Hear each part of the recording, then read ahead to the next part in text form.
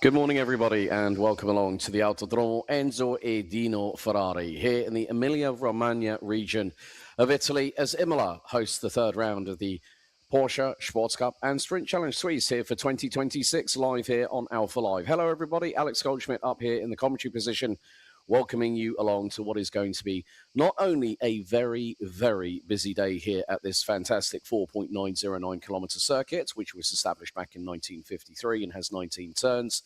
It has been the scene of a very, very big heat wave as part of the big amount of hot weather that has gone all the way across the United Kingdom and also here in continental Europe. There you see the weather.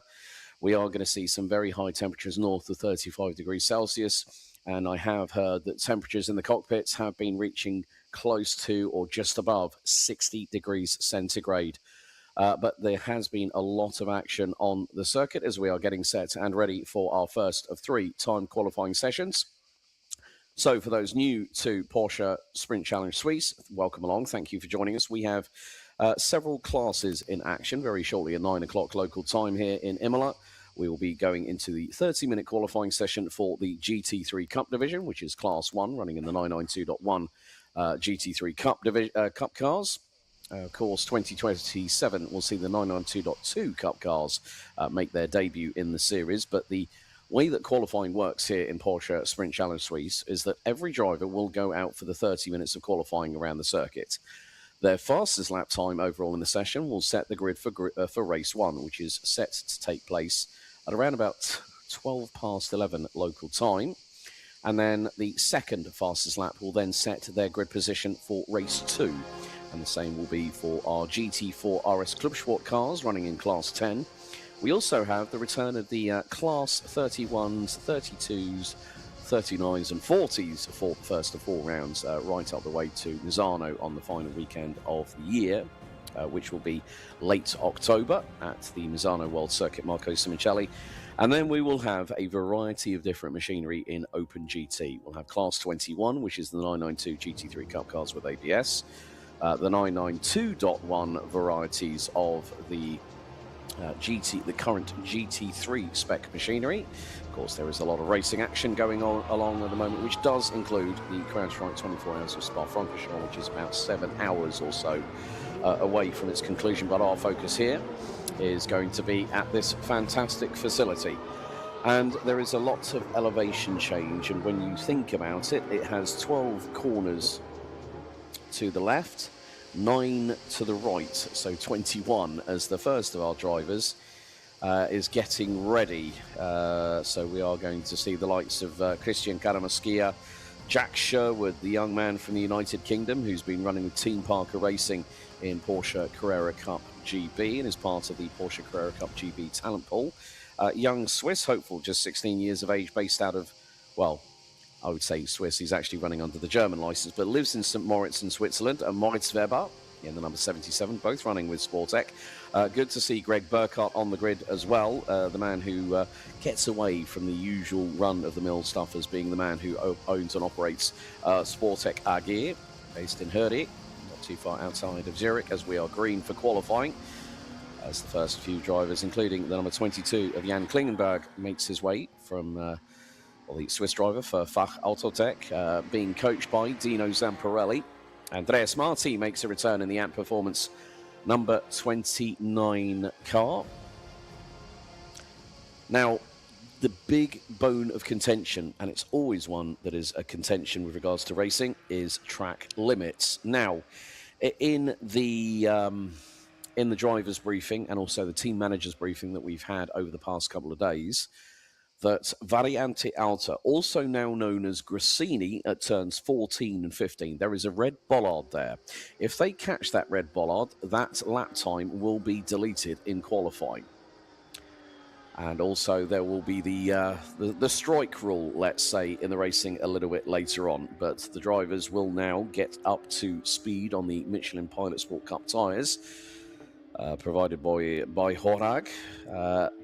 Air temperature around about 29 degrees centigrade at the moment, but as you can see, the sun here in the Emilia-Romagna region is quite abrasive. It has been a true test for everybody And the drivers now will start getting themselves up to speed, get the temperature into the tyres and the brakes, and then go for their first of several qualifying runs. The outlap for Prima Ginzani Motorsports Christian Karamuskia is a 2 minute 22.281, the final sector registering. But we will have 6 sprint races in total, each being 30 minutes plus an additional lap in length.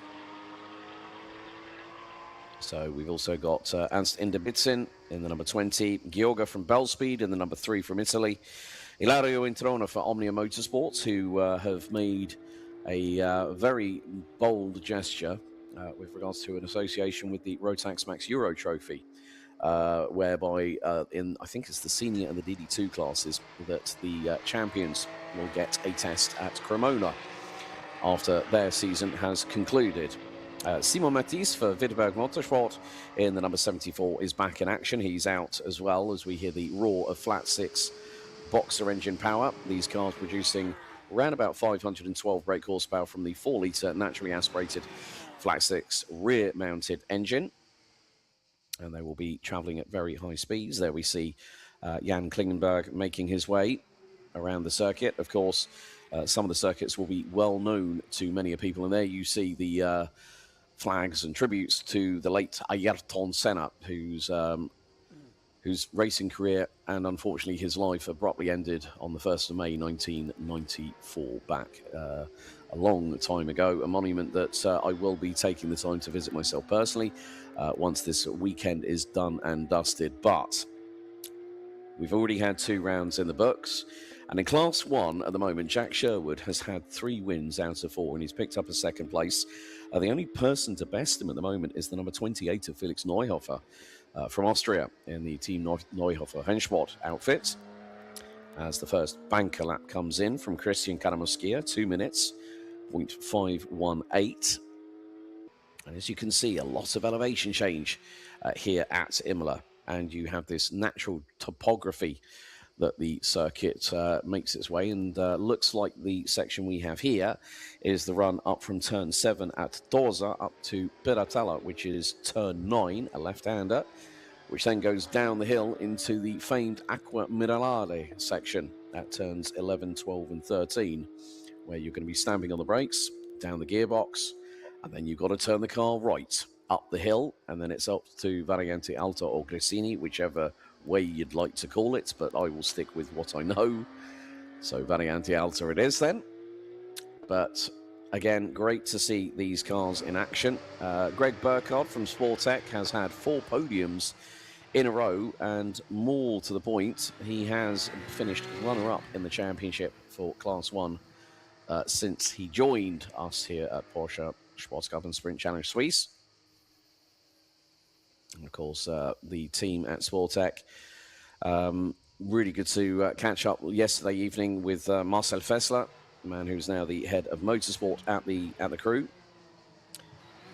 Jan Klingenberg puts down his first marker, and it was a 2 minute 1.367. Andreas Marti from Ant Performance, a 2 minute 2.76, as Ernst Indebitzin looks to be a little bit of a reconnaissance lap at the moment, as we have 23 minutes and 50 seconds left to go in the session.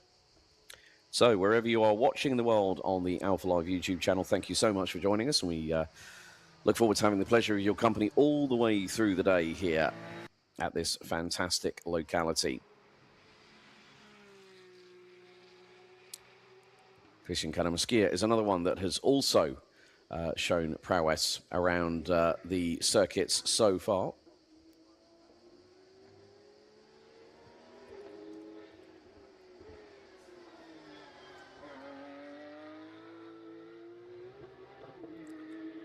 So Christian Karamuskia puts his real first flying lap in, and it's a 1:46.971. So a few drivers looking to maybe wait out a little bit and see how the track evolves. Of course, sometimes that is part and parcel of the strategy of qualifying, especially when you have to set your best laps for both races 1 and 2.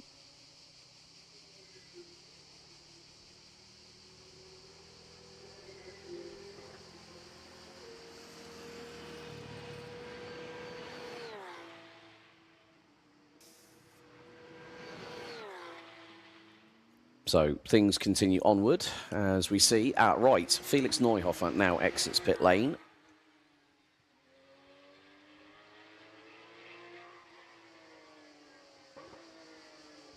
And in many respects, what you could say is that drivers are going to be put through the ringer. Everyone has felt the heat here this weekend, folks. So we have to say a big thank you to everyone around the circuit, marshals, the team at alphalive who are braving the conditions, the camera crew that is here. A big thank you to them for the hard work that they put out there. And also everyone that is behind the scenes making this event happen here this weekend. So Christian Karamaskia improves 1 minute 46.4. And he's currently running in his, I think, 5th lap here in qualifying. And there were a lot of drivers doing simulated qualifying runs towards the end of the day to see how things would go. Simon Matisse from Wittenberg Motorsport puts in a 151.1. Andreas Marti from Ant Performance, 148.6. We did see Andreas...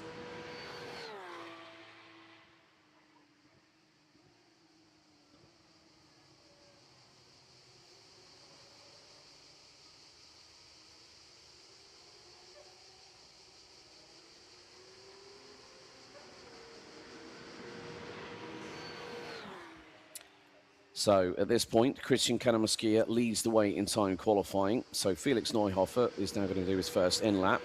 Jan Klingenberg crosses the line, goes second, 148.347.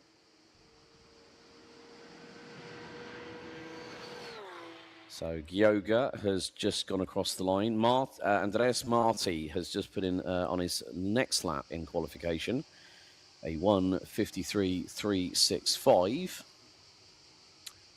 Still yet to emerge from the grid. Now, we've got also the sons of Christian Ried from Proton Competition. Jonas and Lenny will be out for qualifying here today as Karamaskia goes across the line, heads towards Tamburello. There's Greg Burkhardt on the left-hand side of your screens in the orange and black split livery, number 88 car. Moritz Weber has also moved out onto the circuit in the number 77 Sportec Racing entry. Jack Sherwood did drive his Porsche Carrera Cup GB Team Parker racing car. He's got Sam Beardsley alongside him, along with Dad Justin. Sam working on the car this weekend. And they're going to be straight off to the next round of Porsche Carrera Cup GB, which, if I remember correctly, this coming weekend. So literally, Sam was explaining to me earlier on that, yeah, we fly back and I've got to rebuild a car, or finish building a car, then get in the truck and then go to the circuit. So that just goes to show how much work there is going on behind the scenes. And it's not just about one championship, it's about several series that you're running pretty much back to back, so to speak. I'm seeing some of these cars absolutely flying across the start-finish line. It isn't a start-finish straight in the traditional sense, because when you go down towards Tamburello, it effectively, this is turn one. It's literally, you're past the stripe, and then across with that, you're like, okay. it's like literally flat out, and along you go.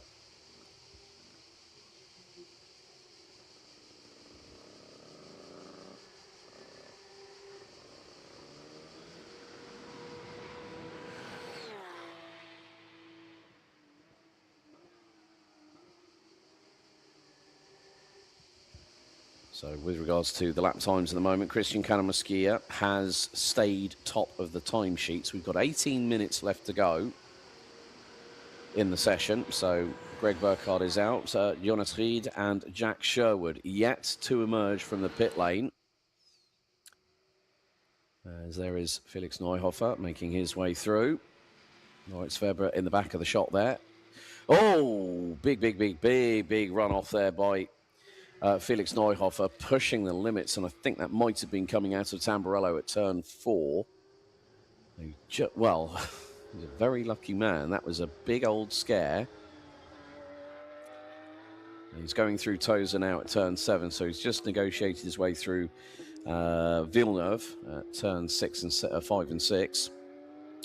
But not at all surprising that Felix Neuhofer, winner of race 2 at Monza, and that was, you can see he's pushing so hard. Through Piratella down into Acqua Minerale, he is absolutely flying. And Jan Klingenberg improves to a 1:47.016. He's now from Switzerland for Faultotec in second position. Andreas Marti for Ant Performance now improves and goes to within a 10th.5 of the number 22. And there is Christian Karamuskia heading down the hill from Variante Alta into the double left here at Rivazza. And there you can see the amount of rubber that's been laid down by the Michelin Cup Sport tyres over the course of this weekend so far. This is where we've really seen everyone go absolutely flat chat in full anger here at the circuit. So Christian Karamuskia at full speed, heading down into Tamburello. And his last lap was a 1:56.9. Okay, Neuhofer, very, very quick lap time there. He was pushing like nobody's business. 1:46.296 for the man from Austria.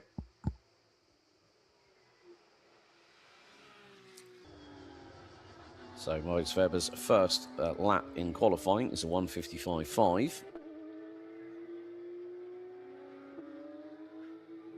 As Simon Matisse puts in a personal best as he gets dumped down to 6th position by Gioga, the Italian driver from Bell Speed, Greg Burkhardt.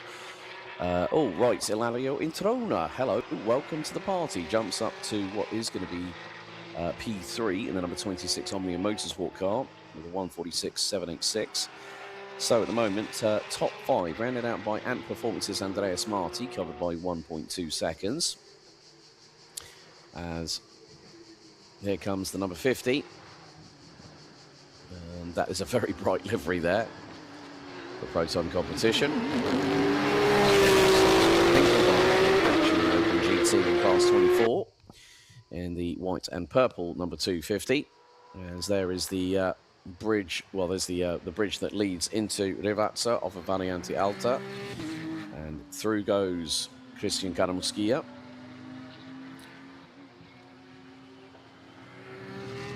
So yet to register a full lap of the 4.909 kilometre circuit here at Imola. Karamuskia improves 1:45.688. So Jonas Ried goes on a full push lap. Felix Neuhofer on the flashes saying, right, just keep your eyes peeled. I am behind you as they head through into Tamburello. What a wonderful layout this has.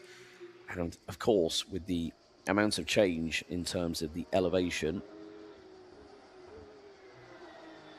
So looking at it from this perspective, I think the highest point is actually Rivazza at Piratella, turn 9. And you've got a big change in elevation. Well, it just goes to show how, I mean, I'm just looking at a really, really detailed track map, which says that the total length of straight lines on the circuit, 3.5 out of the 4.9 kilometres. Right, okay, things are getting interesting because, right, Felix Neuhofer has gone top, 1:45.136. Greg Burkhardt, 1:45.398. Christian Karamuskia, 1:45.688. Gioga, 1:45.915. Introna, 1:46.395. Jack Sherwood's sort of main outlap as we see a big dust cloud in front of the number 50 of Jonas Ried. Well, the thing is that Jonas and Lenny Ried are going to be racing, one in one race, one in another. So we have 13 minutes left for drivers to really get the hammer down here in qualifying.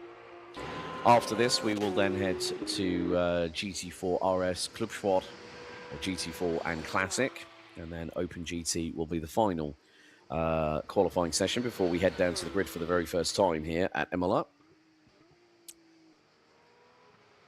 And it's been, for me personally, another new experience in my commentary career. Really enjoy Now finally seeing these cars roar their way around the circuit as Moritz Weber now goes in on lap 4 in qualifying with a 1:47.925. As Greg Burkhardt has just gone top of the timesheets in the number 88. 1:45.040 for the man who's recently become a dad, a baby girl. And wonderful to see Greg's other half and the little one with us at Monza. Of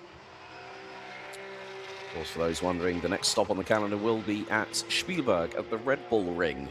The Porsche Mobil 1 Super Cup is currently in action for their next round of the season. So we will be heading there on the 16th and 17th of July. And then it will be a little bit of a school's out for the summer, so to speak, because we'll have a bit of a break, or I would say a little bit of a respite, because it's been 4 very close back-to-back rounds. Of course, we started with Portimao in the, I think it was April the 12th, and then we headed to Monza 3 weeks later, then now here, and then it's the last weekend of September. We'll head to the Autodromo di Mugello.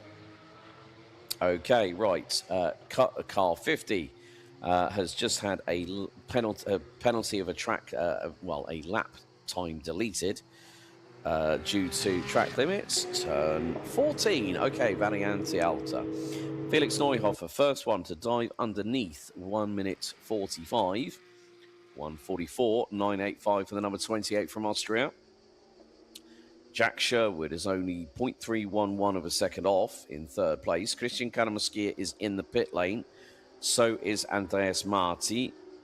And it's a very competitive session here in qualifying. Top 5 drivers rounded out by Bellspeed's Gioga, covered by less than 9.5 tenths of a second, as there is the team from Prima Ghinzani Motorsport, who are also the technical partners for Omnia, wheeling the car back into pit lane. They are fresh off the back of a race at Monza last week, because of course this year Carrera Capitalia celebrates its 20th anniversary.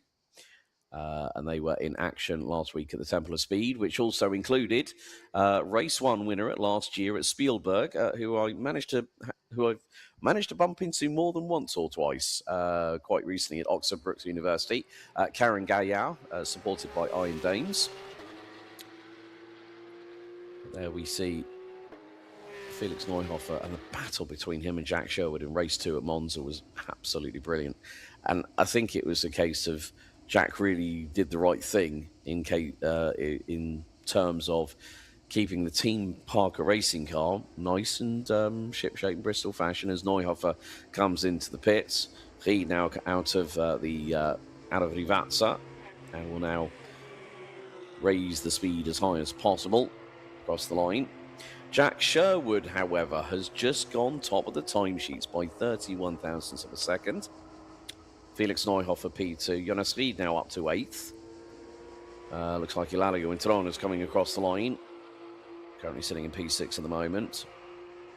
And oh dear, Jonas Ried. Well, it looks like the Ried brothers are not having a great time at the moment, because that lap time that just put them up the order has just been deleted. Track limits at turn 14 again at Variante Alta. But between Messrs. Sherwood, Neuhofer and Burkhardt, 86 thousandths of a second cover them. As Ernst Inderbitsen has just crossed the line in the number 20. 1:48.621. So a lot of the drivers are in pit lane.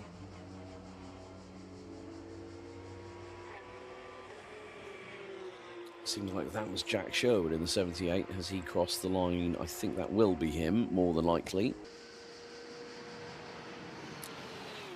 There he is, a different liveried car, and he's just gone and blasted everybody out of the water with that lap time. 5th lap in qualifying, 1:44.603. Had a really good chat with his dad, Justin, who got a call. Well, I said to Justin, I said, when was the last time you ran in a Carrera Cup entry?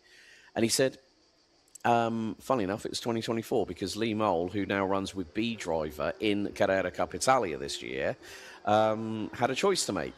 Was it going to be running in a Carrera Cup or going into a classic Formula One at the Grand Prix Historique in Monte Carlo. Well, he chose the latter, and Justin got the call. So 2024 was the last time that the father managed to get behind the wheel. So Jonas Ried now goes up into P8 on a 1:48.863 as Sherwood makes his way down Pedetella and into Acqua Minerale. It's a very fearsome corner, and you can, well, there you see some of the local countryside, just as one of my camera team at Variante Alta, headlights ablaze on the Sportec 78 as he makes his way neatly through, and he avoids the bollard and then can run out of the of that part of the circuit. And there you see the wonderful, lush Emilia-Romagna countryside. But, oh, someone's had a big old kick up of dust at Rivazza. You could just about make out Jack Sherwood's car in the background as we have 6.5 minutes to go. So someone had a code brown and clean up on aisle 3, as in pushing the limits.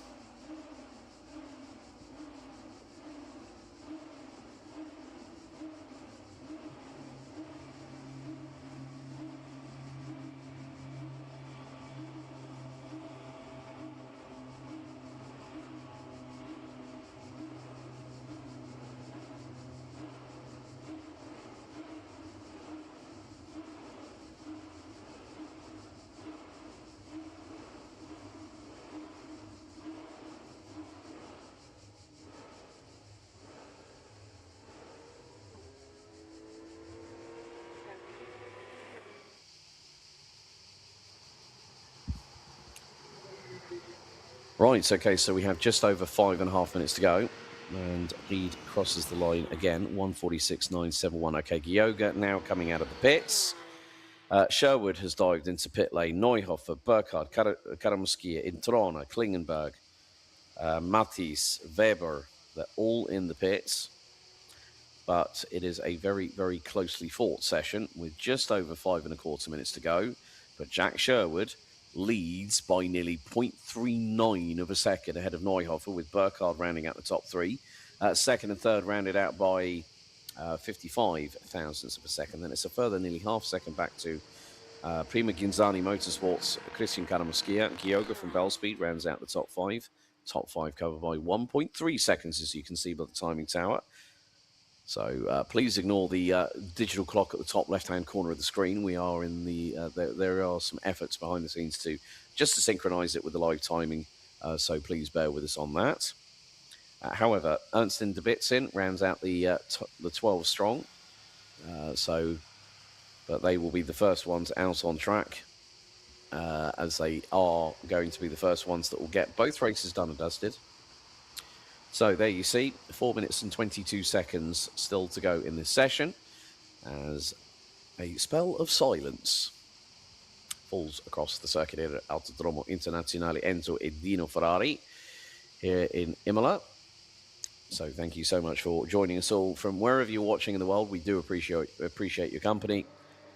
And a big thank you to alphalive for their continuing assistance with broadcasting every single race of the season live from every single circuit that the calendar heads to. And as you may have seen on the previous 2 streams for both Portimao and for Monza, the finale, something that is really truly special, because we've already had 2 2-hour endurance races this season, one at Portimao and one at Monza. The final endurance race will take place on the final day of the season before the prize giving celebrates all of our champions at the Misano World Circuit Marco Simoncelli. And it's a 2-hour race that begins just before sunset and ends under the wonderful Rimini coastline nighttime sky just off of the Adriatic coast.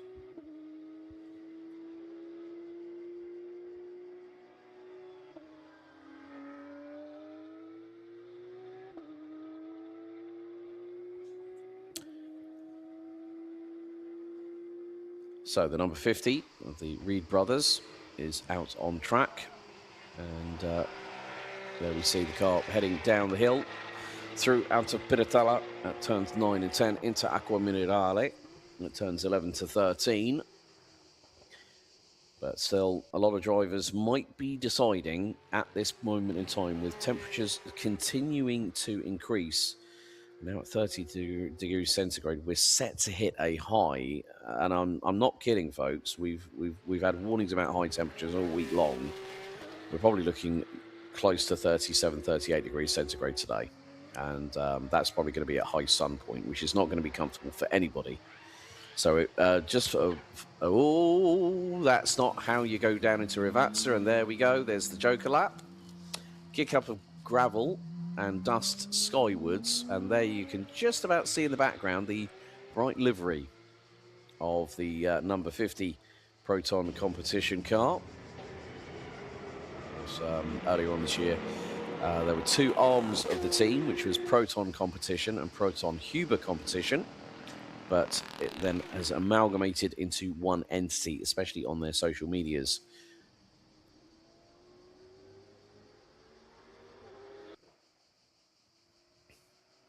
So still at the minute, looking at who is out. Well, Moritz Weber is in the pit. Well, looking at the list from top to bottom, Jack Sherwood in the pits. So is Felix Neuhofer, Greg Burkhardt, Christian Karmaskia, Ilario Introna, Jan Klingenberg, Andreas Marti, Simon Mettis, Moritz Weber, and us in the bits in, unless some drivers have decided maybe just to see how the track has evolved since the qualifying session has gone on.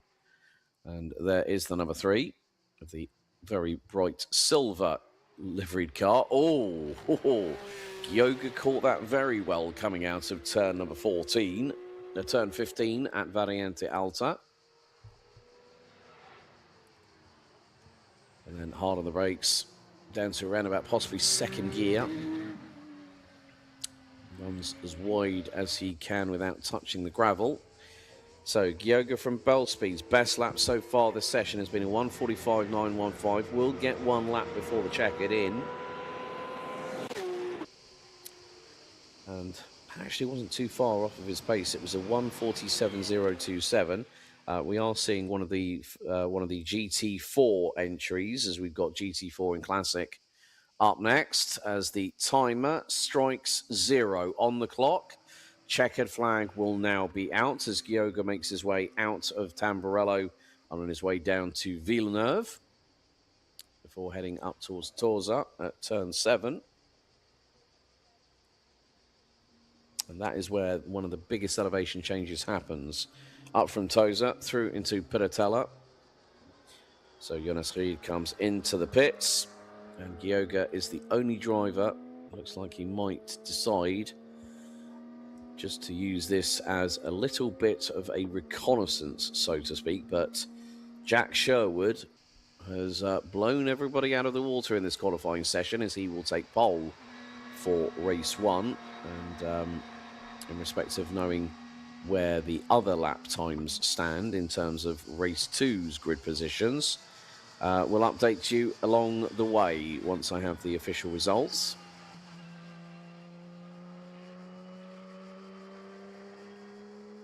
So it looks like Gioga is going to bring that car into pit lane. Doesn't look to be a spirited run there for the number 3 from Italy.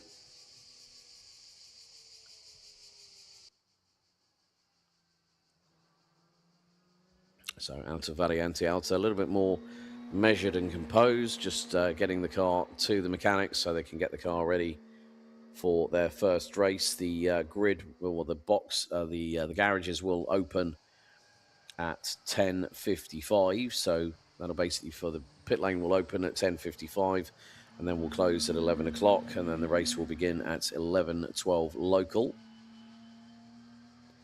But a really, really good effort from the UK's number 78, Jack Sherwood for Sportec Racing, taking pole position with a 1:44.603 in for race 1 later on this morning. Felix Neuhofer takes P2 in the number 28 car, representing Austria, with Switzerland's Greg Burkhardt from Sportec Racing in the number 88, rounding out the top 3 on a 1:45.040.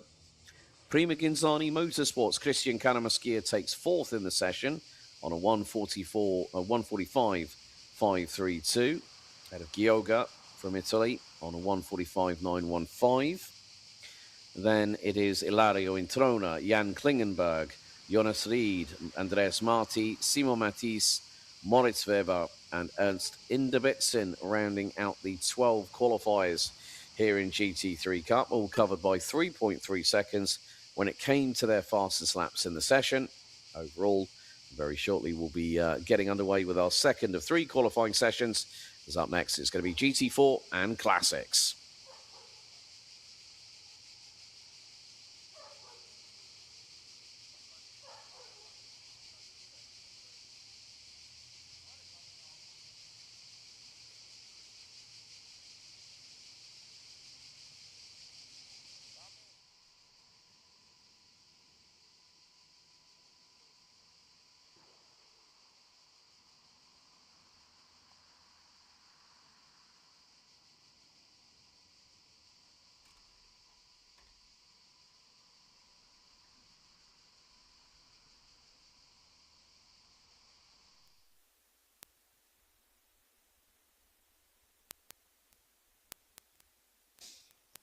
So, as you can see in pit lane, the preparations will begin in earnest here for the first of 2 30 minutes plus an additional lap races. There is Justin Sherwood, Jack's dad, watching on from the Sportec garages.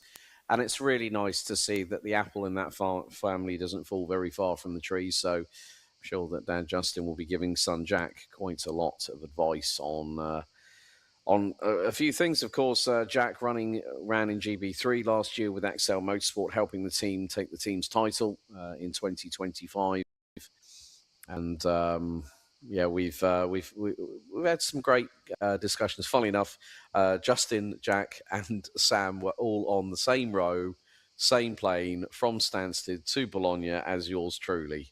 And I was like thinking, as soon as I saw Sam's face, I went, and I saw the Sportec logo on the back of his polo shirt, I went, I recognise that trio.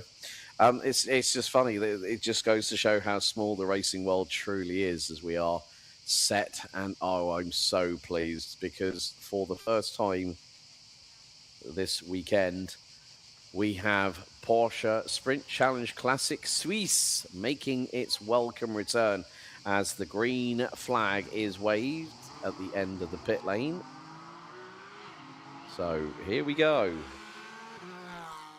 This is where we get to see the real OGs of Porsche Carrera Cup history, from the 964s to the 993s.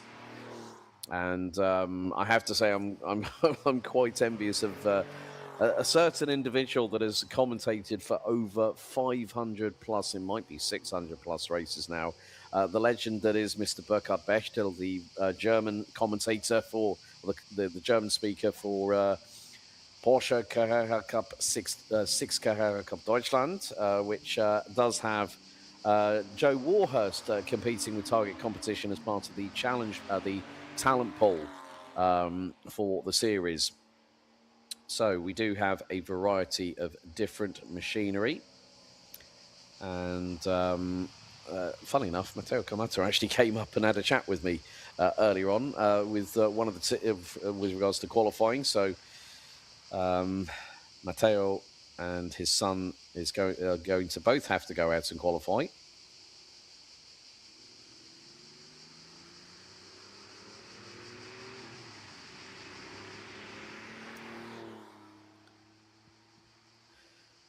And this is what I really, really love about seeing these older cars out on the circuit. And it just goes to show that the 911 is such a timeless vehicle.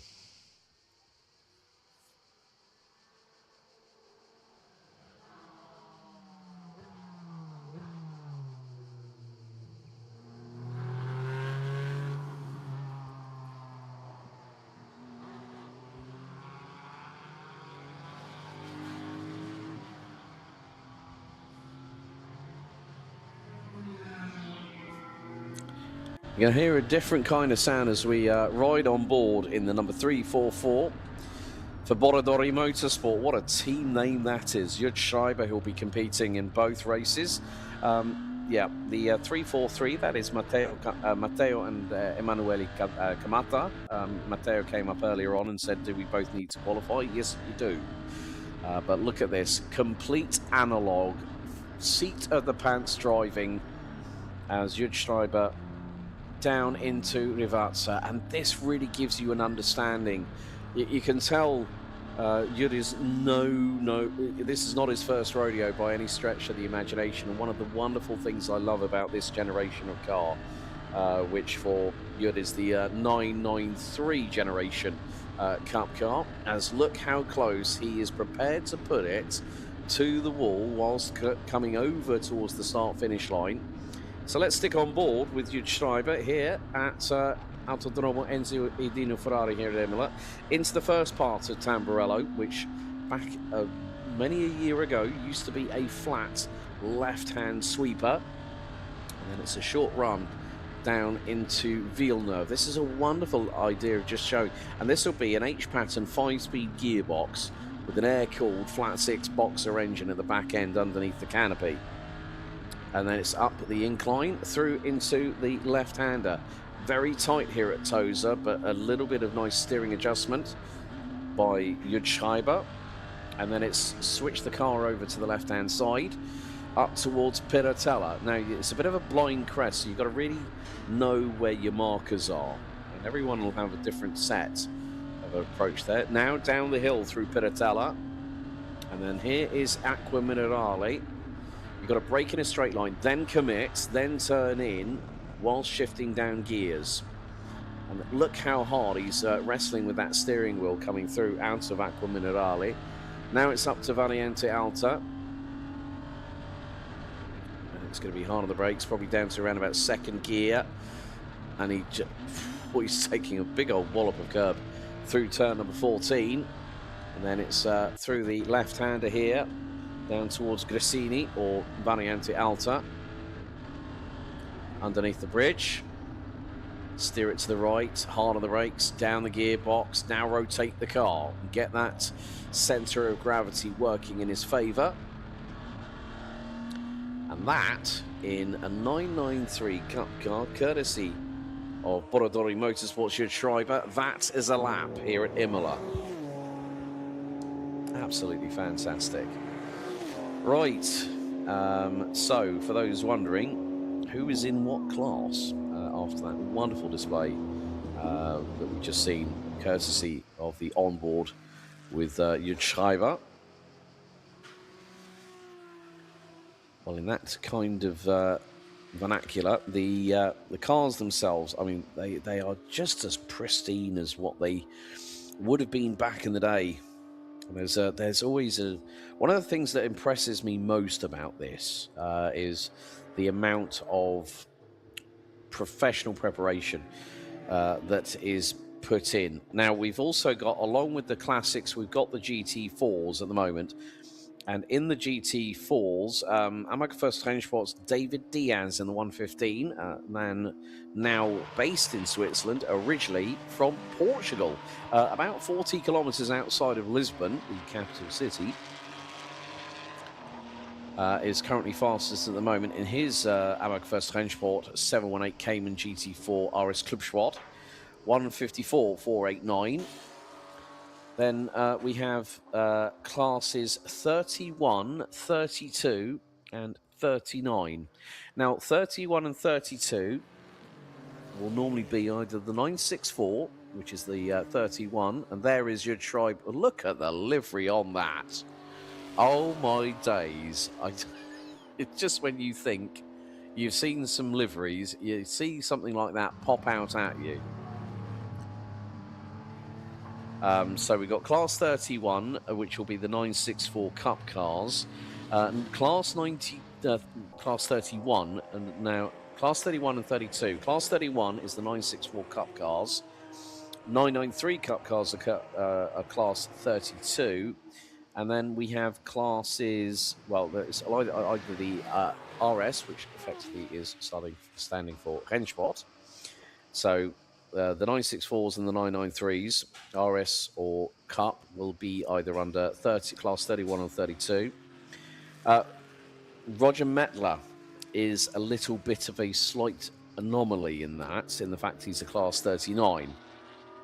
And that is a modified 964 RSR.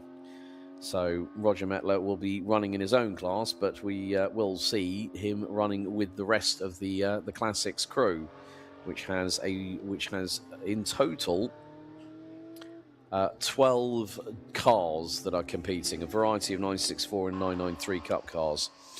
Good to see George Wöhler back in the Porsche Centrum 5 Scene Motorsport 993 Cup car, the 355, which we have seen in action last year.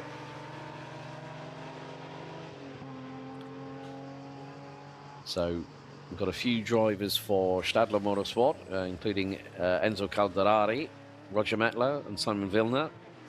Kurt Ecker Motorsport. Good to see Kurt Ecker back in the paddock this year. Did compete last season. We've got Cornelius Dornier, Maximilian von der Leyen, and Fabian Frohner. And then we've got Boradori Motorsport. It just rolls off the tongue, doesn't it, for an Italian team name? It kind of reminds me a little bit of Il Barone Rampante, which the late Alex Zanardi used to run in back in his F3000 days. So we've got for Boradori Motorsport, Emanuele and Matteo Camata, Jürgen Schreiber, who we've been on board with. So at the moment, in terms of the Class 32 division, George Wöhler is the quickest, to 1:58.038. Roger Mettler is currently sitting P3 at the moment. David Diaz is the only one in GT4s that has set a lap time, as we have just over 20 minutes to go. There's the 343 of Boradori Motorsport. That's either Emanuele or Matteo Camata that is behind the wheel. Ivan Rostovsky in the 176 AMAG First French Sport car, supported by Porsche Ticino, is now out. Enzo Calderari is out in the 301 Stadler Motorsport 964 Cup car, as we are a third of the way through this session. There's a rumble coming down pit lane, as I hear, which more than likely will be the 115 AMAG First French Sport Porsche Cayman 718 of David Diaz.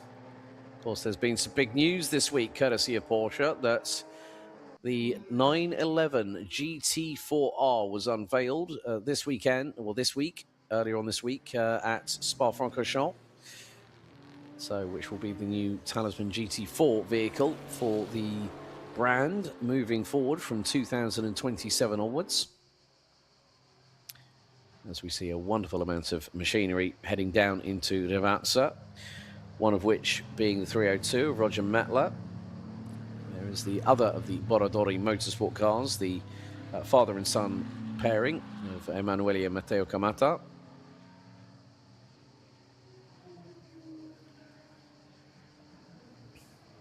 As we see another one of the cars making its way down into the double left.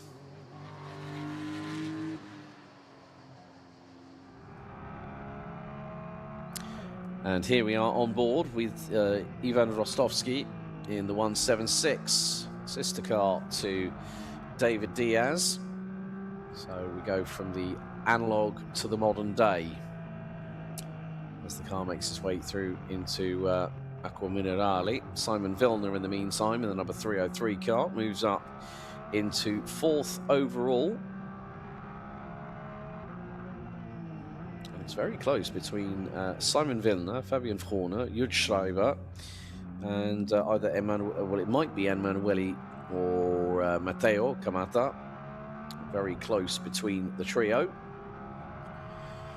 Around about 1.2 seconds separate those four cars, as we see Ivan make his way into Rivazza, the double left-hander.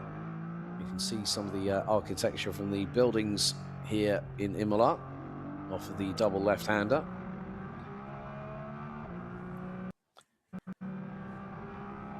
And this is Ivan Rostovsky going full pelt, and there is the pretty much the start finish coming up here. As you see the big tower on the tower building on the right hand side, and Rostovsky goes up to P3 overall, second in class 10, 1:59.065.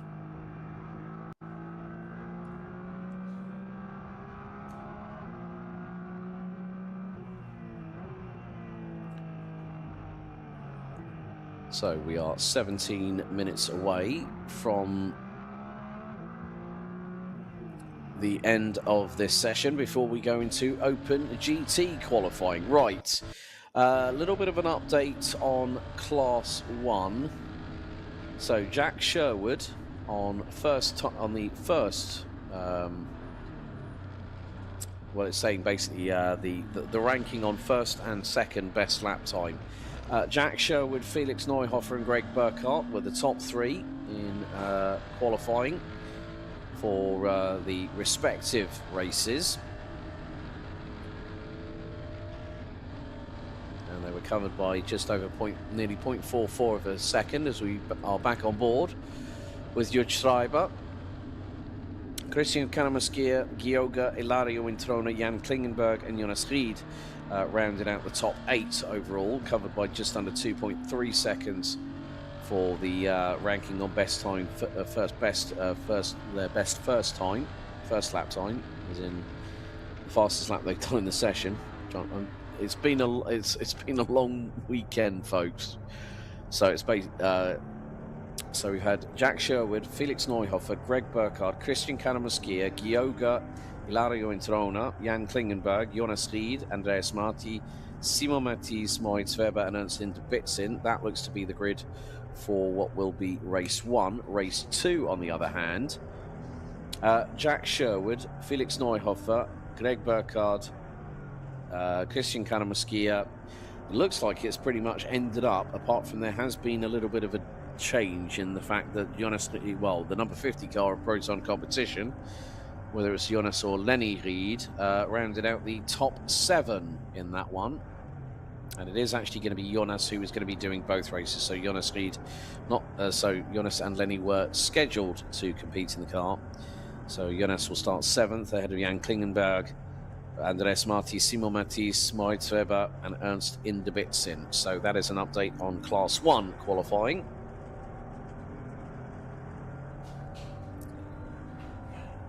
So we still have just over 14 minutes and 40 seconds. Going through Variante Alta, there is the number 301 of Enzo Calderari. Wonderful looking livery on the Stadler Motorsport car as it fires its way through down the hill here into Rivazza.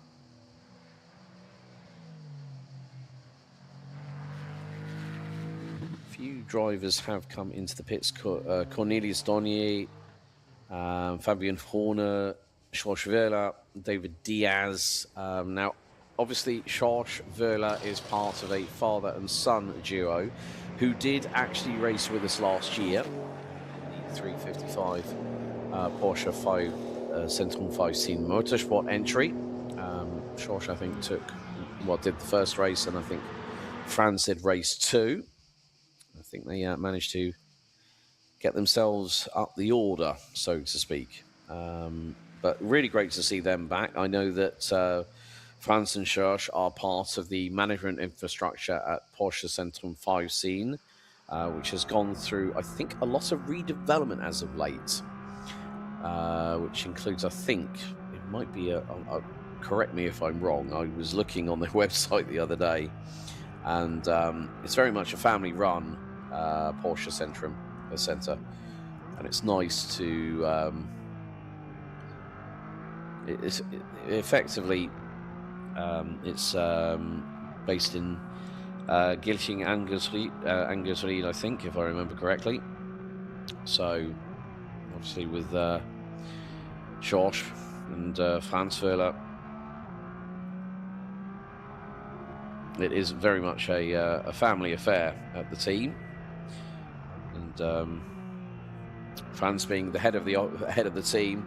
And then you've also got, it is basically, I've just looked on their website just now, it is very much a family affair. And it's great to have them back in the paddock, because we will also see a returnee in Class 21, a man who for the last couple of years has ended up runner-up in Class 21. Sebastian Schmidt rejoins us for possibly this round. I knew after last season that I'd had a chat with a few people, and apparently that Sebastian was going to take a little bit of time away from competitive racing. Of course, Max Mutschlechner, our champion in Class 21 last year, has moved on, and we wish him all the very, very best of luck. I think he's been running with Target Competition. And, right, there's a little bit of discussion there. That is the 343. That is the father and son car of him, and you can see there they're able to get some air into those wonderful engines. Of course,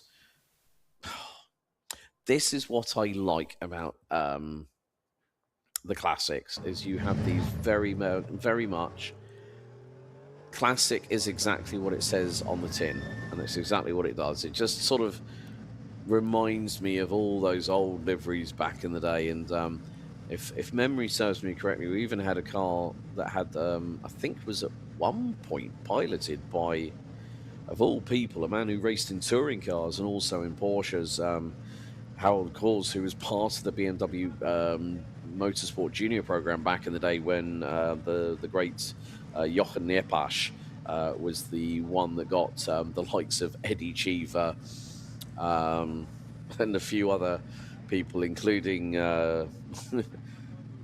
Hans-Joachim Stuck, or Stritzel, as he was later monikered, because I think some people couldn't pronounce his name.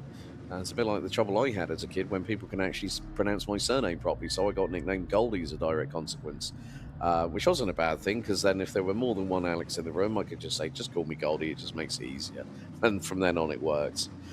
But we are 10 minutes away from the end of the session, and one of the things I love about being part of the team here at Porsche Sprint Challenge Suisse is the family feel that we have here. And one of the big ways that was shown was last night, where we all gathered at the hospitality for the barbecue, and it was laughter, it was great food, good times, and just people talking, and that's what it means to be part of a family. But meantime, David Diaz has got a little bit of work to do, I'm afraid, because he is now 2.3 seconds behind Ivan Rostovsky. Schorschwerler leads the way in the classics overall in the number 355. And there is the number 343 car back out on there.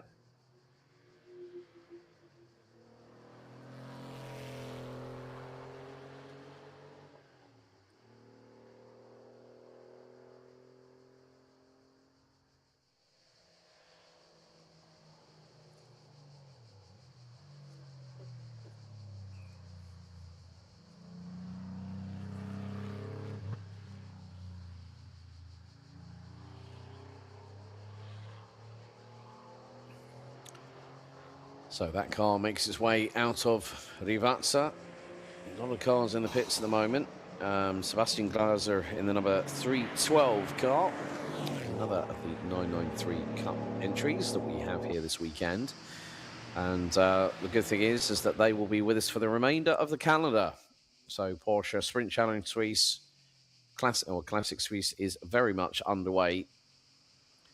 You can just see how different the way that the car is handling, and when you go from a GT, a Class 1 GT3 Cup car to these cars here, it is a very, very different animal. And still, for these cars to be running and to be in such fabulous condition, because when you've got a classic Porsche race car, these drivers are not keeping them in the garage. They are far from doing that. And they are keeping them out on the racetrack where they thrive. And that's the beautiful thing about this. So majority of the cars are in pit lane, and they have been allowed to open up the deck lids on the back of the over the engines. So the tailgates are up, air able to circulate, and just to help everything cool down that little bit better. But still the 343, which does have one driver. So Emanuele will compete in race 1, Matteo will compete in race 2. And that is the only car that is going to have 2 different drivers in it this weekend in any of the classes that we have. As when we conclude qualifying for GT4 and Classic, we will head to Open GT, where we are set to have 27 combined entries, including classes 21, 23, and 24.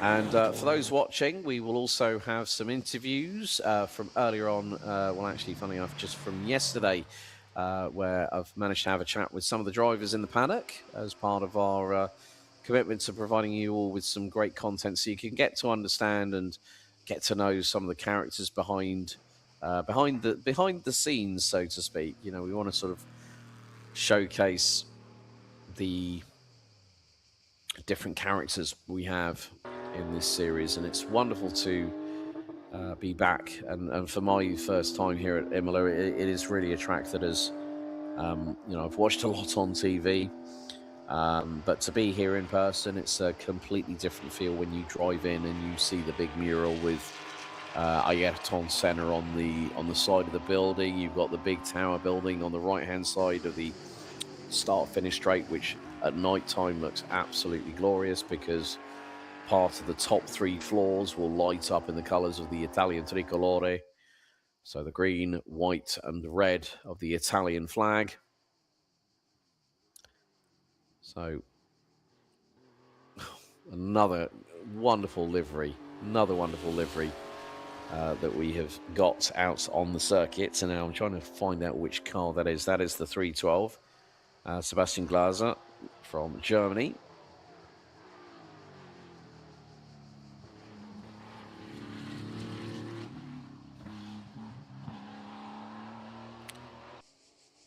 So Sebastian makes his way out of the double left at Rivazza and goes at full pelt towards the start-finish line here at the Autodromo Internazionale Enzo Edino Ferrari here at Imola. Goes P6 overall on that lap. And that is 1:59.986. And he slots in behind Roger Medler in the number 302 car, which is the Class 39 entry, the 964 RSR. And then head of Fabian Horner for Kurt Ecker Motorsport in another of the 993 Cup cars.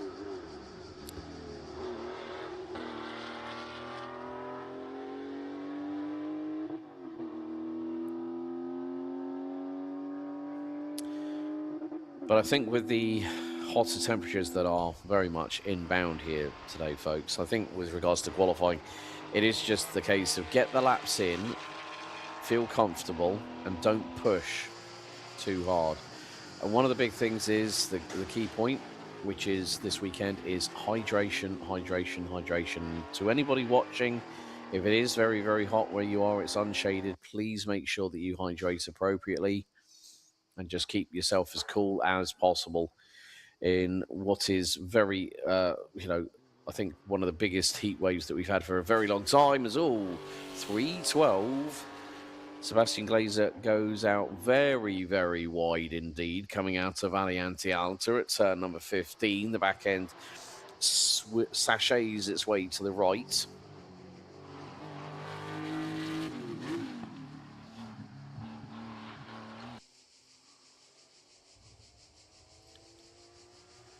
So Sebastian, let's see, he's done personal best in the opening sector and the middle sector, roars across the line. Will it be an improvement from a 59.986? Let's see as he breaks the timing beam. He does. He goes P4 overall and improves by over 1.2 seconds. So we could see a little bit of a flurry from the number 312 in the dying moments of this qualifying session.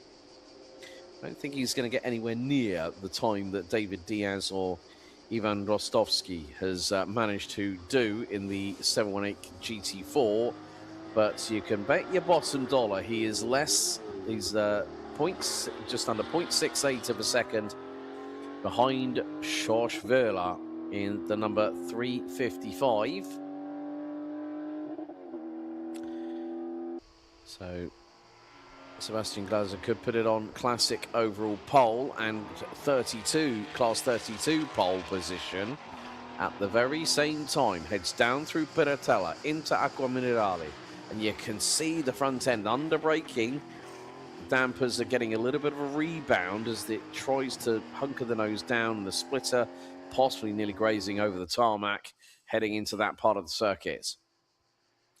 And Glaser, personal best sector 1, and he's done an absolute blinder in that opening sector. He's done a 24.697 in the opening sector, a 39.0 in sector 2.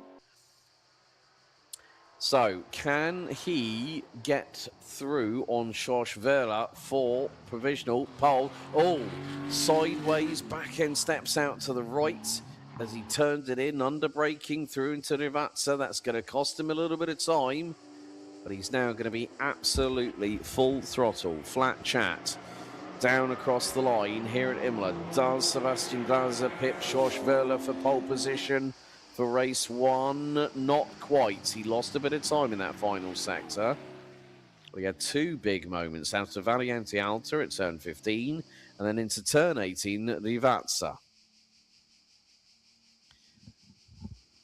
And that just goes to show how quickly things can change on a sixpence.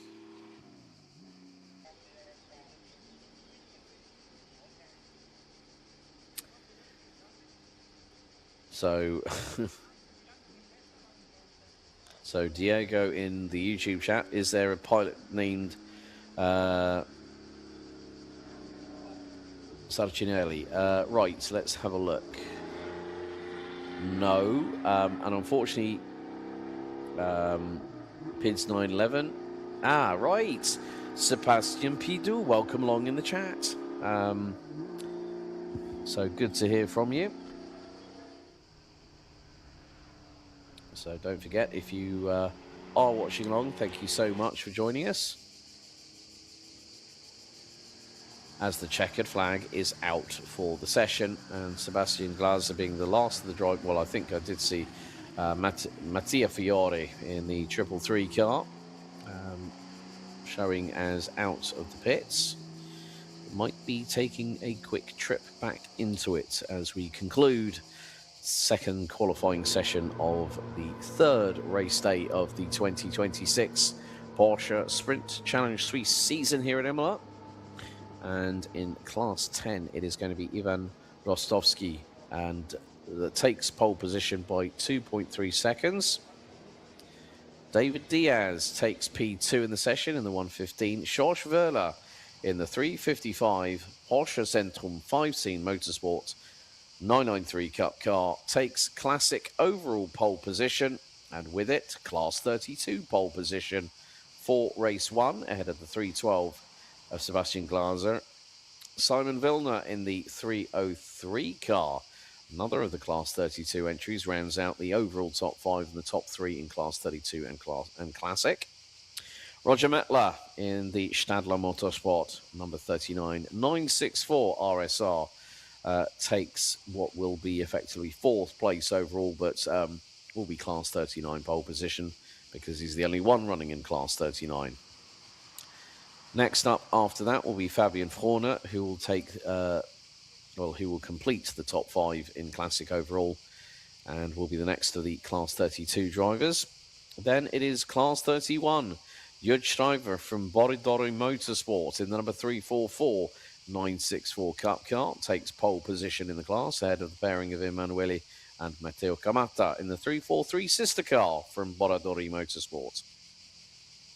Then Stadler Motorsports Enzo Calderari in the number 301 will round out the top three in the class, ahead of Gunther Schindler in the number 345. In another of the 993 Cup cars, Cornelius Dornier for Kurt Ecker Motorsport in the number 309 rounds out 12th in the overall classification side of things. Mattia Fiori in the number 333 Mega Motorsport 964 RS car takes 13th ahead of Maximilian von der Leyen in the number 320 Kurt Ecker Motorsport 964 Cup car.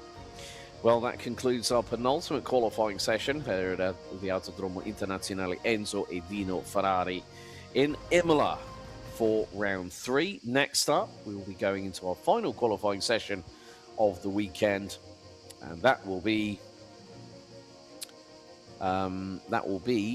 our Open GT cars. And Sebastian, look forward to seeing you at Spielberg in 3 weeks' time.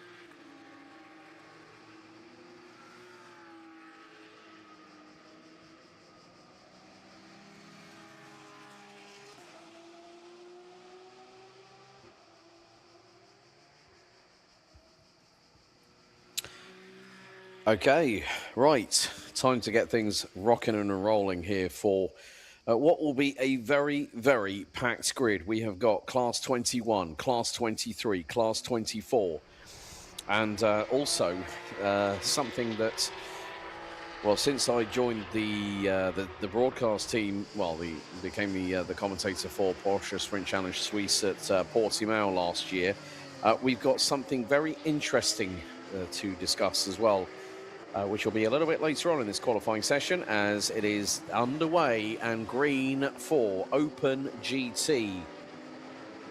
Now, the man that has really made a big impact in his second year of racing, having moved up from Class 21 into now Class 24 in the Newton by Sportec Racing number 207, the man from Romania based out of London these days, Dragos Buriu has been the tour de force in the Class 24 division. Of course, back at Monza, we celebrated a certain Mr. Patrick Dinkeldine's 50th birthday.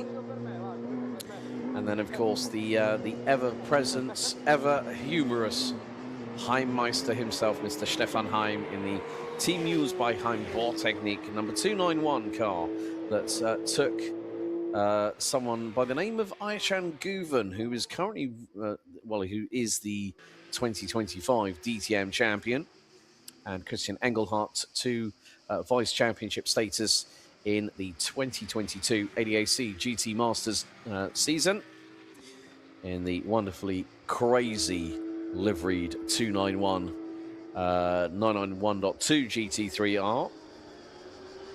And there are some drivers that are really up their game, one of which is the 221, the man from originally the United Kingdom, German surname, now resides a stone's throw from the Autodromo Internacional do Algarve in Portimao, Marcus Gratian, who took his first win of Class 21 last time out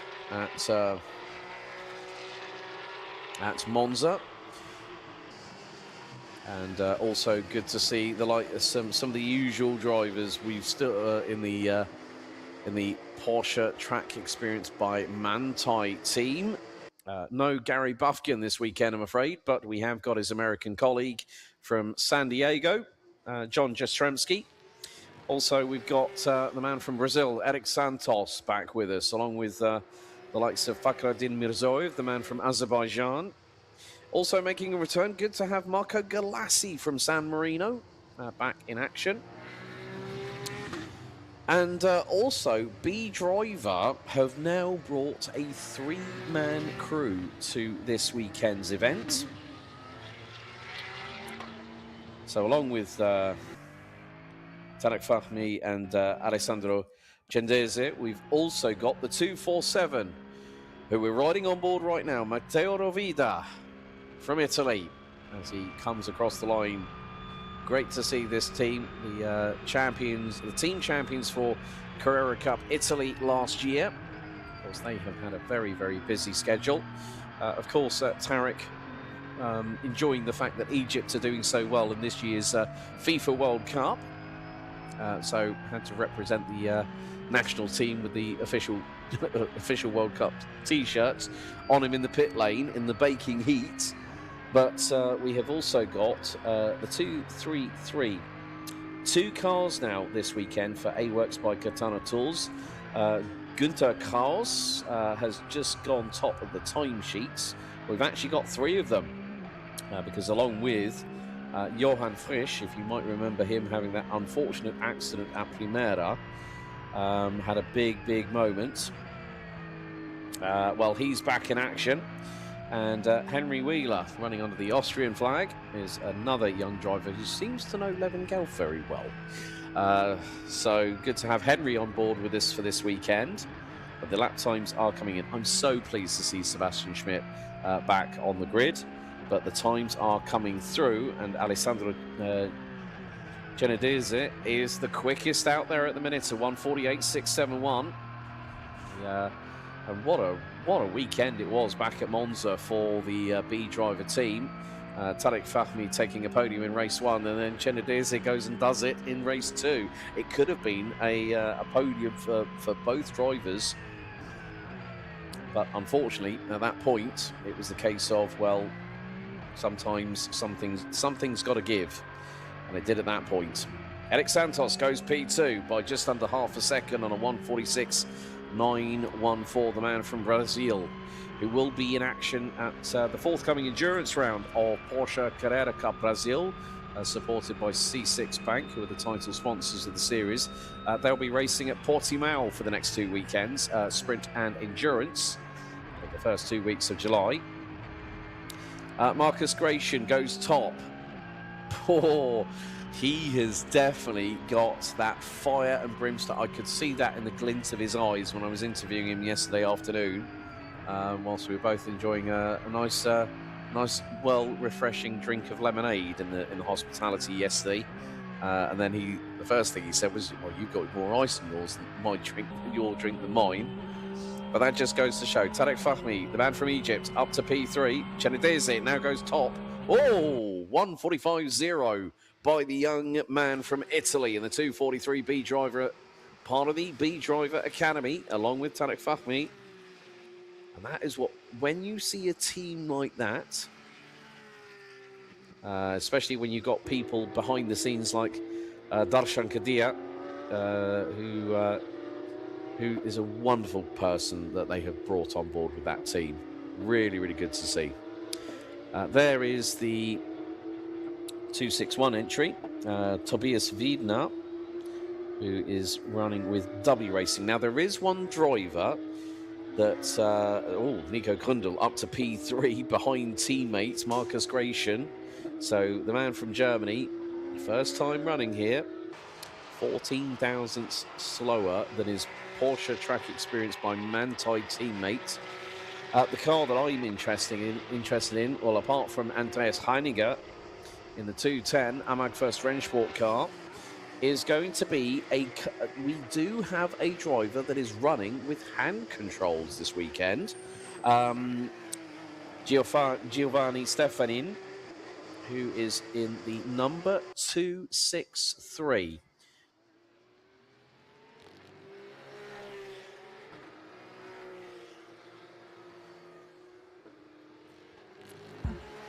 So Giovanni, wheelchair bound, is running with hand controls in his Open GT Class 21 car. We do have to welcome back the father and son pairing have been reunited in Open GT at Team Neuhofer Rennsport.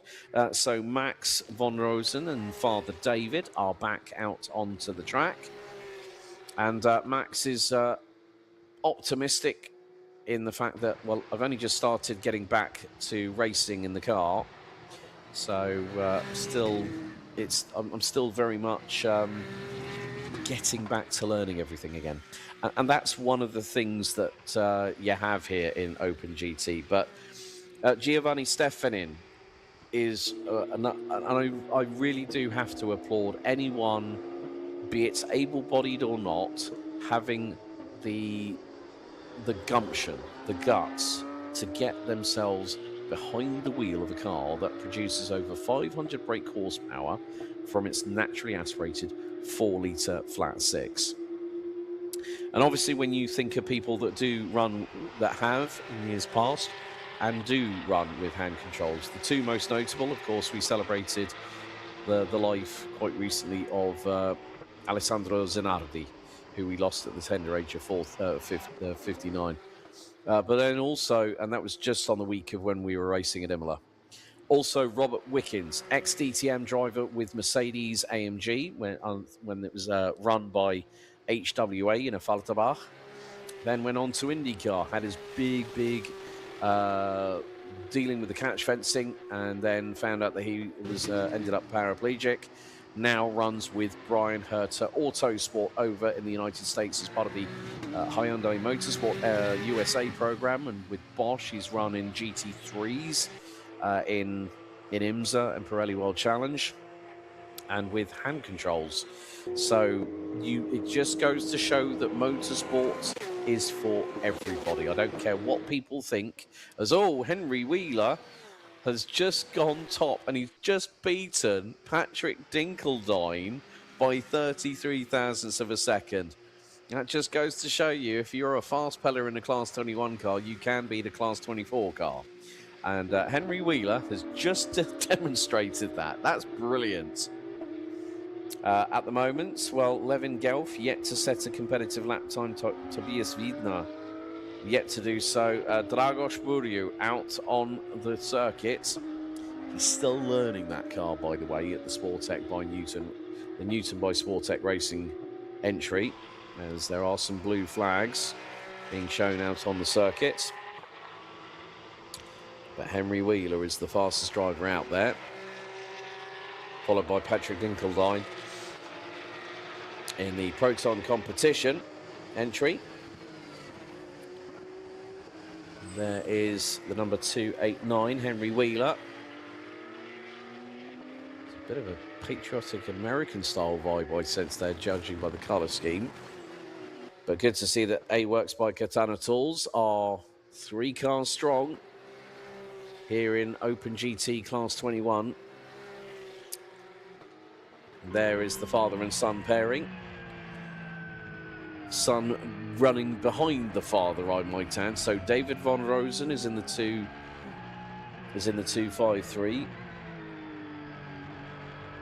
And then the 2.40 is Max von Rosen.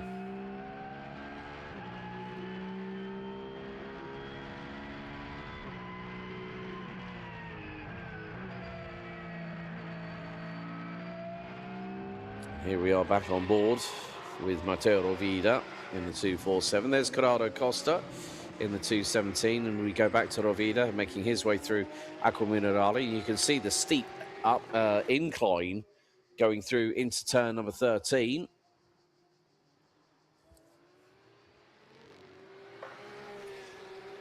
As Levin Gelf puts in his first fast lap, and on lap 3 in qualifying, the man from Seebach Motorsport in the 2.44, the young 21-year-old from just outside of Munich in Germany, 1:45.839.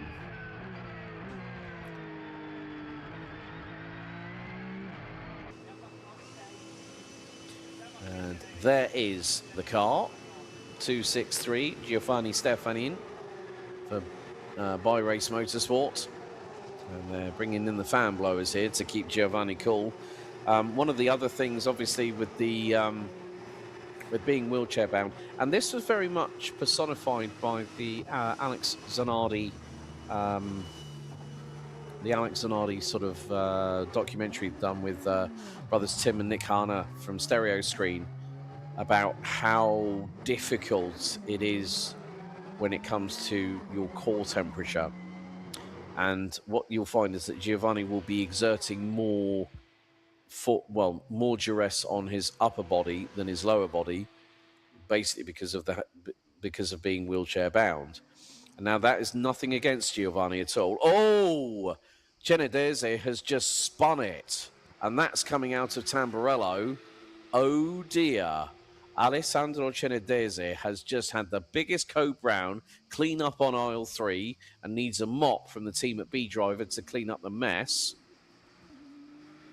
And I'm just wondering, wondering if there's like a little bit of debris possibly out of turn number 4 if someone's caught a splitter in the gravel or something. But oh, Cenedese, my goodness me, I think he's going to need to check his underwear after that one, because that was a big old scare. And it doesn't matter what skill level you have in driving. That is a big, big moment.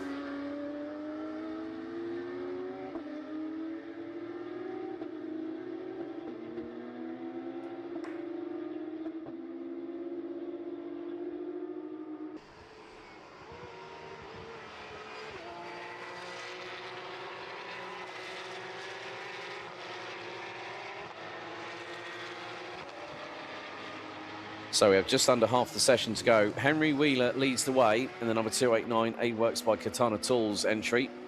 Patrick Dinkeldine, P2, Class 24 leader at the moment. Stefan Heim yet to set a lap time. Dragos Buriu has, and it's a 1:55.5.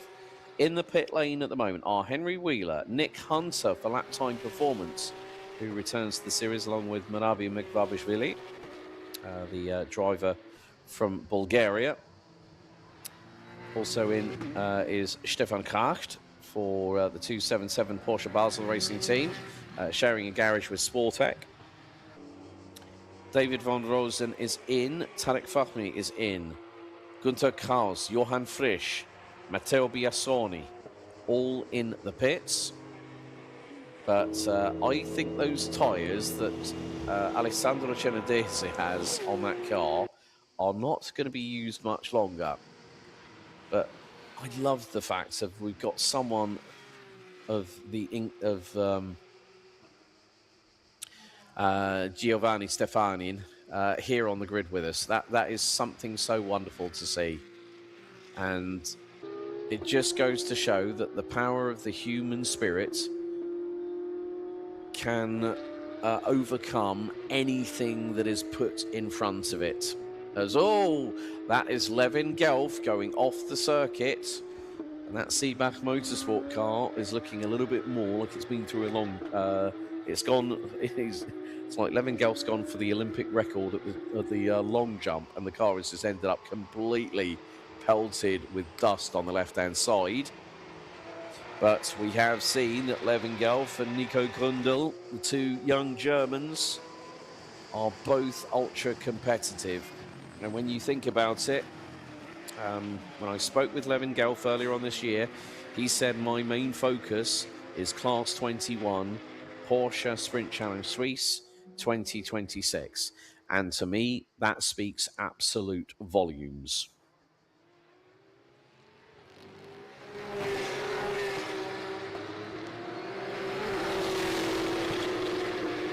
So there was one of the Porsche track experience by Manthey Cars. Good to catch up with Dennis Feldman earlier on this week. A wonderful chat the other day, asking him about his history within racing, and joined the team at Porsche Track Experience by Manthey early last year. He's really enjoyed the change. Sebastian Schmidt, there's the 203. That's that's a livery I recognise. And there goes Levin Gelf across the line. Levin Gelf 8th now. Sebastian Schmidt 6th at the minute. Nico Grundl is 5th, and at the moment, well, Dragos Buriu in the Class 24, bright baby blue with yellow accented Newton by Sportec Racing, 207, now is at top of the timesheets, 143, 483 from the man from Romania. Good job by him so far, puts in. And actually, it was quite interesting. I was watching the onboard in the garage at Sportec Racing yesterday, and Dragos Buriu was going through Variante Alta in 2nd gear. And I'll say that again. He was going through their 2nd gear. That just goes to show how quickly things can change when you go up a class or go down a class, so on and so forth. But Dragos Buriu really has gotten a grip of that car.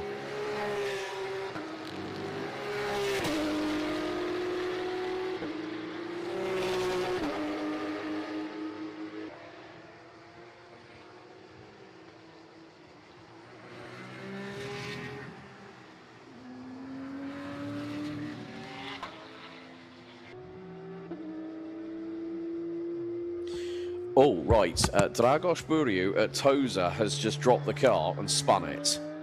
So he's got to wait. Well played by the man from Romania. And this man, I have to say, he's got some stones on him for deciding. He gets a communication from Sportec, from Andre and Marcel, as we see the 247, Matteo Rovida from B Driver making his way down to Rivazza. He basically said, we need a quick answer on this, yes or no, reference going into a 992 GT3R. And he went, yes. And you know what? He's definitely enjoying the challenge. And that's the whole point of this. And you can just see by the amount of hard work that these drivers are putting in, and they, like, literally at the back of the pit garages, there's no amount of you know, like, say when it's hot, you've got the barbecue grill out, and then you got the big pools, like the makeshift pools that you put up and you fill with water. Well, that is what I see behind pit garages. Oh, and we've had a big off, and we've got our first red flag of the day. First red flag of the day with 8 minutes and 40 to go. Someone has gone off. Oh, and that is Marcus Gratian. He's hit the barriers in the front end. Oh, that is going to delay proceedings at the moment with 8.5 minutes to go. Marcus Gratian off into the barriers. And where is that? That is coming, I think, towards Tosa possibly at turn 7. Front end is an absolute mess. Oh, dear. Right, so Marcus Gratian, he was not doing a personal best in the opening sector, but that is a big hit. You can see the indentation on the left front wheel, the left front wing of the car. And so I can't, from this angle, I can't really see. It looks like the clock is still running, so they might time out this session possibly. We are over 2/3 of the way through. Now, Marcus, is he now I'm wondering if they are telling him whether the car is going to be, well, he's not moving, so whether that has sent a shockwave down the drivetrain, because obviously the engine is connected to the drive shafts on the back axle. Okay, marshals are going out to Marcus at the moment, so we are under our first red flag stoppage of the day in Open GT qualifying, with around about, it was 8 minutes to go on the clock, and then Marcus Gratian has a big off. We did have over the last couple of days some red flag moments, and funny enough, this is, I'm going to make people laugh now, and all right. So at the same time as we had a full course yellow at the CrowdStrike 24 hours, we had a red flag in a practice session here at the circuit, and then we also had the yellow flag when Max Verstappen went off in Q3 yesterday at turn 9 whilst trying to go for pole. Right, that car is going to need a bit of a more than TLC at the front end of it, courtesy of Dennis Feldman and his team at the Porsche Track Experience by Manthey Crew. Is that's always a good sign. Marcus Gratian steps away from the car. He's now going to look at he's now looking at the front of it to see what the extent of the damage, because he knows that he's got to pick up the tab on that one, unfortunately. But Marcus is a great character. He's walking away. That's the best thing that you can see. Metal can be repaired, but the human life is a very different animal altogether. So Marcus Gratian out of the car, safe and sound, shows the and they are going to put it on the on the flatbed truck to recover it. So red flag stoppage, which will put a slight delay on proceedings. So, yeah, first red flag of the day. Not too sure if we are going to have any further interruptions, but that depends on what the racing is going to bring a little bit later on.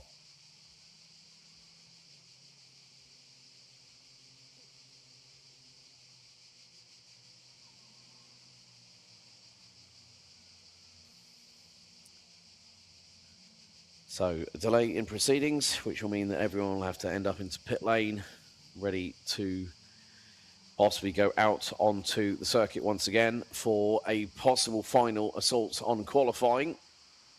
Of course, it is the case of having the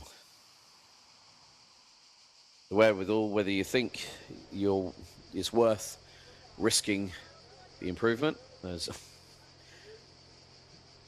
Marcus now gets out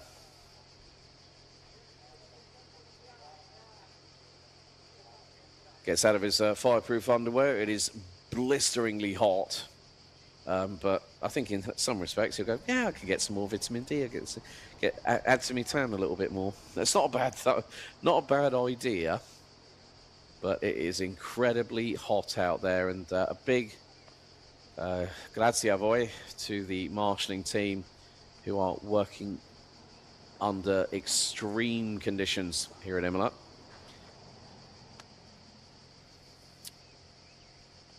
So we will be under red flag stoppage conditions whilst the 221 Porsche Track Experience by Manthey car of Marcus Gratian gets lifted onto the low loader, and this gives the marshals elsewhere on the circuit to also help to brush off any gravel or any dust or any debris that they have found to see. They've even got the air blower out as well.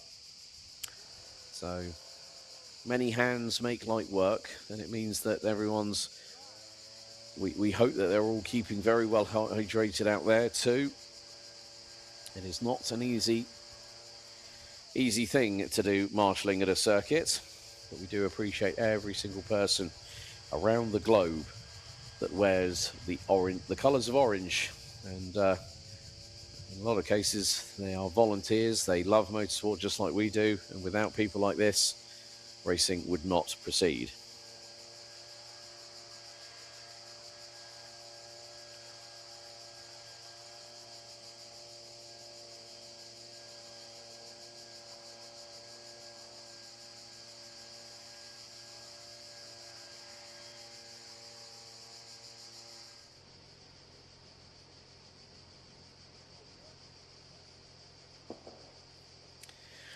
Okay, whilst the car is now actually loaded on to the flatbed for Marcus Gratian.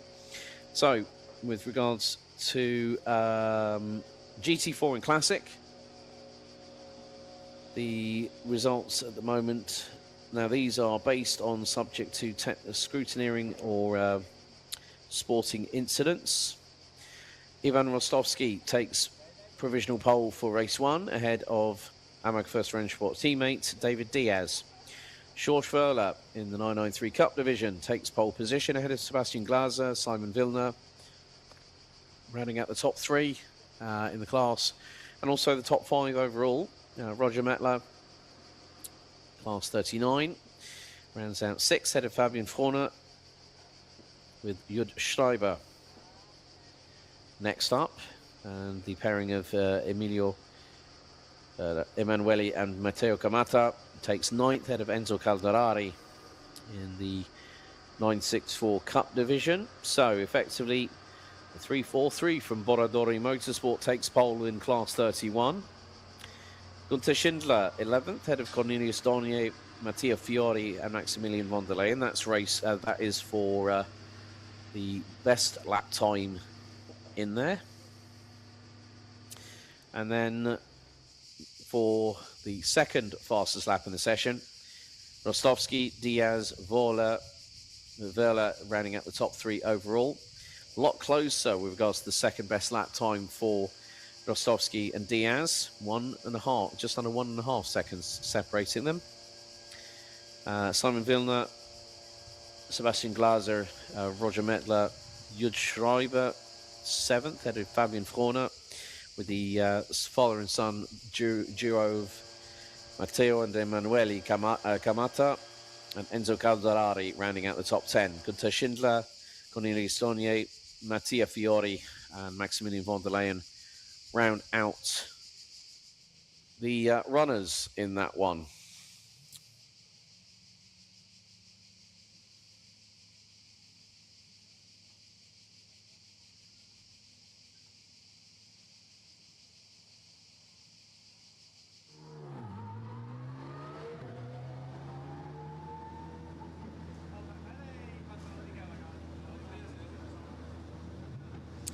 So I've had no notification yet. Right, okay, we're back on the green.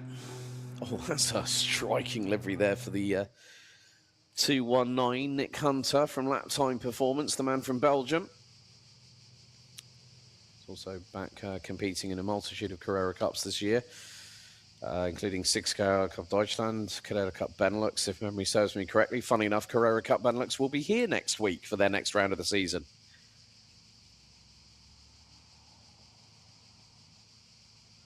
So we are back under green flag conditions. And the timer has just under 8 minutes to go until we hit the checkered flag. So some drivers venturing out. There's a little bit of queuing at the end of the pit lane as a couple of drivers will boot the throttle. One of which is the 233. Gunter Kaus from A-Works by Katana Tools. And look at this flurry of activity, including Dragos Buriu. And oh dear, that is the 242. Egypt's Tarek Fahmy. There were double waved yellows. He was stopped at the end of pit lane. I thought there might have been a potential problem for the Egyptian, but he gets back out onto the 4.909 21 turn circuit here in Imola, or 19, depending on how many corners you want to differentiate with.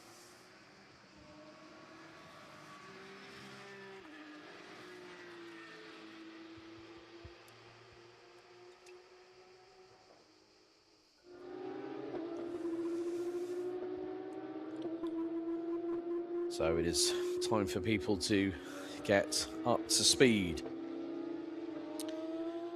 as these drivers know that it's not going to be an easy one over the course of today. So the more time that they can spend in the pit lane and keep cool is going to help people in the long run, I think.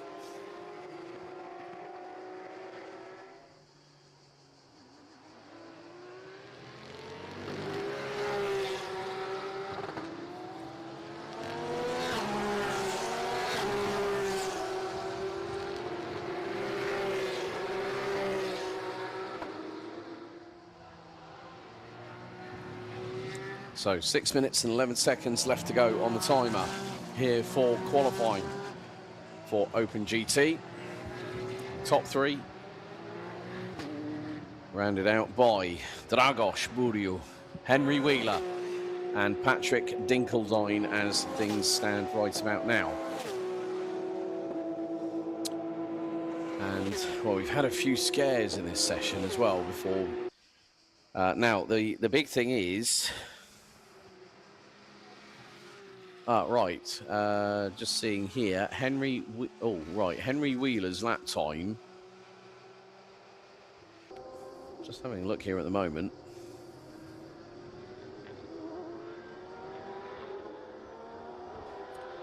There have been a few lap times that have been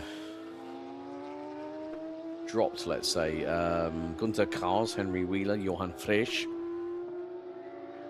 Not exactly sure why, but at the minute, well, Patrick Dinkeldine still is at the sharp end. Yep, so at the moment, from what I'm seeing at the minute, there is Stefan Heim, originally from Germany, now in Switzerland. As someone kicks up the gravel coming out of Aqua Minerale. Now, was that? Well, it was either one or two people. It was either Gunter Kaus or Dragos Buriu. So there we see the 291 delivery done by Stefan's son, and Stefan tried to coerce me to jump into the seat. And let's just say I've not got down to a comfortable weight whereby I can just get my backside into a car. No, it's not easy. If anyone might remember the feature I did at Misano last year with an onboard with Rod Christie, courtesy of Dynamic Motorsport. I don't,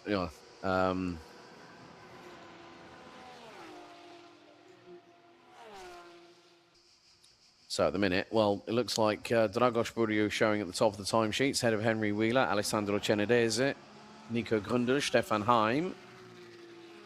Heim's last lap was a 1:45.030. So he's just under 1.6 seconds off of Dragos Buriu.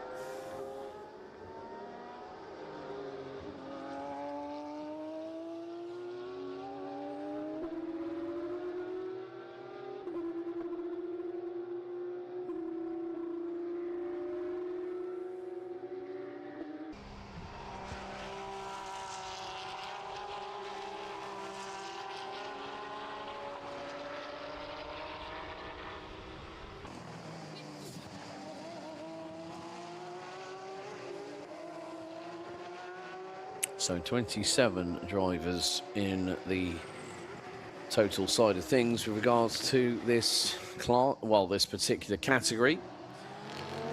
Stefan Heim absolutely flinging the car through the corners, especially through Variante Alta.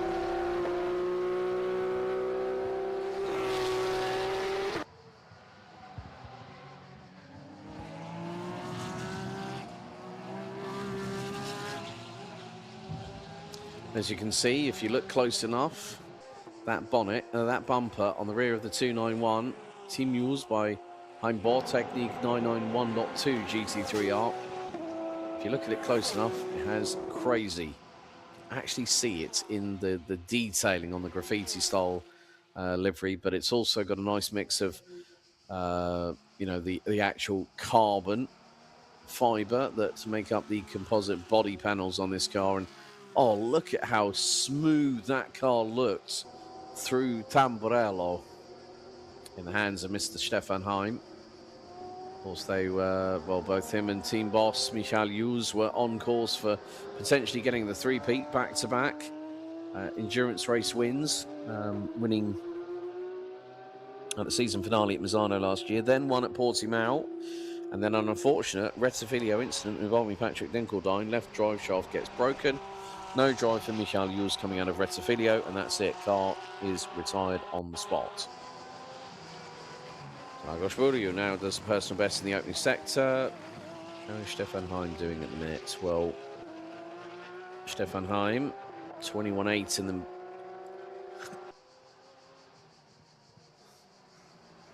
in the opening sector. 34, well, high 34.2 in the middle sector. There's all talk about gravel skimming coming out of Variante Alta at turn 15. It looked like Stefan Heim was floating over the stuff. But Stefan of being sound body and mind, and if you need a good Paulana Spetz, he's always got one stocked up in the fridge, as I found out on Friday night. But we are coming down to the tail end of this qualifying session. And so, Dragos Buriu leads the way. Stefan Heim, P2. Patrick Dinkeldine, P3. So the Class 24 and the Class 23 cars at the sharp end.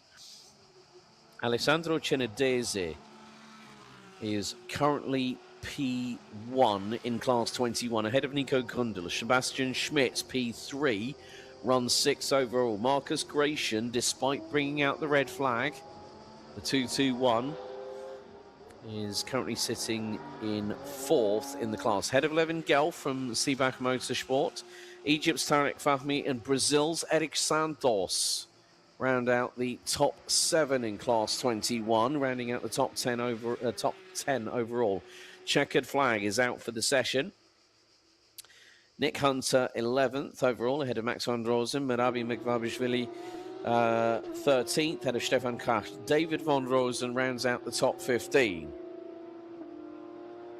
With Matteo Rovida, Marco Galassi, Corrado Costa, Fakhruddin Mirzoev, and the US and San Diego, California's very own John Jastrzemski rounds out the overall top 20 with Andreas Heininger for Amagfors Rennsport in 21st.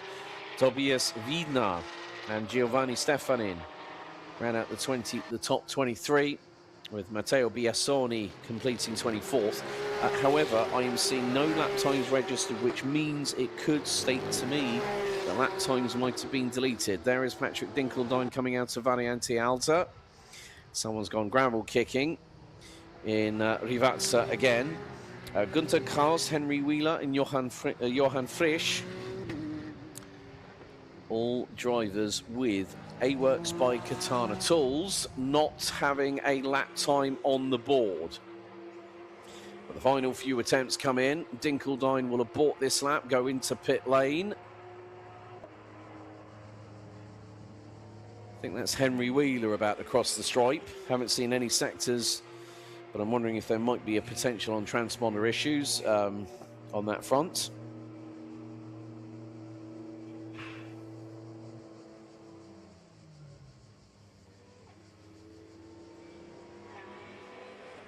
So these drivers will now make their way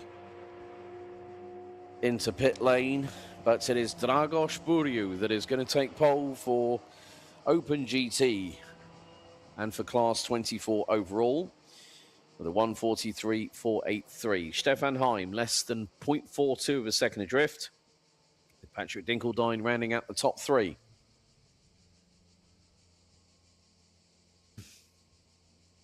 They are covered by just under 0.6 of a second.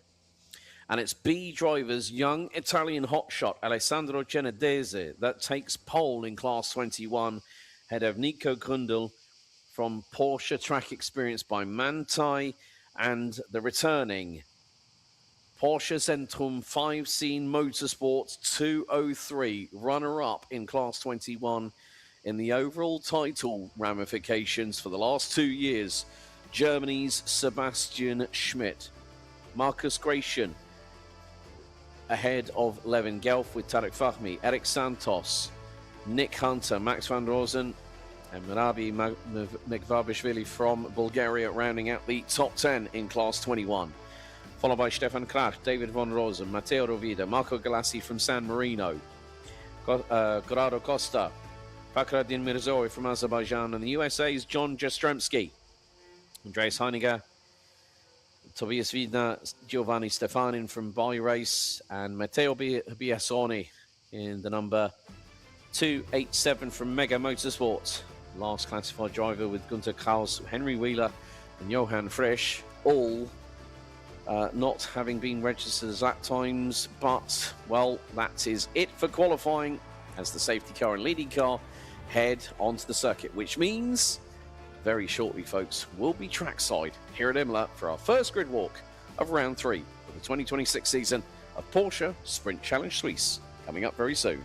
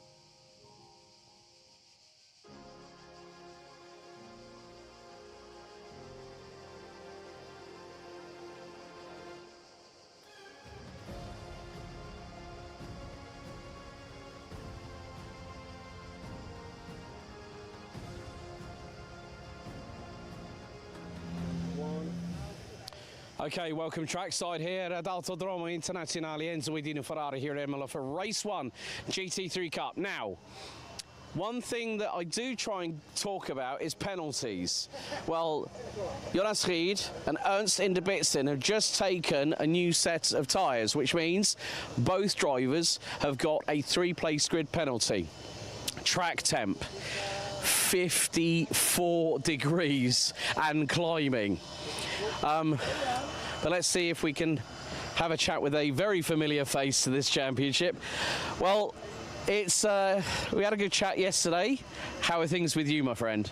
All good, keeping busy. So next week I'm already back in Budapest in the GT Open.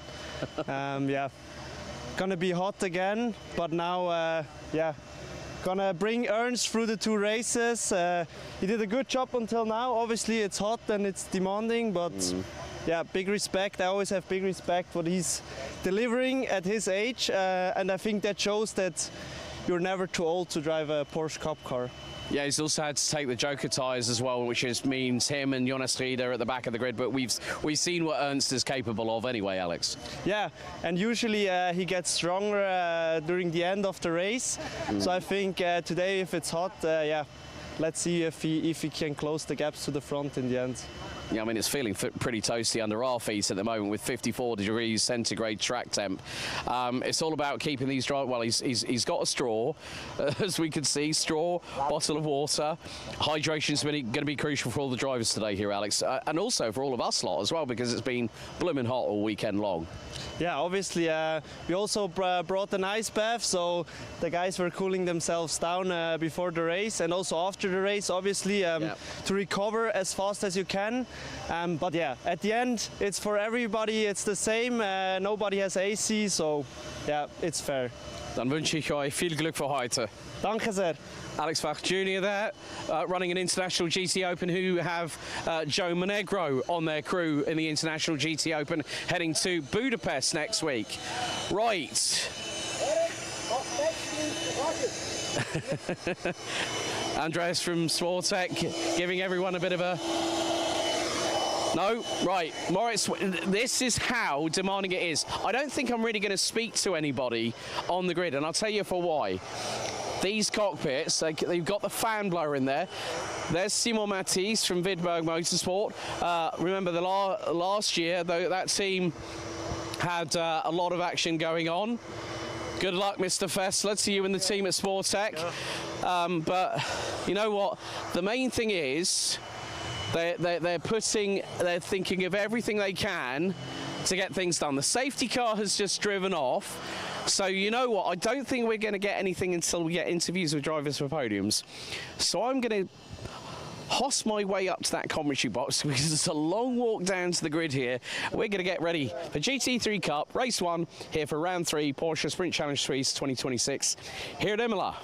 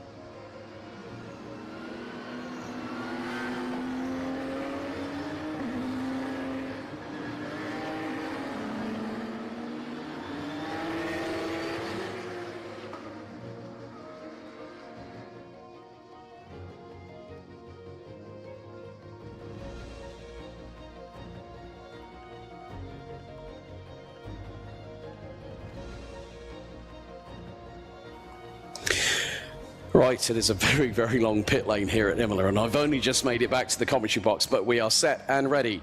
It is Sherwood versus Neuhofer on the front row of the grid, with Burkhardt and Kanamaskia on row number 2. It is going to be a tough one out there. 54 degrees track temp, and it's going to climb north of 60. Right, leading car into pit lane. 30 minutes on the timer. And when the green lights show on the dummy grid, it is going to be a case of we will be racing here for the first time here at Imola.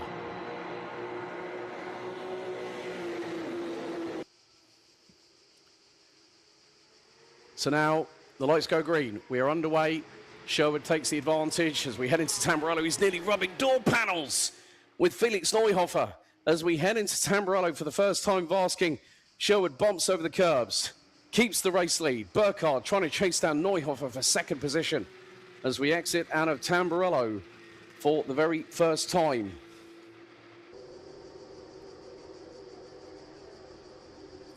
And then it's going to be a little bit of an advantage that Jack Sherwood is starting to build over Felix Neuhofer as they will head through in towards Piratella very shortly, up the hill through Tosa at turn 7. And, well, it looks like Gioga has got through on Christian Kanamaskia.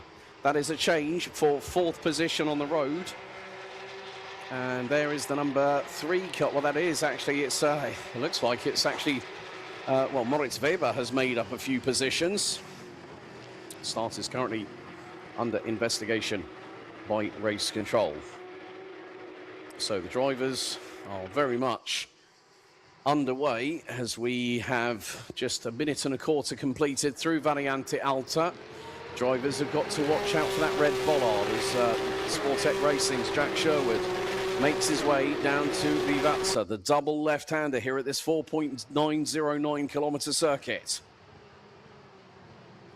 Neuhofer really starting to try and see if he can close in on the man from the United Kingdom, but Greg Burkhardt will be hot on his case. There's Jonas Ried, who is running a little bit further up the order. So some drivers have made gains, especially with the fact if your name is Jonas Ried, you've taken those Joker tyres, you've dropped down to the back row of the grid, you've started 11th on the outside of row 6, and you're making up some places. There is Gioga going through. Jan Klingenberg, Moritz Weber up to P8. He is definitely focused. That's why he didn't want to speak to me on the grid. He wanted to just carry on with the business at hand.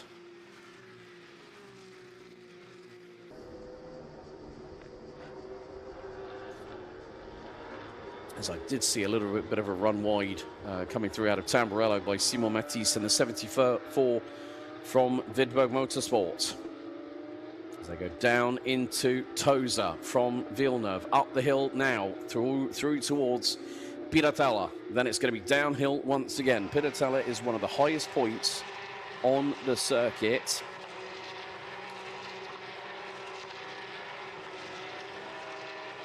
And Vivazza, one of the lowest. But there you see the battle between cars 20 and 29. Ernst Indebitzin, Andreas Marti has dropped all the way down to 12th position.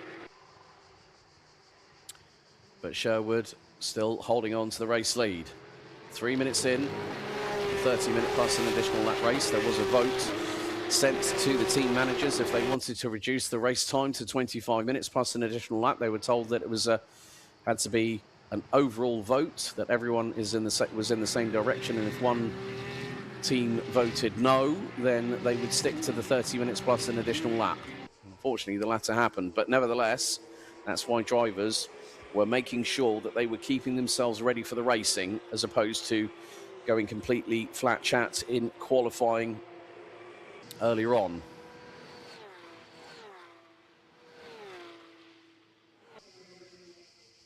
But Sherwood keeping a lead of around 0.9 of a second ahead of Felix Neuhofer, the man from Austria. Good to see Marcus Neuhofer, right. So, oh, big moment there for the number 95 of Prima Ginzani Motorsports, Christian Kanamaskia, through out of Tamburello. Big kick up of dust into the sky and more than a fair share of kitty litter thrown onto the circuit. Right, start was under investigation. Now no further investigation required as per race control's instruction. So Moritz Weber trying to move up the order, trying to close in on Gioga from Bell Speed. There's the 77, the man from Germany. These days based with mum Natalie out of St. Moritz. As Jan Klingenberg has got through on Gioga. So change is afoot. The fastest lap of the race, no surprise here, is by the man on pole position and is leading the way. 1:45.827 by Jack Sherwood. And looking at the gap between himself and Felix Neuhofer, well, he's also bridged the gap by a further 1/10.5 in the second sector. So track limits are being mainly policed. It is turn 14, and look at this, Jan Klingenberg in the number 22 Fach Autotech car, running P6, is the cork in the proverbial Porsche 911 wine bottle right about now, because he's got Gioga, Weber, Mattis, Ried. That is the rounding out of the top 10. So that is the final 5, the second half of the drivers in the top 10 overall, as we ride on board with the number 29, Andreas Marti from Ant Performance, closing in on Ernst Inderbitzin. And as I spoke with Alex Pfaff Jr. on the starting grid just a few moments ago, he said, yeah, Ernst seems to hit his stride in the latter part of the race. Right on board with the Ant Performance number 29 of Marti, heading into Tamburello.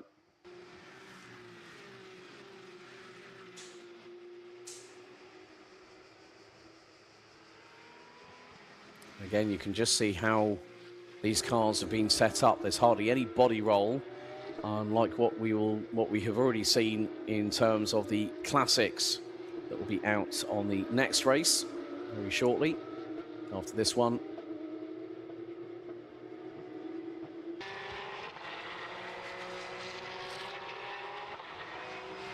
Now here goes Gioga up the inside through at Piratella. Jan Klingenberg has to jump on the steering, go a little bit right hand down, and Moritz Weber is closing in on the number 22 as they go through Acqua Minerale up the incline now. And this is where the musical chairs game starts to appear. Christian Karamaskia is now about 2 seconds up the road. Jonas Ried looking to stick his nose up the inside of Simon Matisse from Vidberg Motorsport in the 74 Class 1 car.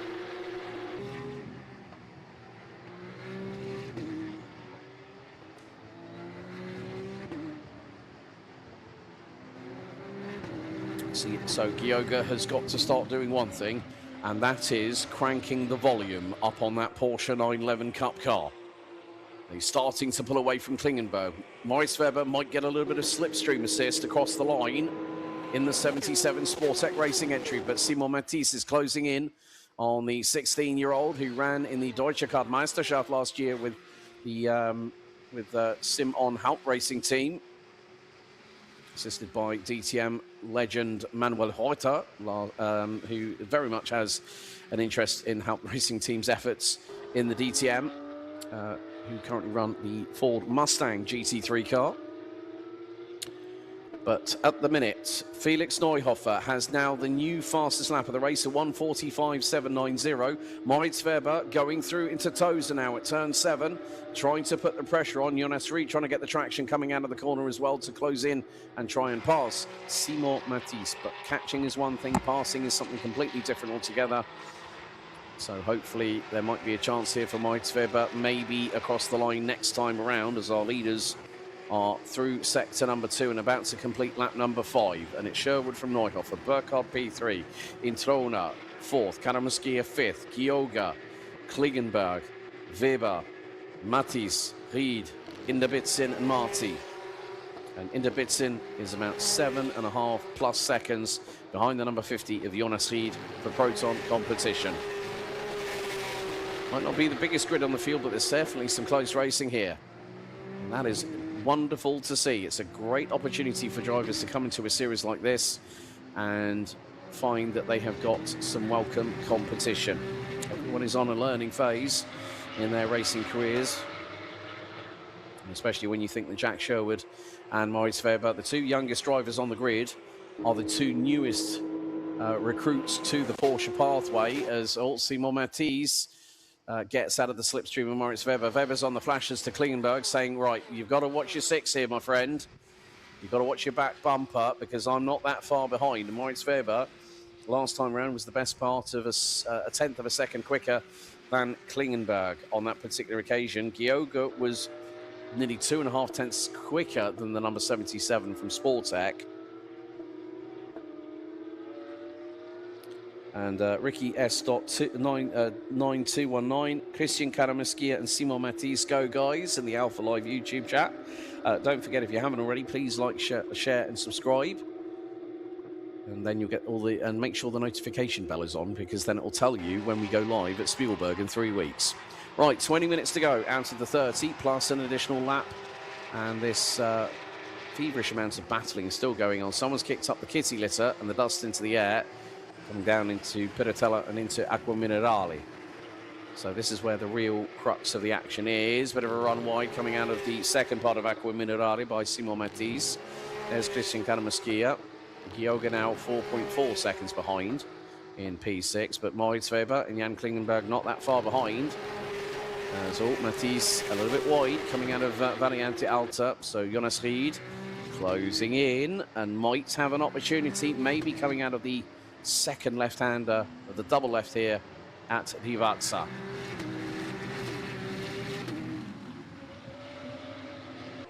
And Jonas Ried trying to really get the traction out of the final corner. What can Moritz Weber do here from what is effectively P8? It's a tough one because the hot air is possibly not helping the slipstream in the way that it should do, but these cars are absolutely rapid as you like. Jack Sherwood has now put in the fastest lap of the race a couple of laps ago, 1:45.323, and he's now got a 1.6 second gap over Felix Neuhofer. So Jack Sherwood trying to look and build a bit of a buffer for himself, and that will help him in terms of the championship permutations. And he's just done a personal best in the opening sector. The fastest sector that we've seen done is a 21.805 in Sector 1, 34.544 Sector 2, and a 48.866 in the final sector. Sherwood about quarter of a second off. Same with Neuhofer, same with Burkhardt, but the gap between the top three is, here we go.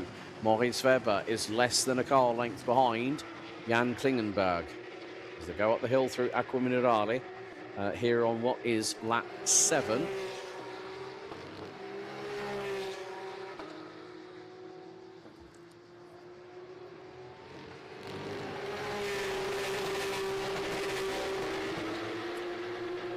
And, oh, well, you can see there, hang on a second, Moritz Weber's brake lights were on early, I think. Maybe not, just to not check up and end up in the rear, well, basically in the engine bay.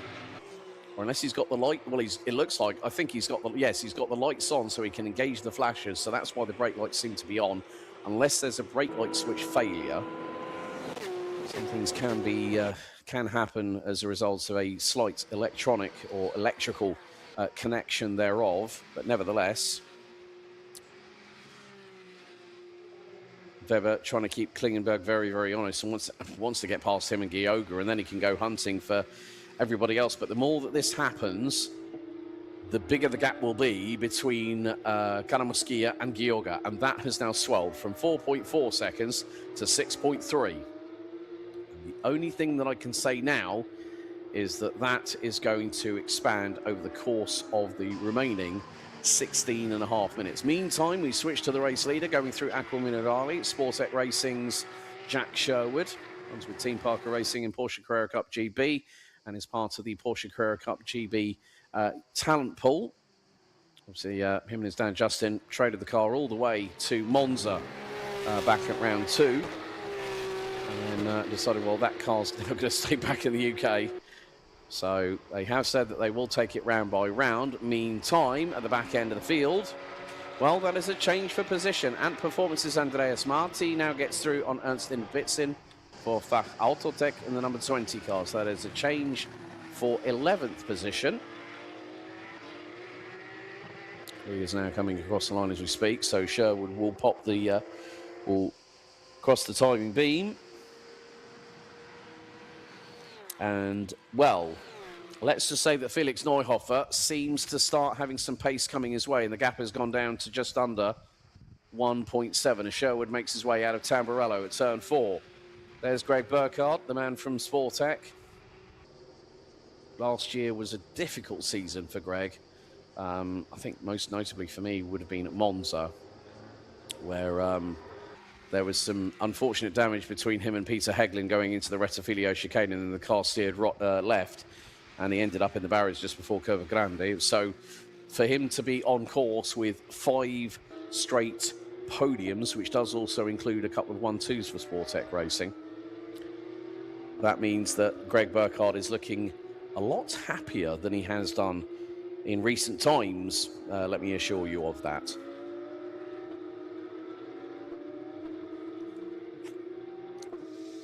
Oh, and Jan Klingenberg has just come into pit lane. The number 22 from Fachautotec is now in the pits. So, has there been a problem for Klingenberg? Oh, and that's gone straight nose end into the garage. I think that is game over for Jan Klingenberg. Yeah, hazards are on. Klingenberg steps out. So something not completely awry. Oh, they're looking at the right rear.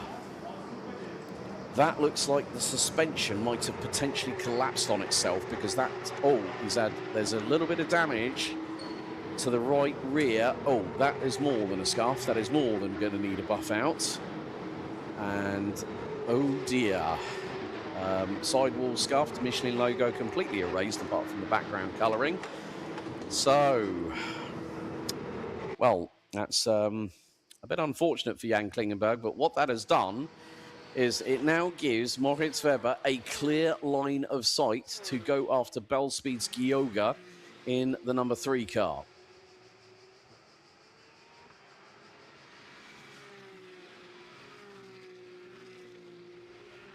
And the gap between them, with 13 minutes and 15 seconds to go on the timer, is around about 1.3 seconds. But looking at, Moritz Weber looks pretty good in the middle sector, and he's just taken about 7/100ths out of Gioga on sector 1, as Simon Matisse runs in 8th, Jonas Ried in 9th, Andreas Marti now rounds out the top 10.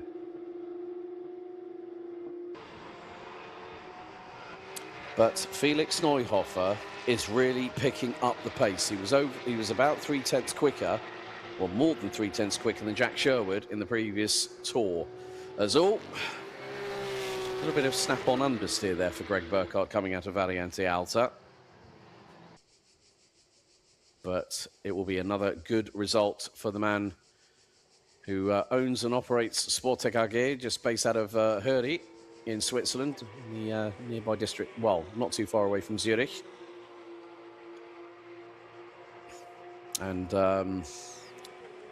really nice that he's able to get away from the usual day-to-day running of being a CEO of a company that produces some wonderful, wonderful cars. Of course, they produce the Sub 1000, which is a 911, I think 964 derivative that is under 1,000 kilos and has just about a good amount of power to weight ratio. And then the Ferdinand S, which we saw at which a few of us, myself included, had the opportunity to look at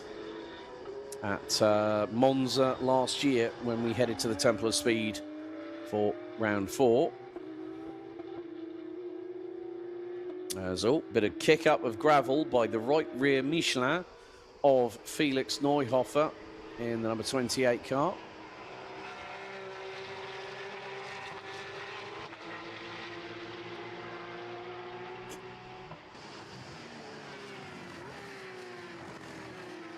But Sherwood doing exactly what he needs to do, keep that gap, but Neuhofer is closing. And there were pretty much even Stevens in the opening 2 sectors of the 4.909 kilometre circuit here at Imola.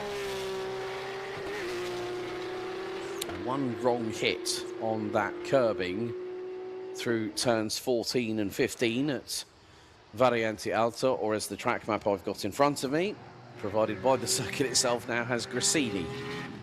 But of course, some circuits do change corner names on a regular basis. I'm not going to mention any names on that front, but there you can see. Oh, that's an Eddie Jordan style shirt right there. Well played, well played. But we've got 10 minutes to go, and the gap is now expanding again in the favour of Jack Sherwood. 1.5 seconds to the number 78 from the United Kingdom.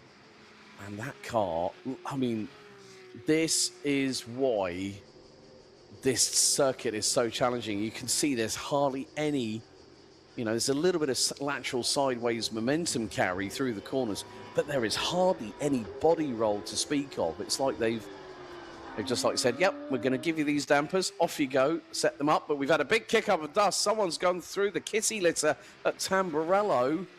Oh, my days. Now, who on earth was that? I think that might have been possibly it's either Ilario Introna or Christian Karamaskia. I think it might have been Karamaskia possibly, because that was a lingering dust cloud. That's definitely what the cars don't need on the air intakes or the radiators. A schlack load of dust going through. But it looks like Felix Neuhofer is starting to catch Jack Sherwood again, so it seems like the pendulum is ebbing and flowing. There's Christian Karamaskia making his way through. I think that might have been him, because I've seen that the right-hand side of the car is quite dusty. But he has had a little bit of a couple of moments so far in this race.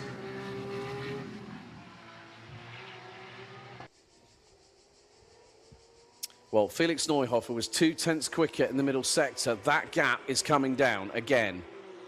It was 1.5 seconds. They crossed the line. And it's, right, 1 second. And Felix Neuhofer has just done a 45.719. Sherwood, 46.162. So the big question is, I'm wondering if Neuhofer has kept a little in reserve with those Michelin tyres of his and has managed to keep a hold of them into their optimum window a little bit better than Jack Sherwood. Bearing in mind, Jack Sherwood started his Porsche journey this year. Neuhofer has been around the block a little bit, so he will know how to counteract track temps that are north of 50 degrees centigrade with these particular tyres, and there's a wealth of experience at the Neuhofer Rennsport camp. First sector, Neuhofer nearly a tenth quicker, and a big moment. Contact between Jonas Ried and Simon Matisse into the barriers, and then is heading down to turn 7 at Tosa. That could possibly bring out a potential safety car intervention. Matisse and Ried come to contact. Big incident at turn 7 with 7.5 minutes to go. So just waiting for what might happen, if it's going to be double waved yellows or if it's going to be a safety car intervention.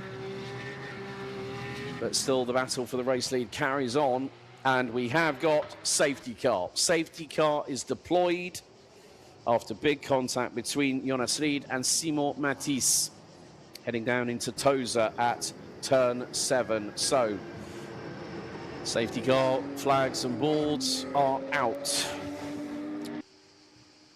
Well, that just goes to show how quickly things can change. Jonas Ried has driven away. Unfortunately, Simon Matisse is still stationary. There's the Porsche Panamera GTS safety car, which has now picked up race leader Jack Sherwood.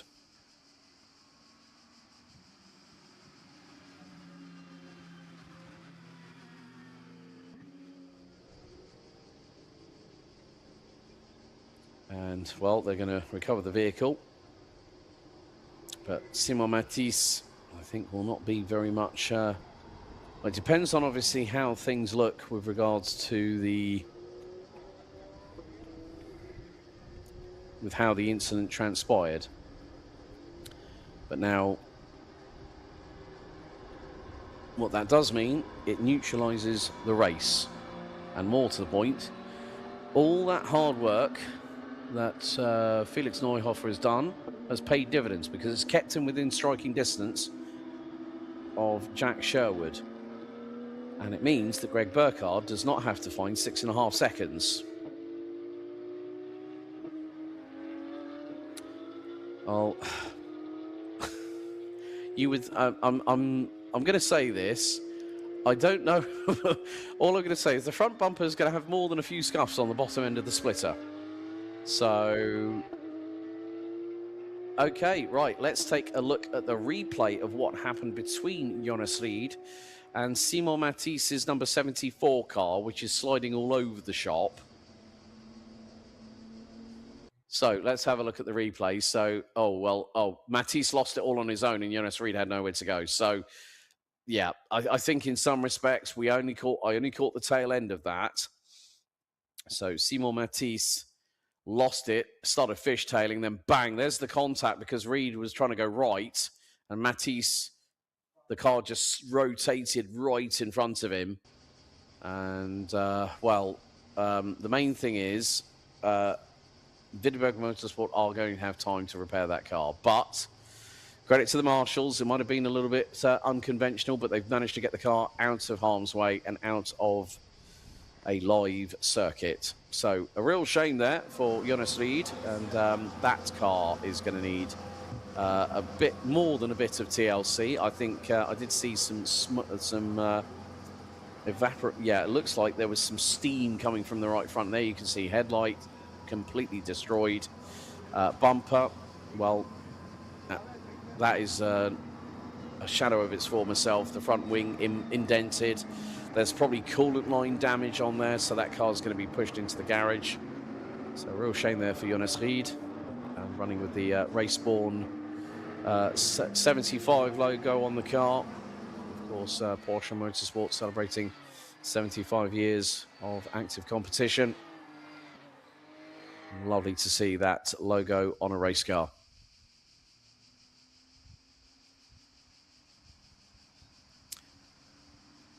So we are coming down to the last, I think, around about the last 3.5 minutes of the race. And with the damaged cars now out of the scene of the incident, safety car will be in this lap. Now, what does this mean? Oh, it could mean quite a few things. It could mean the following. Well, Greg Burkhardt has Felix Neuhofer and Jack Sherwood in front of him, so this could be a 2-lap sprint until the checkered flag. That also depends on who gets the best restart. It will be single file, and no one can overtake until they pass the start-finish line. So it's going to be quite crucial how you time that restart. So Neuhofer and Burkhardt are going to have to get themselves ready to go racing. And Ilario Introna might be one that you might have to say could be that little bit of a dark horse here. Lights are not out yet on the safety car, but when they do, it means they're about ready to go to racing.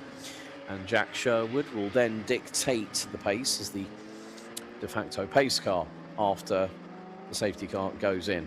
Right. Timer continues to tick down here at Imola for race 1, GT3 Cup. After this, we'll have GT4 and Classics before we head to the official lunch break. And then it'll be 4 back-to-back races to conclude round 3 of Porsche Sprint Challenge Suisse 2026. Before we head to the land of the Steiermark, to Styria in Austria amidst Spielberg at the Red Bull Ring. A wonderful circuit, currently hosting this weekend's Austrian Formula One Grand Prix. Right, out of Rivazza. Safety car lights are off. We'll now peel into pit lane, and we are set and ready. And look at the restart here. It is going to be green very shortly. Is up to speed. We will go. Neuhofer and Burkhardt closing in on race leader Sherwood as we go back to green with 1:18 on the timer. And look at this, Neuhofer looking to the outside, heading into Tamburello. He's going to go for the move, and he's got the slingshot around the outside. Does he have the purchase to get the brakes done and dusted? It's going to be close, but no, Sherwood keeps him at bay. And look at this. This has brought Greg Burkhardt in rather nicely indeed on the restart. And look at this, Ilario Introna is going with them. So we come out to Variante Villeneuve, at turns 5 and 6. And look at this, 5 in a row, rounded out by Prima Ginzani Motorsports, Christian Canamaskia, because the next time we cross the line, it will be final lap. And Jack Sherwood held off the advances of one Felix Neuhofer, who did a fantastic job of trying to get round the outside at Tamburello on the restart. Greg Burkhardt on course for a 5th successive podium in the year 2026. And Introna in the number 26 car rounds out the top 4. Nearly makes a slight mistake coming out of Acqua Minerale. But headlights ablaze on Sherwood, Neuhofer and Burkhardt and everyone else behind them, because we now hit 0 on the timer. One more time of 4.909 kilometers, 21 corners, 12 to the left, 9 to the right here at Imola for race 1, GT3 Cup. Down the hill into Rivazza. Who's going to be the bravest on the brakes? Well, they're both pretty brave at the front end of the field in the form of Sherwood and Neuhofer. But now it is going to be the last lap. Neuhofer has got to go for broke here. He wants another race win. Sherwood wants race win number 4 of the season. And look at this. Neuhofer to the outside. Across the line he goes, and Neuhofer is through. Neuhofer takes the race lead as we go on to the last lap, heading into Tamburello for the final time. He switched tactics, did Felix Neuhofer, and Jack Sherwood is a little bit sideways through the mid part of Tamburello, but he's coming back at Felix Neuhofer to fight him tooth and nail for the race win. Oh my days, we've got an absolute cliffhanger in our midst as Sherwood goes left, goes right, down to the inside here at Tosa, swaps pate with Neuhofer, and Sherwood gets through. Oh my goodness. This is a repeat of what we saw race 2, Monza, back in early May. And here in the summer heat wave here in continental Europe and also further afield as Neuhofer goes wide at the Piratella, and here goes Burkhardt. Burkhardt through for second into Acqua Minerale. The veteran has still got that little bit of experience to help him out. And here comes Ilario Introna and Christian Canamaskia. That mistake coming out of Piratella for Felix Neuhofer has given Greg Burkhardt an opportunity to make it a Sportec 1-2. And that has very much happened out of Variante Alta for the final time. Down the hill we go. Neuhofer's going to throw everything, including the kitchen sink, at Greg Burkhardt as we head down into Rivazza. Lock up of the brakes by Greg Burkhardt, right front smoking like a good one, and Neuhofer back through for P2. But out of the final corner, it is win number 4 of the season for number 78 from Sportec Racing. The UK's Jack Sherwood wins race 1 here at Imola. Second Neuhofer, third by a whisker. Greg Burkhardt beats Ilario Introna from Omnia Motorsport to the line by just over a 1/10 of a second ahead of Christian Canamaskia. Moritz Weber takes P6. He finally got past Gioga, who rounded out the top 7. Andreas Marti, Ernst Inderbitzin round out the finishers. 3 retirees, unfortunately, Jonas Ried and Simon Matisse, with Jan Klingenberg unfortunately retiring with right rear damage to the number 22 Fach Autotech car. But Jack Sherwood wins the first of 2 races here in GT3 Cup in Class 1 here at Imola. And he wins after 17 laps ahead of Felix Neuhofer, who nearly could have ended up on the final step of the rostrum for this one, had Greg Burkhardt not locked up the right front going into Rivazza on the final lap. Burkhardt rounds out the podium. Ilario Introna, Christian Canamaskia, Moritz Weber, Gioga, Andreas Marti, and Ernst Inderbitzin round out your finishers. Jonas Ried 10th, ahead of Simon Matisse, with Jan Klingenberg retiring early in the race with right rear damage. I'm going to head downstairs because I've got to speak to some drivers ahead of our first podium of the day. What a race to kickstart the 3rd round of Porsche Sprint Challenge Suisse here at Imola.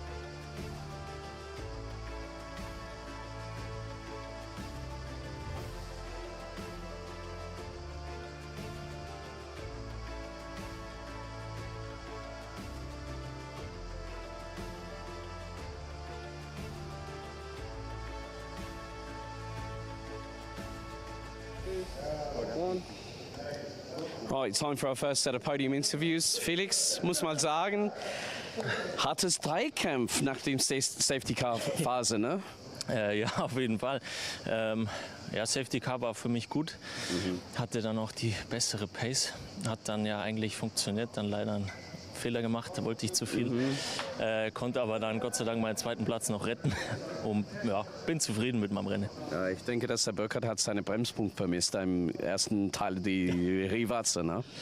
Ja, das ist ein bisschen tricky da hinten, gerade wenn man ein bisschen offline fährt. Ja. Habe ich Glück gehabt nochmal. Ja, stimmt doch, aber deine Taktik mit dem Zweikampf mit Jack für die Spitze zu sein, wir haben ihr außerseits erster Teil von Tamburello gefahren und dann hast du switcht bis zum inneren Seite und dann hat es gepasst, aber ja, wirklich heiße Temperaturen, zum Beispiel kaltes Wasser in Hand, aber bist du zufrieden mit dem Pace und den Performance bei dieser Saisonrennen, weil es gibt noch mal ein Rennen hier in Imola. Ja, ich bin zufrieden. Ich habe 1, 2 Punkte, was mir aufgefallen sind. Jetzt schaue ich, dass ich es besser umsetzen kann und schaue, ob das dann fürs zweite Rennen reicht, ja. Dann wünsche ich dir viel Glück, Felix. Yeah, he said a little bit tricky here or there. Right, let's see. I don't really want to incur here on. Let's see if we can. Can I take be fast? Okay, well, we'll try and catch up with Greg and Jack because they've got to get the podiums underway very soon. But as you can see, these cars will now go through technical checks, through scrutineering. That is it for GT3 Cup Race 1. Great to hear from Felix Neuhofer. We can expect a banger in Race 2 later on, but coming up soon, it's GT4 and Classics here at Imola.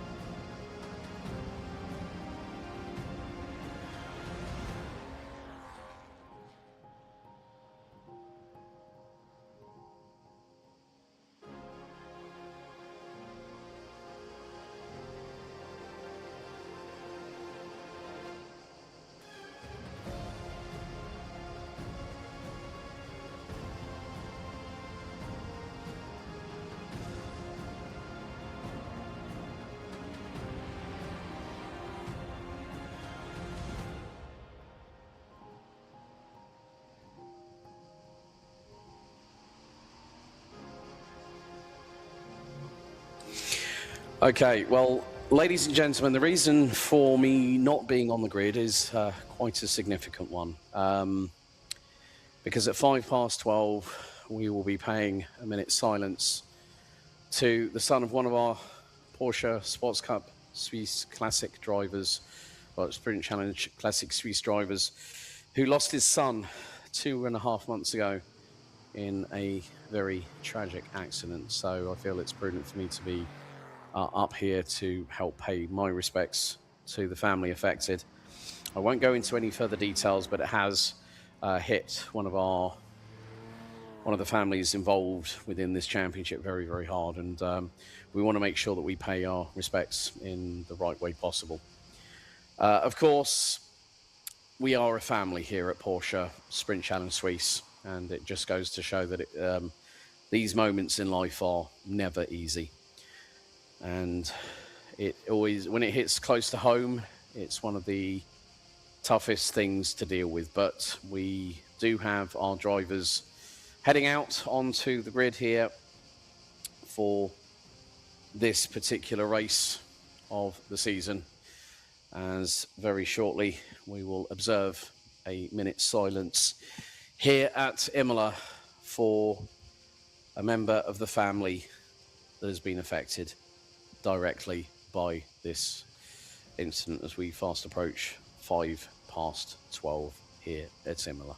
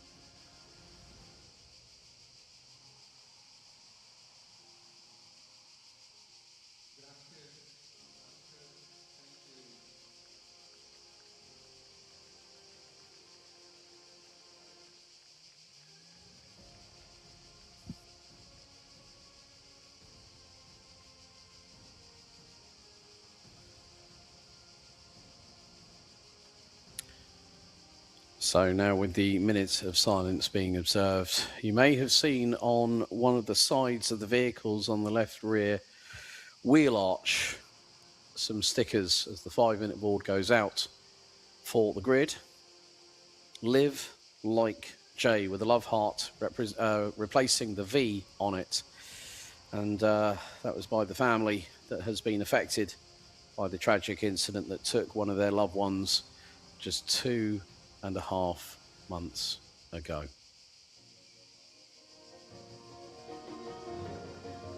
But we are set and ready for our second of 6 total sprint races here at the Autodromo Internazionale Enzo e Dino Ferrari here at Imola in the Emilia-Romagna region of the country, 40 kilometers east of Bologna.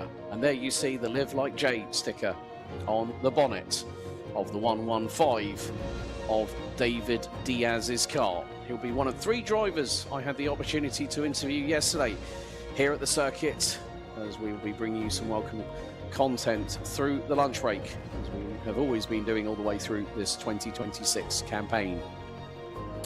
And we see the front 2 cars on the grid with regards to the Class 32 division. George Verla and Sebastian Glaser. Sebastian Glaser running in a car with the livery, and there you see it. I said the name earlier, Harald Groß, a name known in many a racing category in German motorsport.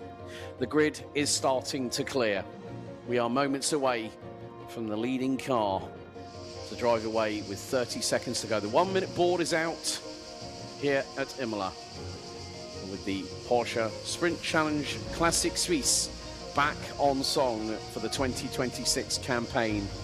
We have got modern day flat 6, and we've got the good old school of air-cooled flat 6 boxer power with 964 and 993 generations of the 911 here at the circuit. There is the 911 GT3, current generation leading car, that will lead the field around the circuit. 30-second board goes out here at Imola. Leading car now peels away, driven by one of our team, Lenny. He also helps out with the Porsche experience that visitors, guests of some of the teams and the drivers can experience some real full throttle laps around the circuits that we visit every single season. But let's take you through the grid. Pole position on the left-hand side of the circuit itself. It's Ivan Rostovsky that will lead overall from pole position. He'll be joined by fellow Class 10 competitor David Diaz from Portugal on the front row of the grid. The front row for Class 32. George Verla in Porsche Centrum 5-Scene Motorsport 993. 355 number will be joined by Sebastian Glaser on row number 2. Then it's Simon Vilmer in the Stadler Motorsport 303 Class 32 Cup car that will be joined by the 302 964 RSR from Stadler Motorsport, Roger Medler rounding out row 3. Fabian Frohner and Jud Schreiber in the 330 and the 344 round out row number 4 of the grid. We then turn the page, and then it is going to be row number 5, and starting in the number 343 Boradori Motorsport Porsche 964 Cup car will be Emanuele Camata. Then after that we will have Enzo Caldarari, Gunther Schindler, Cornelius Dornier and Maximilian von der Leyen rounding out the 13 strong grid. No joker laps, no joker tyres required, so no penalties. Modern day, old OG flat 6 power. From the modern day to the days of yesteryear. What a glorious sight it is.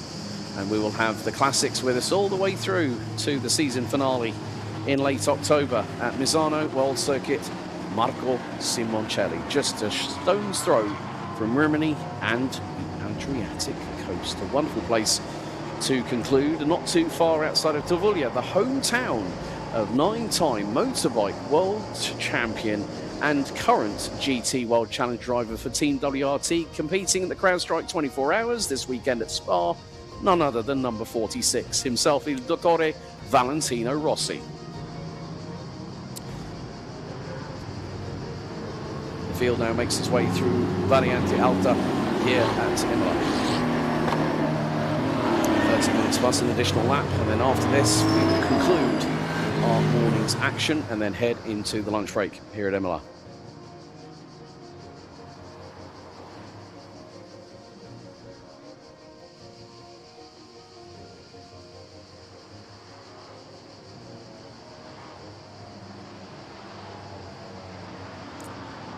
So, leading car will bring the field through Rivazza here at turns 18 and 19 as we are set and ready for 30 minutes on the counter plus an additional lap for GT4 in Classics Race 1. And here we are on board with the number 301, Enzo Calderari, starting on the outside of row number 5, and it is the Indianapolis style start, rolling start. Leading car into pit lane, it is Rostrovsky and Diaz on the front row of the grid. And it's Verla versus Glazer on row 2 for the Class 32 division.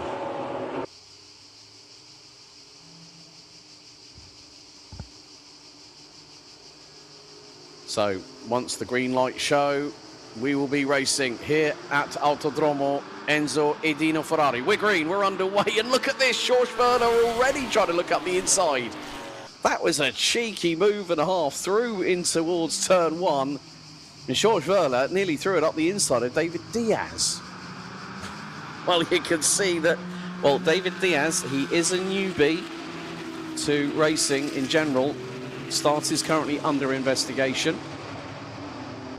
But George Verla really starting to put the pressure on early, and it just goes to show these 993 Cup cars are a very big, they have had a very big impact over the years, as we do see that there has been a change.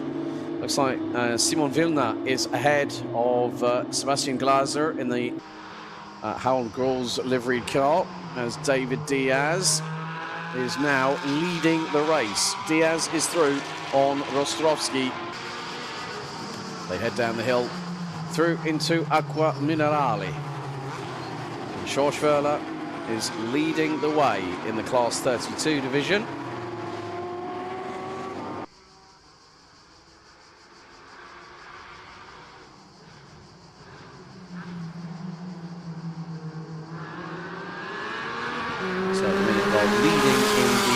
Class 31 division. It is currently the 343 of Morodori Motorsports, Emanuele Canata. As here we go, change for position. Vilna and Glazer. Glazer gets through. Glazer gets through. That's just before Rivazza, and manages to put the anchors out the back of the car and get the job done. Nicely parlayed by the bright white and pink bumpered car. George Verla has got a little bit of an early advantage after the opening lap. David Diaz leads the way by under half a second ahead of Ivan Rostrovsky. George Verla has a lead of nearly 2.2 seconds over Sebastian Glazer in the battle for Class 32 honours. Jud Schreiber has got through on Class 39 car, the 302.964 RSR of Roger Medler for P6 overall. But that is more importantly for Jud Schreiber, an opportunity to start closing up what is nearly a 2.9 second gap between himself and Simon Vilna. Enzo Calderari has unfortunately dropped a couple of positions down to P12. So that has promoted Gunther Schindler and Cornelis Dornier, as here we go, 344 versus 302.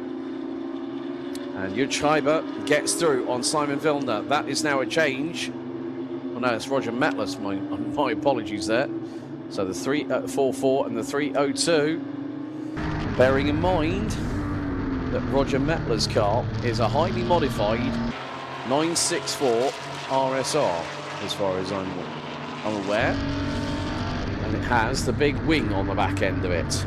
But here we are on board with Jud Schreiber And this is going to be a real opportunity for him to put himself back up into P6 in the general running order of things. 26.5 minutes to go.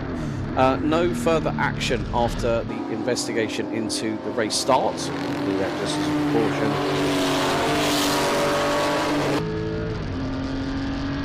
But still, we ride on board with the 344. Good Schleiber. He has got just behind him Fabian Frohner in the number 330. But Imola Sport car, another Class 32 993 Cup car. But this is what I love to see. You know, it's physical, it's analog. There's no airs or graces. It just shows you exactly what's going on.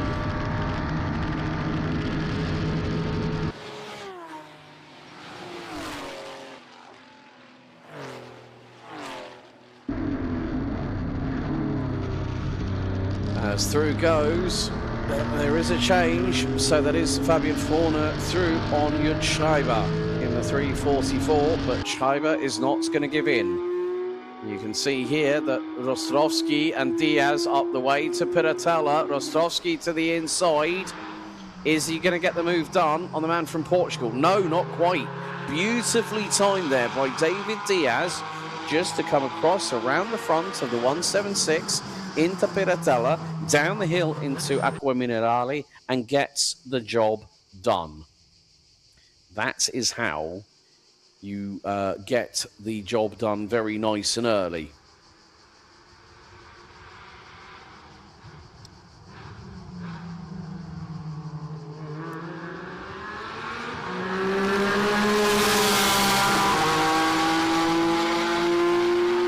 But still, this Class 10 battle looks to be continuing on quite significantly, as it will be tooth and nail between these two. But Rostrovsky has put it on pole for both races, but qualifying is for show. Points are to go, especially if your name is David Diaz, as now Rostrovsky's got the high beams on. He's right on the rear. Slipstream engages here between the two AMAG First Rennsport cars. Rostrovsky's chomping at the bit to get through.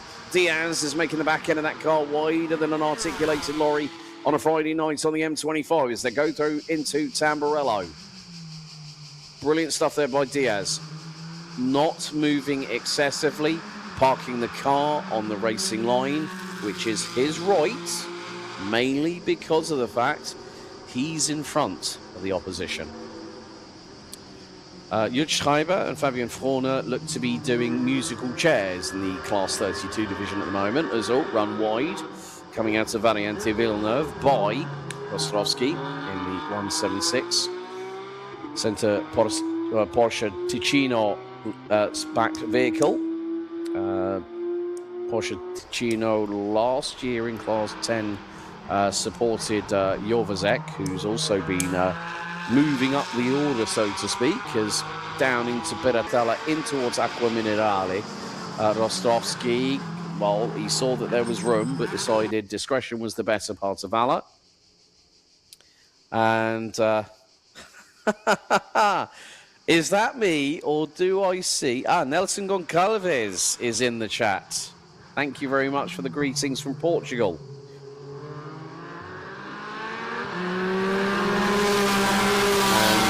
Well, there you see Diaz and Rostrovsky battling it out tooth and nail. Closest battle at the moment. Well, it seems like Schorschwerler has got a little bit of real estate monopoly on Sebastian Glazer at the minute with regards to P3 overall.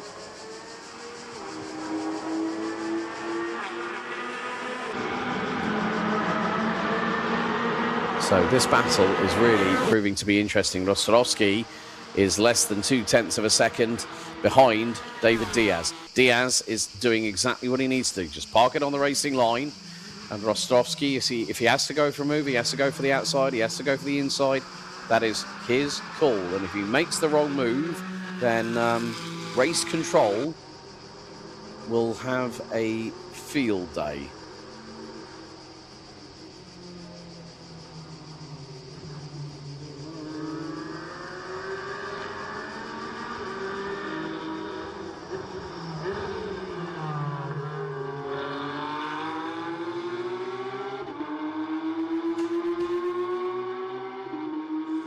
now, here we go. Up the hill towards Piratella.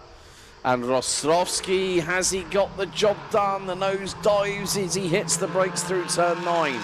And David Diaz, for nearly 9 minutes, had taken the lead and kept it in his pocket. But that means now that Rostrovsky, with just over 21 minutes remaining, Cornelius Dornier is in the pits, I'm afraid. So that car might have a bit of a problem. Obviously, with the air-cooled cars anyway, it doesn't matter what technology you've got underneath the bonnets, or in this case, the back end of the cars. So from that perspective, that was a great move by Rostrovsky on Diaz. So we still have just over 20 minutes of this race left to go.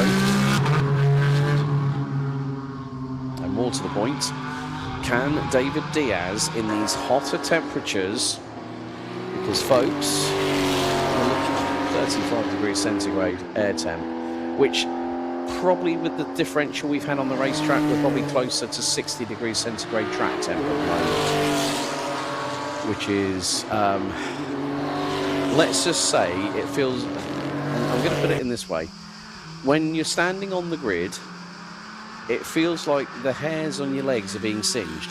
That's how significant the heat is.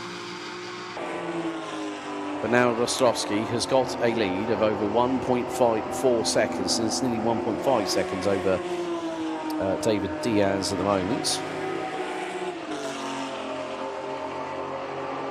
And we are on what will be lap number 6 as some of our classic cars make their way through. So we have got 12 out of the 13 starters. Cornelius Dornier might be an early retiree, judging by the fact he's now 2 laps down off of Maximilian von der Leyen, who's 15 seconds behind Enzo Calderari. And it looks like Emanuele Camata is leading in the 964 division, which is class 31. And there is the 355 Porsche Centrum 5-scene Motorsport 993 Cup car. Schorschwerler leading the way. Sebastian Gräser is about 2.7 seconds behind.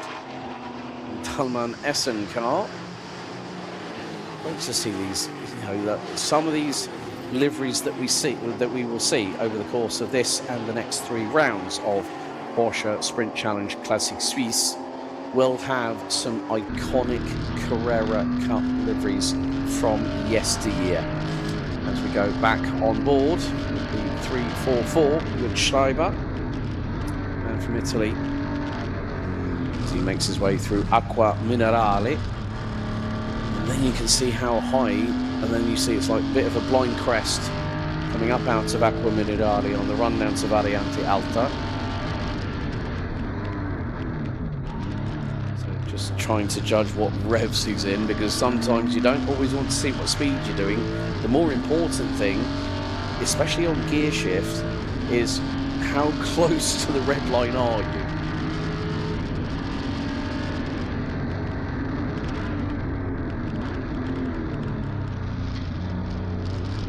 And it's the old school tactic of grab the sensor, top part of the steering wheel if you wanted to do a really aggressive turn left. Again, it just...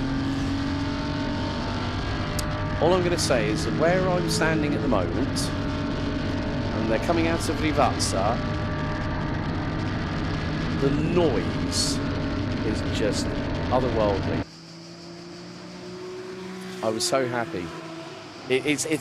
And I have to say, Kieran Mogg, who's behind me, who's been an absolute trooper this weekend with what he's had to do. He's doing the replays as well. He said he's right. It's like an orchestra. It bellows and then it just echoes and it reverberates. This wonderful harmonious sound. So if you do want to come to any of the other 3 rounds of Porsche Sprint Challenge Suisse, and it's free entry, come along, come and watch the classics specifically. You'll get modern day, and you'll get the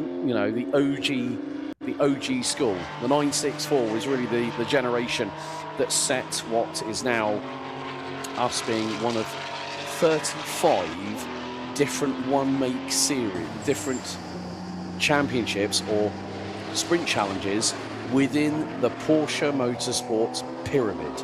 And this is where, like say with Class 1, you're going to see people like say, I'm going to name a few names from the current Mobil 1 Super Cup grid, including Robert De Haan, Dirk Schulten, amongst others. Those are a couple of drivers that have raced across the world in Carrera Cup. But these air-cooled flat sixes, like you see the attention to detail, the amount of love, care and TLC that are given over these cars every single time is absolutely wonderful. Looks like Cornelius Dornier is going to be a retirement, I'm afraid, as we have just over 15 minutes to go plus an additional lap.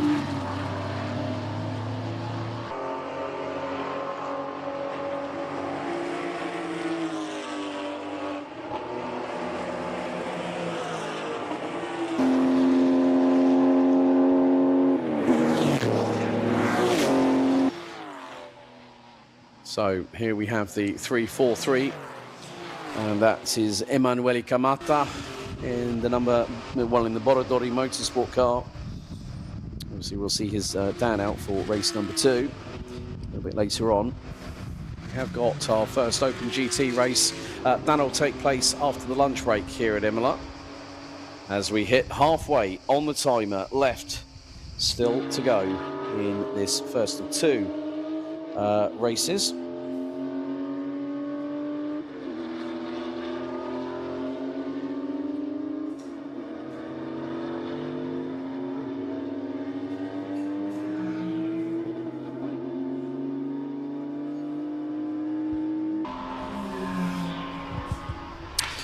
So Ivan Rostrovsky is leading David Diaz by now what is 6 seconds.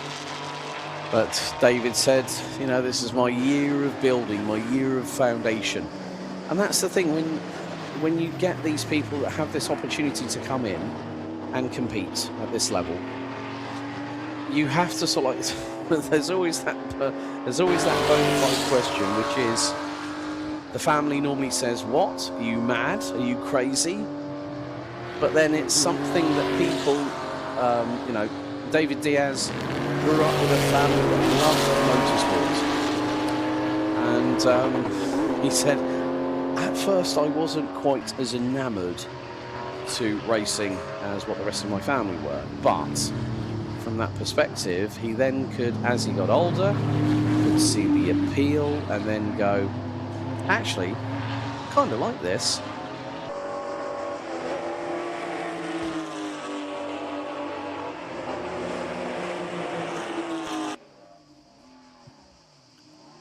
So we're just over 13 minutes to go. You know what we need to do? I think we need to go on board with car 344 and give you maybe a full lap of true echoing air-cooled flat 6 boxer power here at Imola. Let's see if we can jump on board with Jude Schreiber, currently running 8th overall and running at the minute 5th in class 32, because I think for you folks at home, you really want to hear what it sounds like on board on a car like that. Well, let's see if we can give that to you.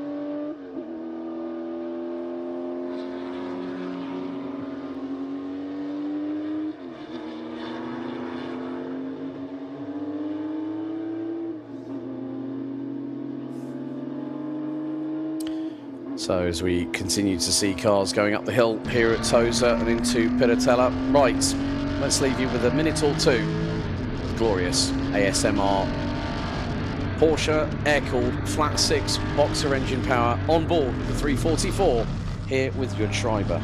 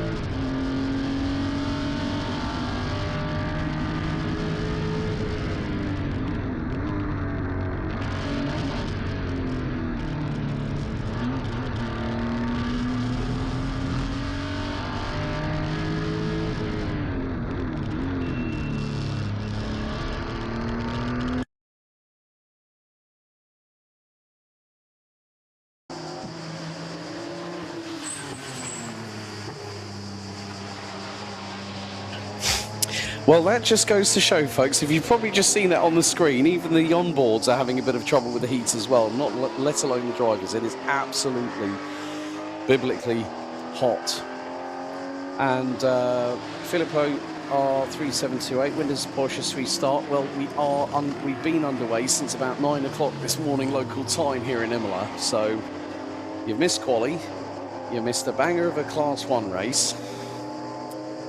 And there's definitely, well, I had a chat with Felix's, well, one of the other, it was Marcus, funnily enough, Neuhofer, and he said, yeah, that was really good, wasn't it, straight after the safety car? And I said, well, that's what you want in racing.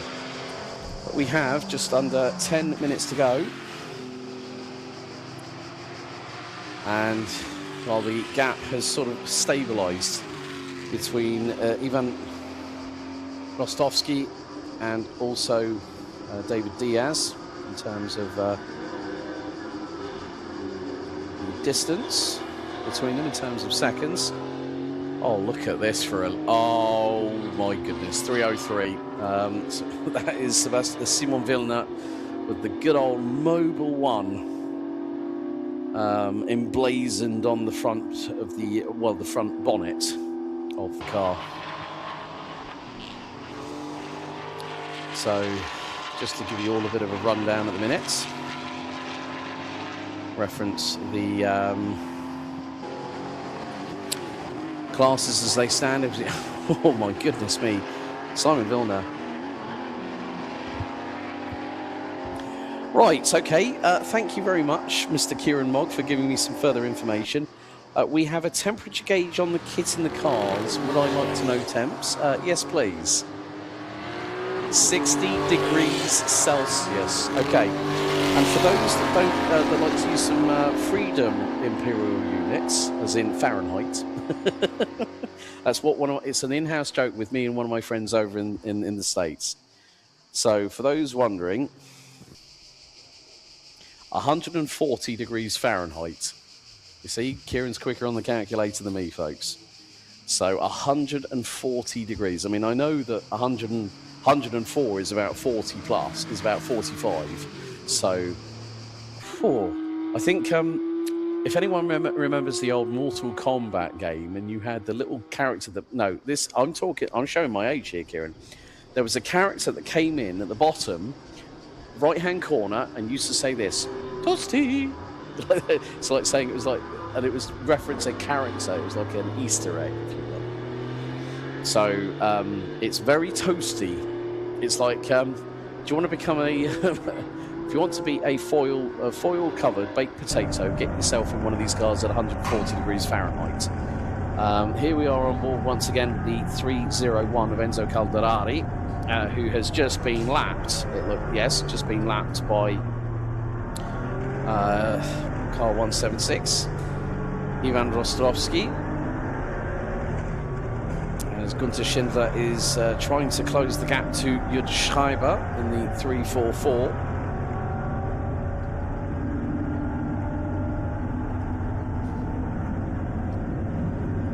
So we have got just under 7 minutes remaining on the counter.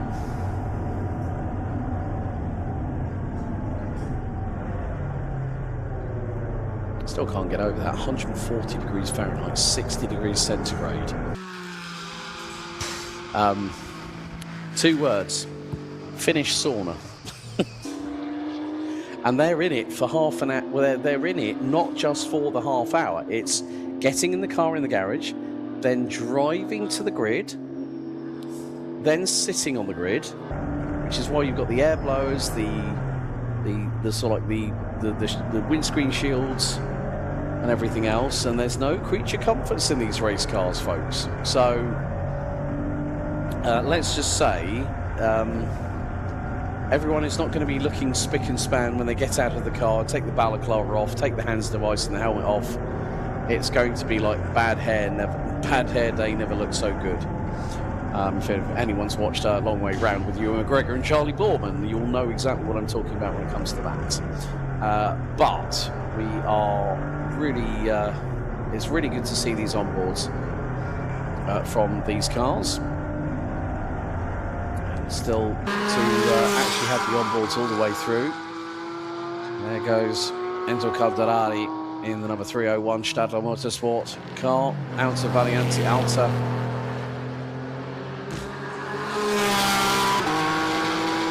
It's just that noise. I keep on having to pinch myself. Now, you would say, folks, that don't bring the windows down. It's going to affect the aerodynamic performance. Well, whatever air they can get in. And especially if it's at high speed, if that car's doing over 230 kilometers an hour, you'd hope that maybe that air might be slightly cooler than, well, it will be cooler than what is actually in the car at the minute.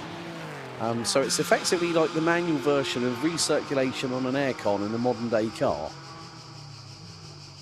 You're hoping it's going to help cool you down a little bit.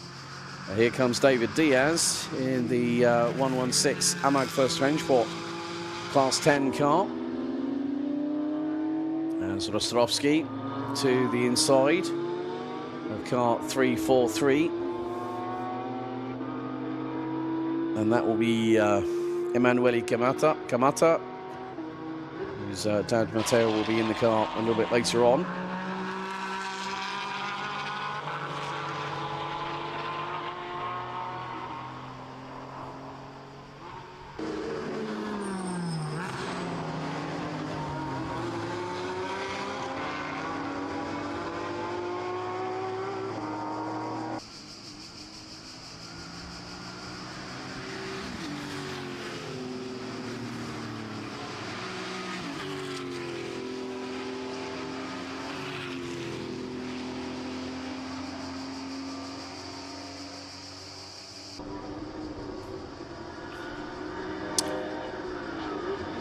So we are coming towards the end of this first of two GT4 and Classic races here at Porsche Sprint Challenge Suisse for round 3 2026 here at Imola. Blue flags being shown to some of the cars just to let them know that faster traffic is approaching.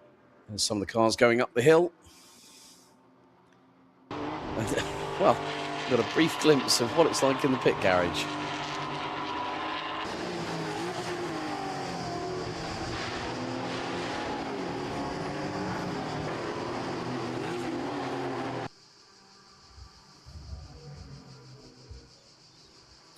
But at the moment, Schorschwerler there in the 355 Porsche Zentrum 5 scene entry.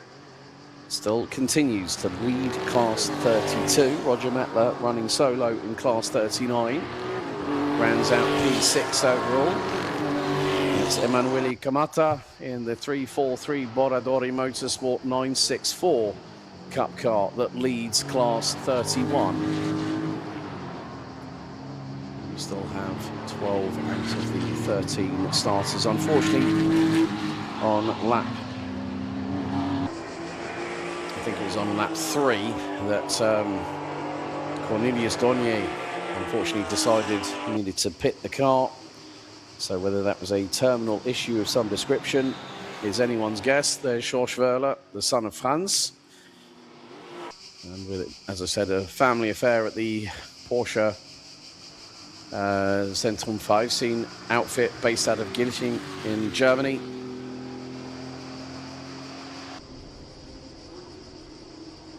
That car looks absolutely wonderful.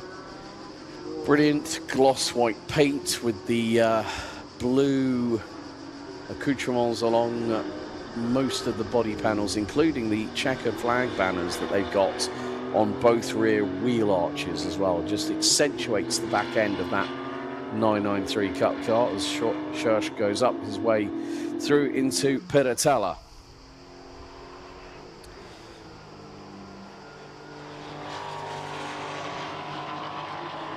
I hear a few cars thunder, and it does echo through the glass windows that we've got here on the commentary box.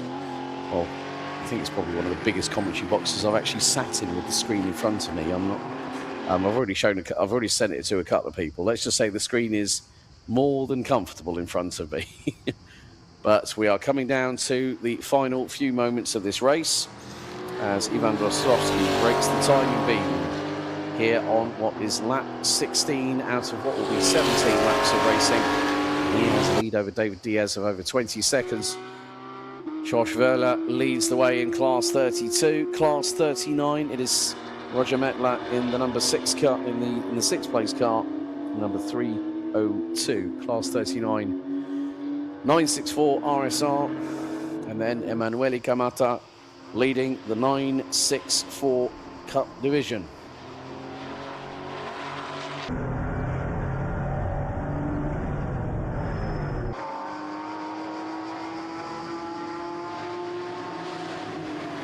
Looks like we do have a couple of cars very close in proximity. That is going to be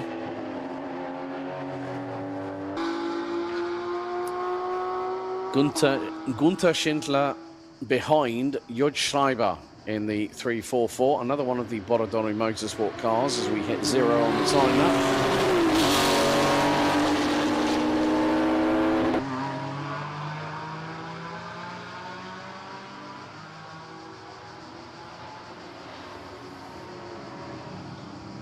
As David Rostrovsky just about to cross the line. I know that we've hit 0 on the timer. So I think this will be last lap. Last lap confirmed.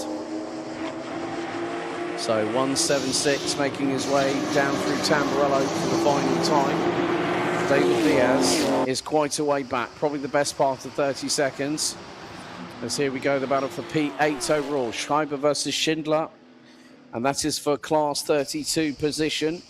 More importantly, that is P5. So David Diaz now goes on to his fastest lap. He's not going to amass a 25.6 second differential to the man in front of him, who has stormed away into the distance as we speak.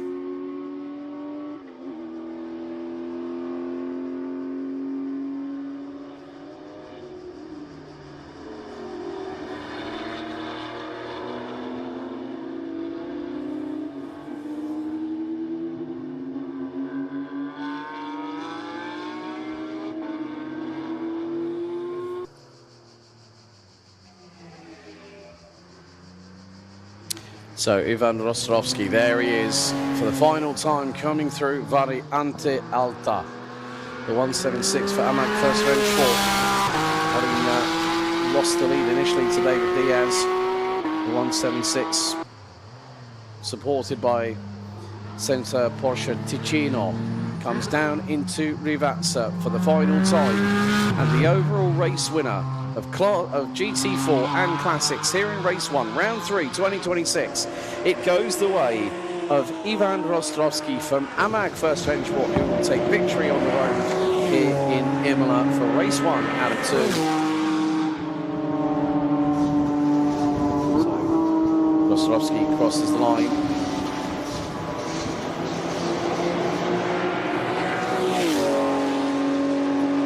Next up will be one of the latter place cars, Fabian Forner, 4th place in class 32.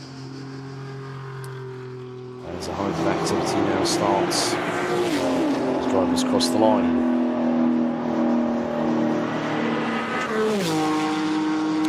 Judge Schreiber 5th and Gunther Schindler 6th in class 32. David Diaz finally crosses the line, taking P2 in class 10, finishing 31.9 seconds behind. A few more drivers left to go, but at least we know that Emanuele Camata is going to be the race winner for class 31.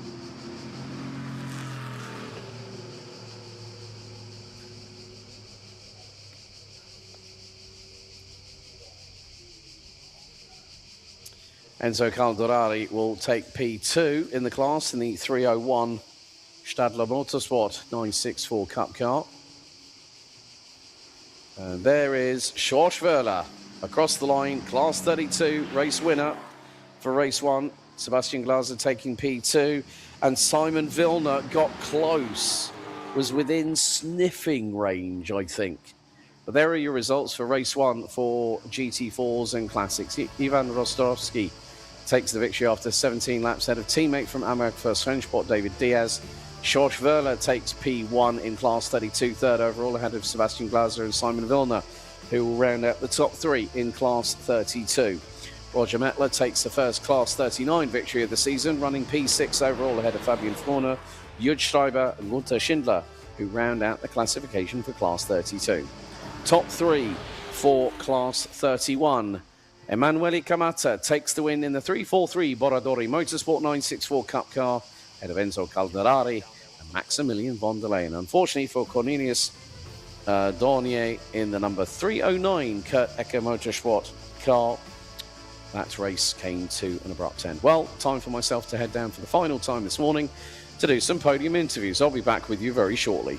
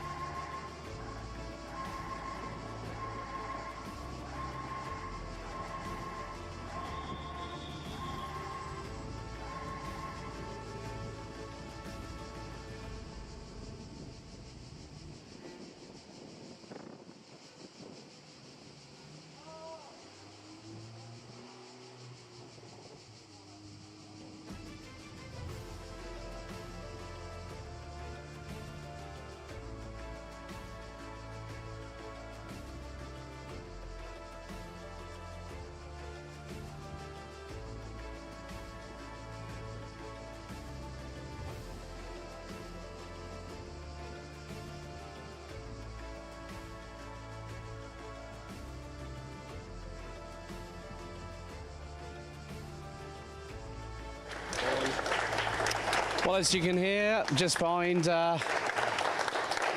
have to say, this is what it means to the Porsche Sprint Challenge Suisse family, but I do need to have a chat with a couple of drivers.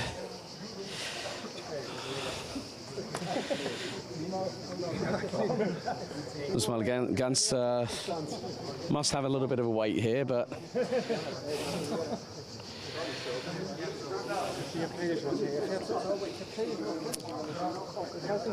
we'll just try and see if we can speak to. Aber ich muss mal sagen, George Verla, Glückwunsch. Danke. Rennen Sie bei Klasse 32 nochmal diese wunderschöne 993 Auto zu sehen. Wie war es an der Strecke? Es ist wirklich heiß in dem Autos, ne? Ja, also gefroren habe ich nicht. Also von dem her ist es schon, also am Schluss die letzten 10 Minuten, die waren schon sehr warm. Aber es hat richtig Bock gemacht. Also es war die Challenge, schön sauber fahren. Deswegen muss man den Reifen noch fürs zweite Rennen aufheben. Deswegen Start war gut. Da haben die GT4s ein bisschen gepennt. Deswegen da viel Schwung mitnehmen können. Nee, bin happy. Und ich bin ganz zufrieden, dass die Klassiker-Autos sind wieder zurück bei uns bei Porsche Sprint Challenge Suisse. Du und dein Vater Franz, natürlich fährt bei uns letztes Jahr. Ich denke, dass dein Vater hat letztes Jahr ein Rennen gewonnen oder war auf die Siegerehrung. Aber es ist nicht nur Leidenschaft bei Motorsport bei euch, bei Porsche Zentrum 5 sehen, aber die Familie hat die Firma dabei, Porsche Zentrum 5 in Deutschland natürlich. Ja. Es gibt neue Veränderungen bei der Firma natürlich, mit dem neuen Gebäude und sowas. Ne? Erklärt ein bisschen darüber. Genau, also deswegen ist auch tatsächlich jetzt so unser erstes Rennwochenende, weil wir bis Anfang des Jahres wirklich beschäftigt waren, unsere neue Destination einzuführen. Also es ist ein neues Konzept, neues Retail-Konzept von Porsche, um eigentlich so das, wofür Porsche steht, Family, Leidenschaft, Begegnungsstätte etc., das nochmal ein bisschen zu vertiefen. Und wir sind sehr happy damit. Das hat uns sehr viel Kraft und sehr viel Zeit gekostet. Aber wir haben so eine tolle Kundschaft und so eine tolle Belegschaft, so ein tolles Team, die hinter uns stehen und da uns tatkräftig unterstützen. Und ganz ohne die würde gar nichts gehen. Deswegen ist es dann immer wieder toll, wenn wir als Team dann so gemeinschaftlich hier auch auftreten können und dann auch zeigen können, was so geht. Absolut geil. Aber Josh, Glückwunsch mit dem Rennsieg und wir sehen uns ein bisschen später hier in Imola. So, really good to see Josh. Of course, you can see here the people wearing the Live Like J t-shirts. It means so much to the family affected by a tragic incident 2.5 months ago. I think really on that note, folks, let's wrap up things for the morning's action here at Imola. We'll see you after the lunch break, because next up is going to be Open GT Race 1 here at the Autodromo Enzo e Dino Ferrari. And before I forget, 3 interviews coming up. David Diaz, Max van Rosen and the enigmatic Marcus Gratian. We'll see you after the lunch break.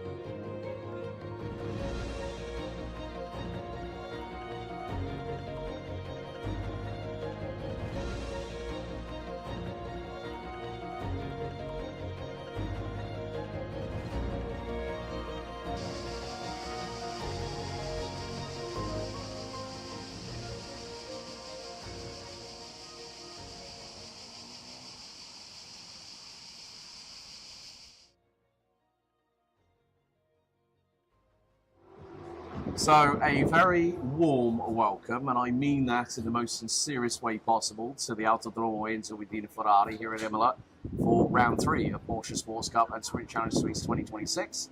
My name's Alex Goldschmidt, and joining me on the first of our interviews this weekend, originally from Portugal, from Sintra, just outside of Lisbon, Mr. David Diaz from Amagfest Rennsport. Firstly, David, welcome along. Good Thank to you. have you with the series.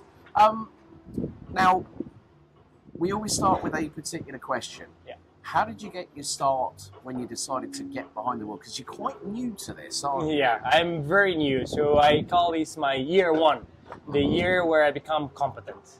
I tried a lot of programs last year just to try to understand how the world of motorsport works, you know, like from like track days, test days, academies, and so on. Try to understand like what are the multiple pathways for someone that didn't grow in motorsports to join motorsports at a later stage in life.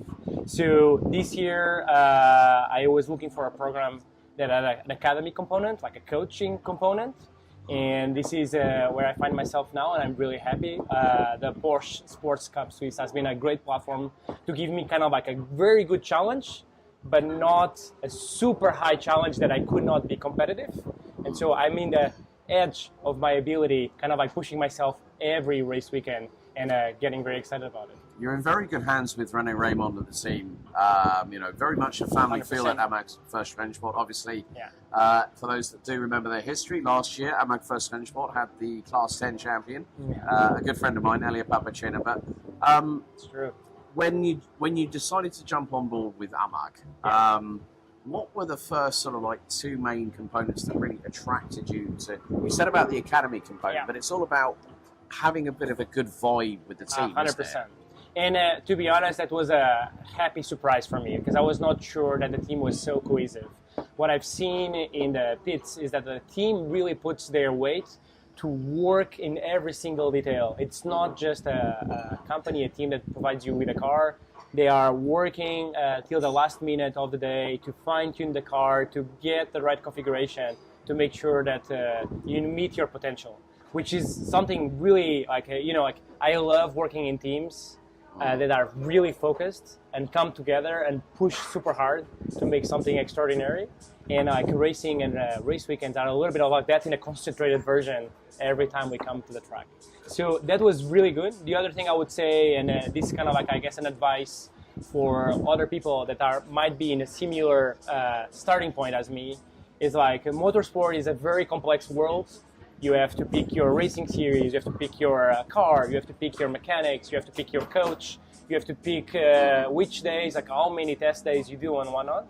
So it's very good when a program has kind of like a one-click buy button where you say, okay, here's what I'm getting, here's what everyone is getting. Like so we are all in this equal footing, and I don't have to worry about bringing a car to the track. Like I arrive, the team is here waiting for me with open arms, and I can just focus on the driving. It's like you say, it's like the eBay click and buy now kind of thing. Correct. But also, we've been having some wonderful chats, you and I, where we were sitting 100%. Down at lunch the other day, and then I found out about your background, where you're from the tech industry. Correct. Yeah. How interesting is it from someone from the tech industry to jump into motorsport? Because there's, in some respects, with the modern day technology that we have now with smartphones, obviously we're recording on an iPhone 15 Pro at the minute.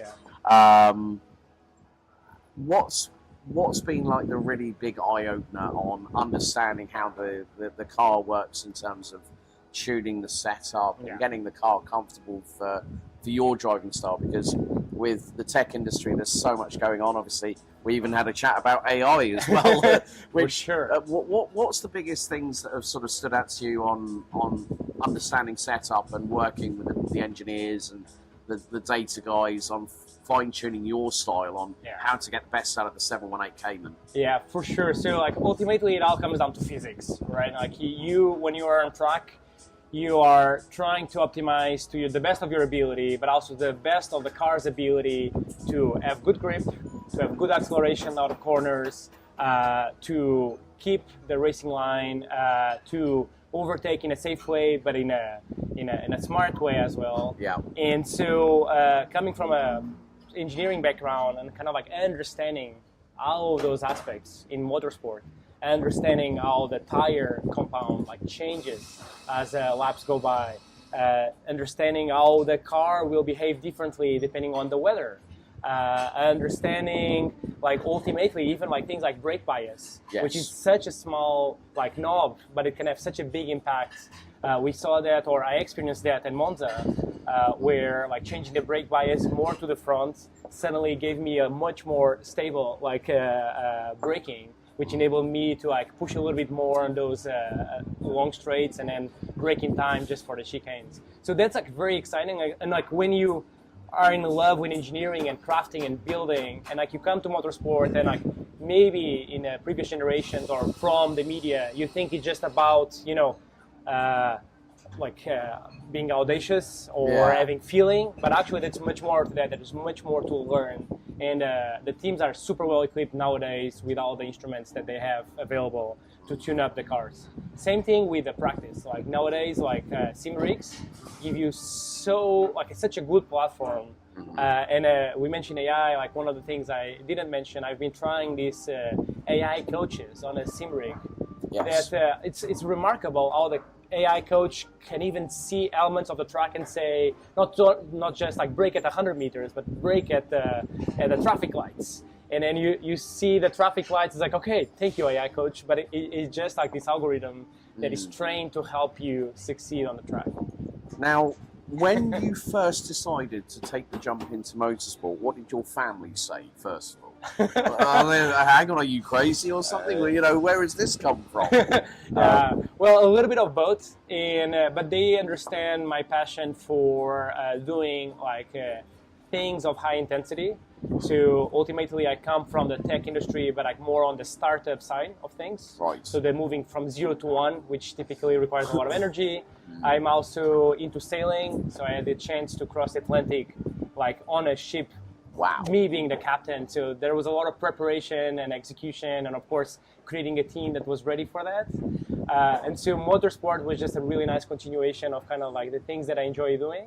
And of course, like motorsport enables me to do that in a concentrated way, right? It doesn't take me 7 months of my year to execute a plan. I can just come for 7 racing weekends and really get the kick. And how was it racing at Portimao as well, you know, for the season opener? Yeah. You know, so Portimao, I was able to do the 2 test days. I had to come home earlier, so I didn't get the racing. But I really enjoyed Portimao. Like, of course, like it's the track in my home country. Yeah. A lot of people describe it to me as a very challenging track, which it is a complex track. But I just love the up and downs. Like there was like so much to experience in that track because it's so complex, but also you have a lot of space. You can really think and like take a deep breath between each corner and like prepare. I think compared to Imola here, where the track seems a little bit more compact, there's a little less time to like reset and prepare for the next corner. So right now I'm like practicing on improving that. That's the thing here at Imola. You know, when you got the downhill slant through. Acqua Minerale, maybe? Well, I mean, you've got so many. You've got Acqua Minerale, you've got Variante Alta, you've got the double left-hander at Rivazza. Rivazza, correct. And then, of course, you've got the famed Tamburello corner. Of course, for those that might remember their Formula One history, back in that fateful weekend in May, we lost both Roland Ratzenberger and Ayrton Senna. One of my plans is to visit the statue and the tribute area that they've got just off of Tamburello. But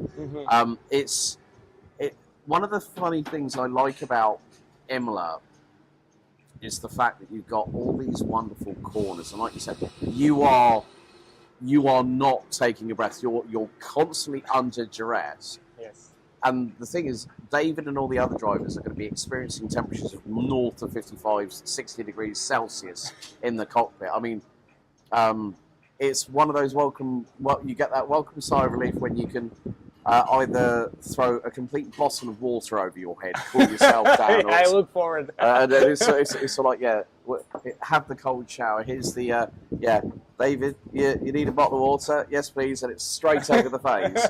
But it does go to show that with how much duress you're under, you are constantly on your eyes are on a knife edge, aren't they? Yeah, 100%. And makes things more challenging, but also ultimately it's a level setting for everyone. Okay, level is the playing field. Like everyone is under the same conditions, and so everyone has to like bring their endurance side to it.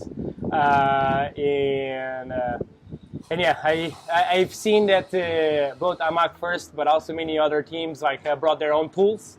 So I expect everyone to be jumping into the pools after the race. I'm sure that probably when I do my next grid walk after race one, I'm going to hear a mountain of splashes behind the pit boxes. But David, thank you so much for your time, buddy. Thank David you. Diaz from AMAC First Sport. Keep an eye on him this weekend in Class 10. Thank you.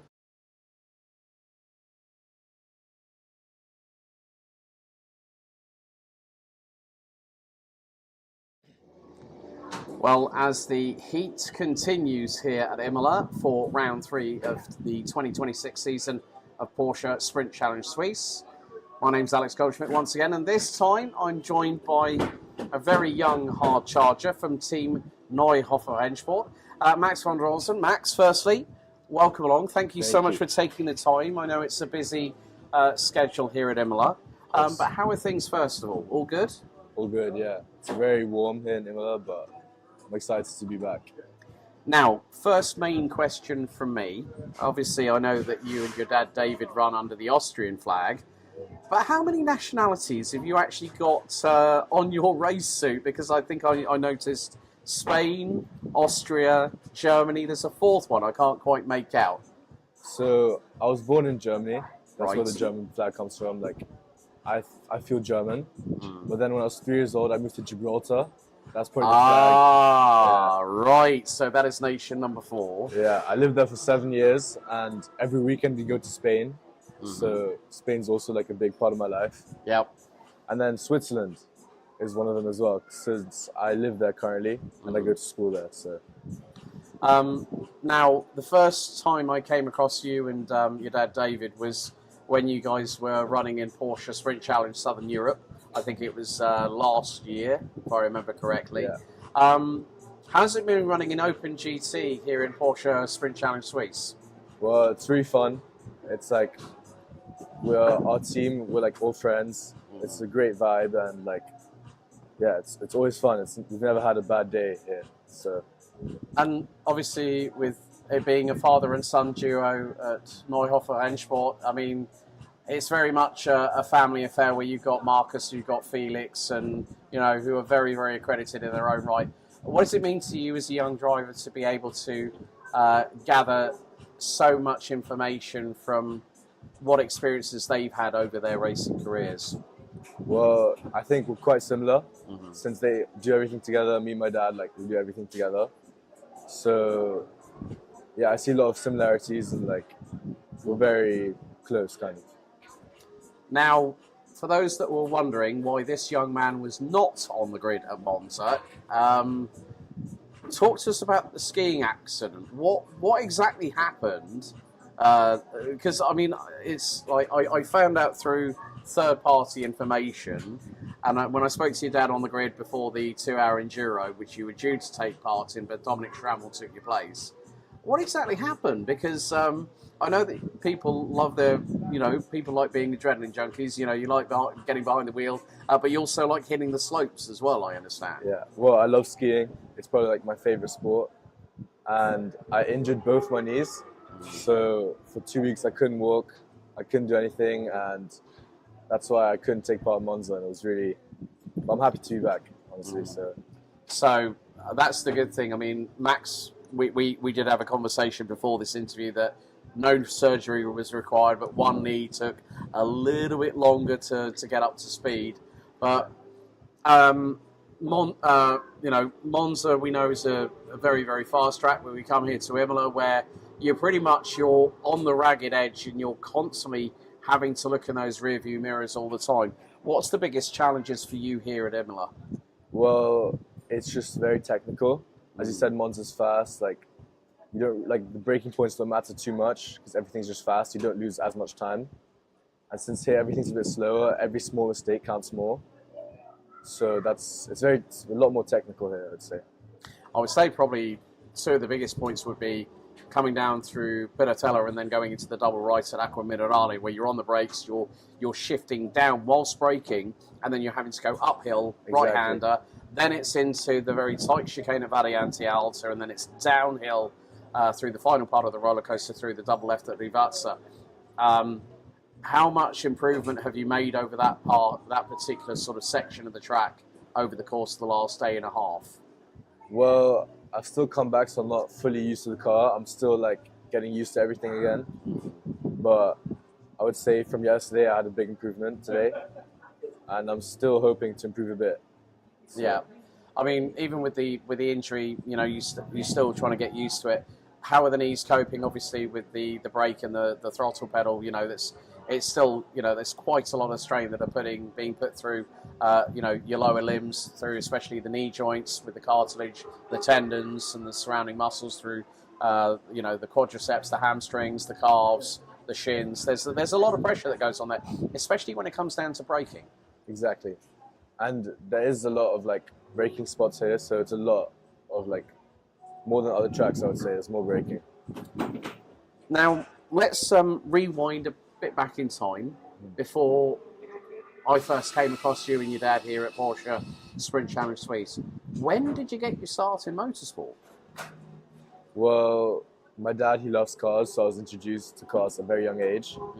And I always loved go-karting. Yeah. I didn't do much of it, but every time I had an opportunity, I would go. And then one day we went to Ascari, the track in Spain. Oh, yes.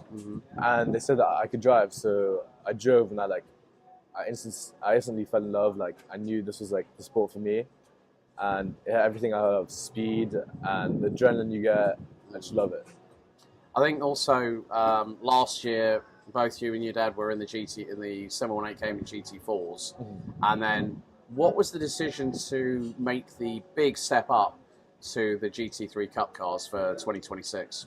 Well, for the GT4, there's not as much competition. In GT3, there's a lot more people, and everything's kind of closer together. So then I said, like, I want to be part of this. And how much advice does your dad give you does he sort of like give you a little jog in the ribs and say, you know what you need to, what you need to do? Does he give you quite a good amount of advice and that pushes you in the right direction? And obviously, with your dad sort of being an inspiration to you, would you say that he's your hero in some respects? He's definitely my idol. Like, I would love to be like him when I'm older. So, and he gives me a lot of advice. He helps me a lot. Also, not just racing, like in life. I always go to him first for questions. Like, if I have any problems, he's the one I go to first. And what are your hopes for this weekend? Because it's, as we said, it's a technical track, a lot of elevation change, a lot of heavy braking zones, plenty of passing opportunities to overtake. I mean, what are you hoping for in Class 21? Well, as I said, I'm still not fully there at my potential. Yeah. But I'd love to be at least top 10, because right now I'm not getting there. But I really hope. I'm looking forward to the race. Brilliant. Well, Max, thank you so much for your time, buddy. Thank you so much. Appreciate it. Keep your eyes out for Max von Rosen, Team Neuhoff Rennsport, running in Class 21 in Open GT this weekend.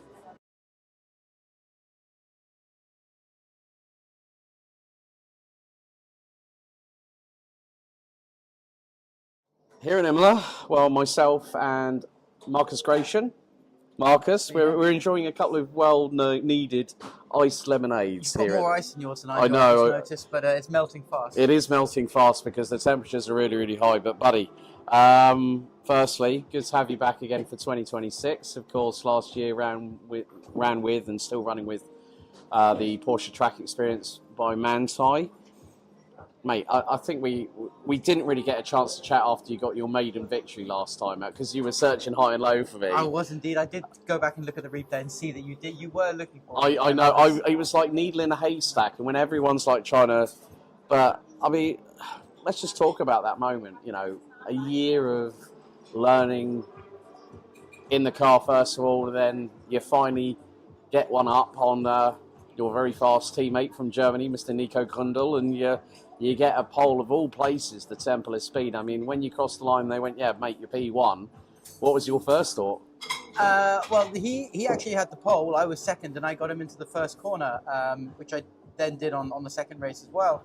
It was very satisfying because it wasn't unfortunate. It wasn't I didn't gain from some fortunate accident or something like that. So I really felt I'd earned it, and then I was quite lucky that he was distracted by those around him.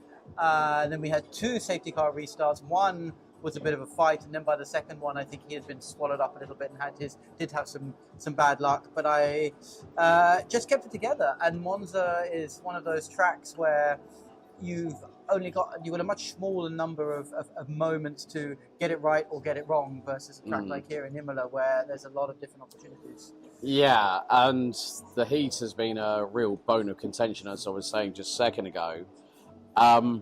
It's not that easy. It's a sweat box with amplified pressure, isn't it, in one of these cup cars? I controversially disagree because I'll sweat in the cold, so I'm a sweater. And I live in the south of Portugal, so I'm sweating in the car, but I'll take the advantage over other people who are maybe calling for the race to be shortened and have people push to their limits a bit, which I'm very comfortable with. So. I think that's also one of the things about going into racing. You've got to find out where your limits are and exceed them.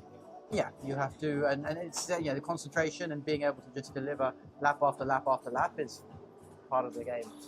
Yeah, and I mean, I have nothing but respect for you guys out there because I'm sort of, I think my first thought is, at the end of the day, we're all in the role that we're in within Porsche Sprint Challenge Suisse, and I feel very privileged to be able to get to know people like and I still remember. And I'm still doing this every single round we come in. This man said, keep an eye on the wing mirrors on the Manthey cars. And every round I am now checking. I'm going into the pit garage and going, but what is it like to work with the team at Manthey? Because I've already had a chat with Eric this year, Eric Santos. And, they're a good bunch. I mean, Dennis Furlerman and his team, they've really got their... I can tell it'll be hard to go to any other team. Maybe next year I'll be sitting here with another team and I'll be speaking very differently, but walking up and down the pit lane, the level of professionalism that they have. I've been into the gravel this morning. I had 6 guys on the floor, taking the car apart, getting it back together, all stones. There's just a level of professionalism and knowledge of that car that I haven't been with other teams, but I feel like it doesn't exist. And walking up and down the pit lane, you really see the difference with the Manthey garage versus the others. Now, I want to find out a bit more about the man behind the race helmet.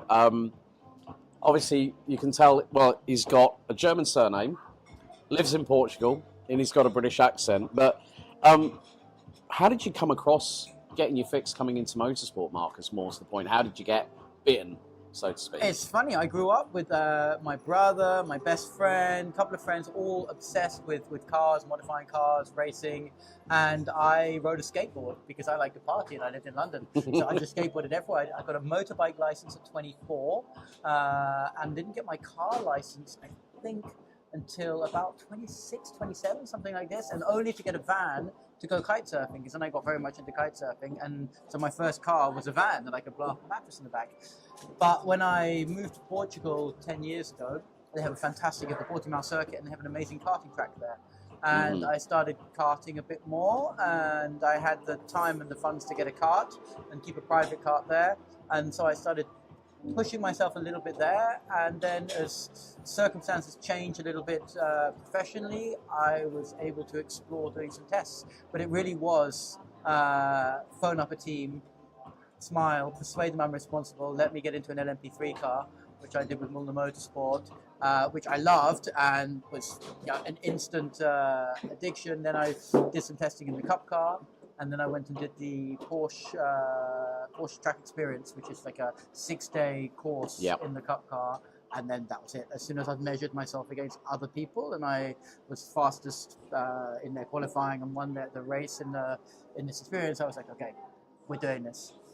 And what exactly is the biggest thing that sort of, in terms of development as a driver? Because everyone likes challenges, everyone wants to push beyond their limits. What's the what's the biggest kick you get out of it from your perspective? Obviously, I thought you were going to ask me what the most important thing was. Well, no. And I was ready to say having a very tolerant and patient wife. Well, no, we were going to get onto that as the next question on the line of questioning. But what's the biggest kick you get out of the minute you get in that car, you fire up that flat 6 4-litre, and you go out there? You don't think about anything else. It's the same thing I would get from kite surfing and competing in wakeboarding. When you are doing it, that is all that is in your head. And for someone that's doing a lot of things, thinking, organizing, in my professional life, my brain's all over the place. When you get in that car, which is why you don't feel the heat until the car stops, until you get out of it. That is what you're doing. That corner, that action, that thing, the next one, the next one, the next one. You're not sitting there thinking what you didn't put on the shopping list or what you're going to cook for dinner. And that, to me, is what always has attracted me in the sports that I do.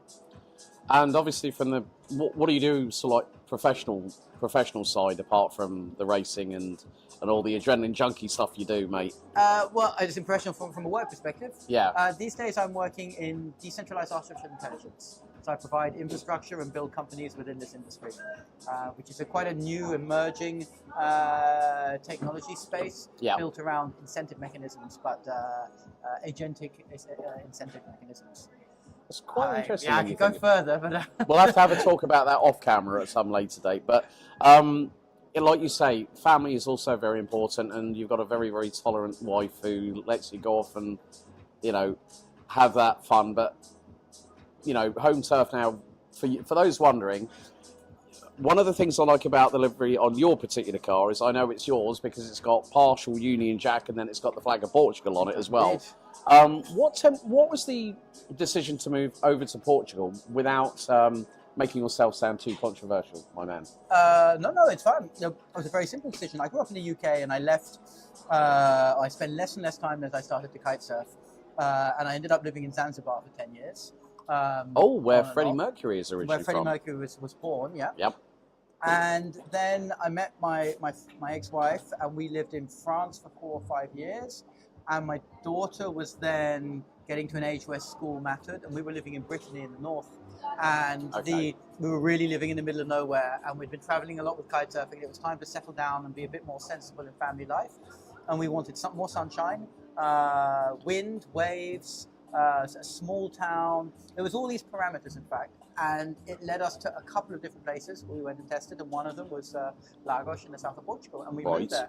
All of the other things about capital gains tax on digital assets and race tracks and a lot of the things that now are so important were not. It was about schools, education, and a better way of life. You heard it from the man himself. There you go. Please don't come down. It's getting busy. It's fine. There are many other wonderful places in Europe. Well, I mean, considering the fact that maybe at some point I might be moving to Germany full time, you know, just to complete the circle with obviously with us both having German surnames. You know, my grandfather was born in Charlottenburg, and I kind of want to end the circle, if you will. You know, he never gave up his German nationality until the day he passed away in 1982, and I want to make him proud of me by saying, well, you decided to come away from Germany to go to the UK, and I want to go back to, I like to call it my second home. You know, I love the culture there. But Marcus, as always, mate, it's a pleasure to see you here in the paddock. Marcus Gratian, Open GT, running with Porsche Track Experience by Manthey, and I'm trying to remember your race number again as well. 221 this year. 221. So keep your eyes on this man, because he's definitely one to consider this year for Open GT in 2026.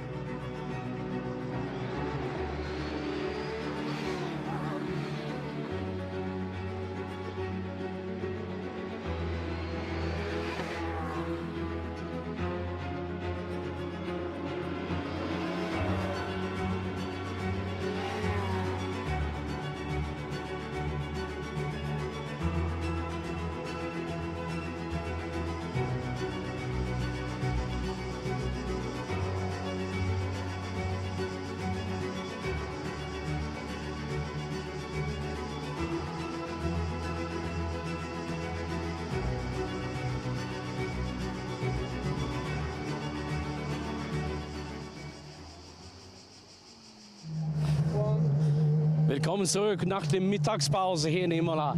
Echte heiße Temperaturen. Welcome back. Very, very hot temps. And this is not going to be easy. We've got 27 cars on the grid for Open GT. And gonna just see if we can grab interviews are going to be few and far between.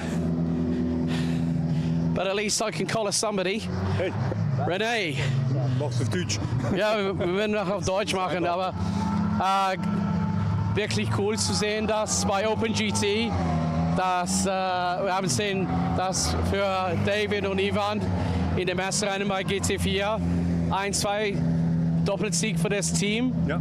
Ein gutes Gefühl für euch am First Rennsport, ne? Absolut, das ist natürlich eine super Teamleistung gewesen, war für uns auch intern ein spannendes Duell und die haben sich da wirklich einen guten Fight geliefert, war super. Und die Familie hier bei Porsche Sprint Challenge Suisse ist etwas sehr personell für jede Menge Leute, von meinen Wenigkeiten, deine Wenigkeiten. Aber heute, dieses Wochenende in Imola, ist es extrem hart für die Fahrer natürlich. Ja, ist klar. Es ist, ich denke, das Wetter, das fordert alles. Ja. Die machen aber wirklich alles rundherum. Die Organisation hervorragend, einmal mehr.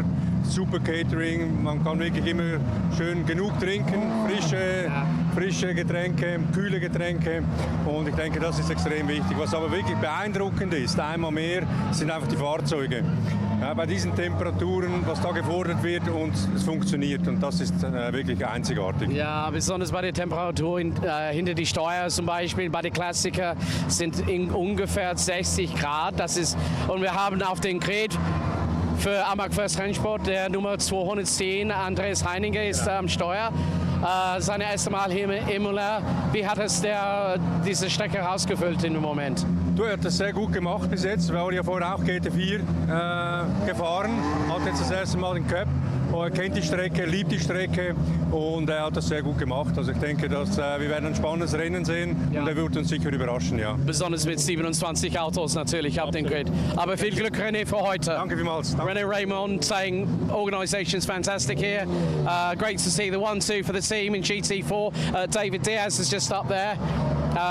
We're seeing a lot of cars coming through. 224, John Jastrzemski from San Diego. And you can see how far. Now, as I said, coming out, let's just have a look down here, because you can see the 290. That is extreme foil covering. They've got the same on Henry Wheeler's car just in front. So you've got the three cars here from A-Works by Katana Tools. Gunter Klaus in the 233. Along with them as well. But you can see we've got the ladies under the brolly there, supporting Gunter. We are really, I mean, like we're up north by the likes of the Republic of Tynan, we're cooking on gas, man. That's the thing here. It is extremely hot. Myself and Sam, our wonderful mobile camera operator, we can basically feel the hairs on our legs being singed at the moment in these really extreme temperatures. And you know, we've got a great grid, 27 cars ready to go into battle, drivers experiencing north of 55 degrees centigrade in these cars, all powered by a flat six boxer engine, and we're going to have probably the best part of over 13,000 horsepower when those lights on that starting gantry just by the main building on the right hand side go green. It's time to strap yourselves in for the roller coaster that is Open GT. Let's go racing for 30 minutes plus an additional lap here in race number 1 out of 2.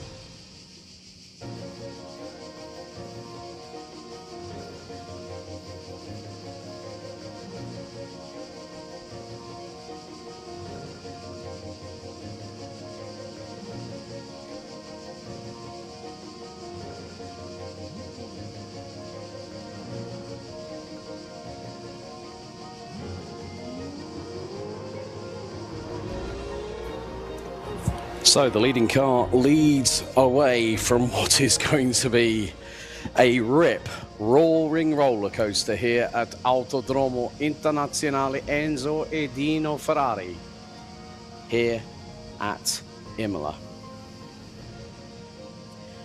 It looks like Jose Roberto is giving all the best of luck to Eric Santos from Brazil, who will be, well, I have to say, his lad Max had a wonderful surprise courtesy of the guys at PT by Manthey, helping him celebrate his birthday yesterday. But 30 minutes on the timer, time to take you through the starting grid for Open GT.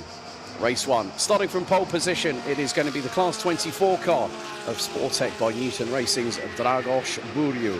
He'll be joined on the front row by the Heimmeister, Stefan Heim, for Team News by Heim Technique on the outside of the front row. Proton Competitions, Patrick Dinkeldine will line up on the inside of row number 2 and will be joined by Class 21 pole sitter, the young Italian hotshot from B driver Alessandro Cendese. Nico Grundl and the returning Porsche Centrum 5-scene motorsport driver, the 203 of Sebastian Schmidt, will line up on row number 3. Marcus Gratian, 11 Gelf, will be on row 4 with Tarek Fahmy and Brazil's Eric Santos rounding out the overall top 10. Nick Hunter from Lap Time Performance will be joined by Team Neuhofer Rennsport's young Austrian hotshot. Well, not according to the interview that you just heard. Spain, Germany, Austria and Gibraltar. As they call it over there, Gibraltaric. It's just over the sun, just below the lower part of Spain. After that, we have Marabi Mikvagashvili with Stefan Kracht, rounding out row 7. Max's dad David will line up on the inside of row number 8 and will be joined by B drivers, number 247, who will have an onboard camera with him as well. Matteo Rovida. San Marino's Marco Galassi will be joined by Italy's Costa Corrado. Corrado Costa from Enrico Fulgenzi Racing. In 217, they round out row number 9 of the grid. Azerbaijan's Fakhraddin Mirzoev for PT by Manthey will be joined by USA teammate John Jastrzębski, the man from San Diego, California, rounding out the overall top 20. Andreas Heiniger for AMAG First Rennsport starts on the inside of row 11 and will be joined by W Racing's Tobias Wiedner on row number 11. Giovanni Stefanin for By Race, the only driver who is wheelchair bound on this grid and is running with hand controls in the 263. Will be joined by Mega Motorsports Matteo Biasoni on row 12. Gunther Kraus, Henry Wheeler and Johann Frisch round out your grid. So the leading car guiding the 27 strong grid. We've had 34 a long time ago, actually last year, round 4, Monza.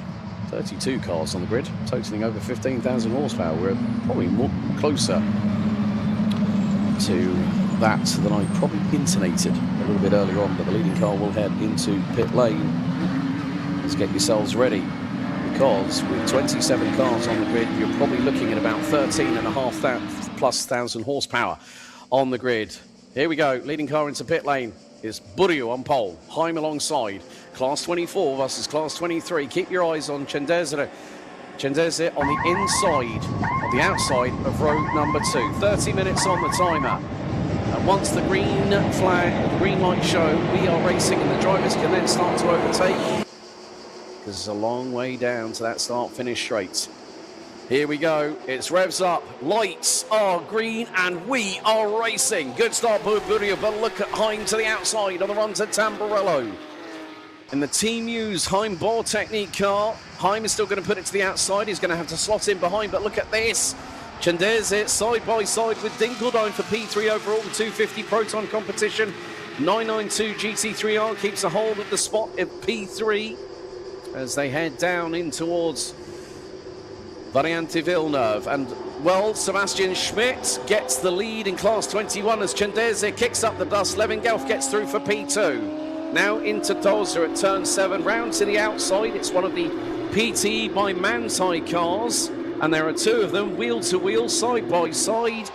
It's going to be more than likely Nico Grundl versus Marcus Gratian. To the inside they go, and it is Gratian that leads The PTE Mantai squad looks like Tanak Fami has dropped behind Eric Santos from Brazil in the 2-2-3 car. So it's going to be a PTE Mantai. Well, it looks like 4, 5 and 6. So Schmidt leads that. Actually 3, 4 and 5. So as they come out to Variante Alta, looks like Max van Rosen has got through on Nick Hunter. I think might also have gotten through on Tanak Fahmy, the man from Egypt, also with Canadian descent. Down the hill they go into Rivazza for the first time of asking. More to the point. Well, this just goes to show how close this is going to be. Corrado Costa trying to close on in on Marco Galassi, the San Marino driver. Burio leads the field as they roar across the line after the opening lap of the race. Looks like Max van der Rosen is closing in on Eric Santos. So that is going to be a real battle there. And Alessandro Cenedese has got Marcus Gratian closing in. That is for P3 in the Class 21 division. Matteo Biasoni has dropped all the way down to 26 ahead of Johan Frisch. Nick Hunter has made his way up to 23rd position in the meantime, as Patrick Dinkeldine now starting to close on in. Up the hill from Tosa to Piratella. Going to go hard on the brakes, turn it right and turn it left down the hill into Acqua Minerale. And this is allowing Dragos Buriu to... So there's an incident under investigation, contact at turn 7, which is Tosa. So that is currently under investigation by race control. But Dragos Buriu, after the opening lap, had a lead of 1.4 seconds.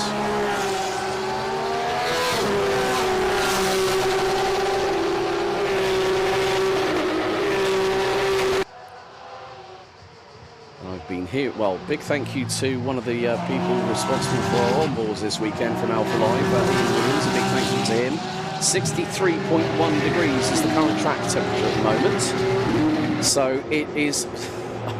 I'm going to be waiting for what we're going to find out with regards to temperatures in these cockpits here, because there's more in the cars in terms of technology, electronics, in comparison with the very analog classic cars that we saw a little bit earlier on.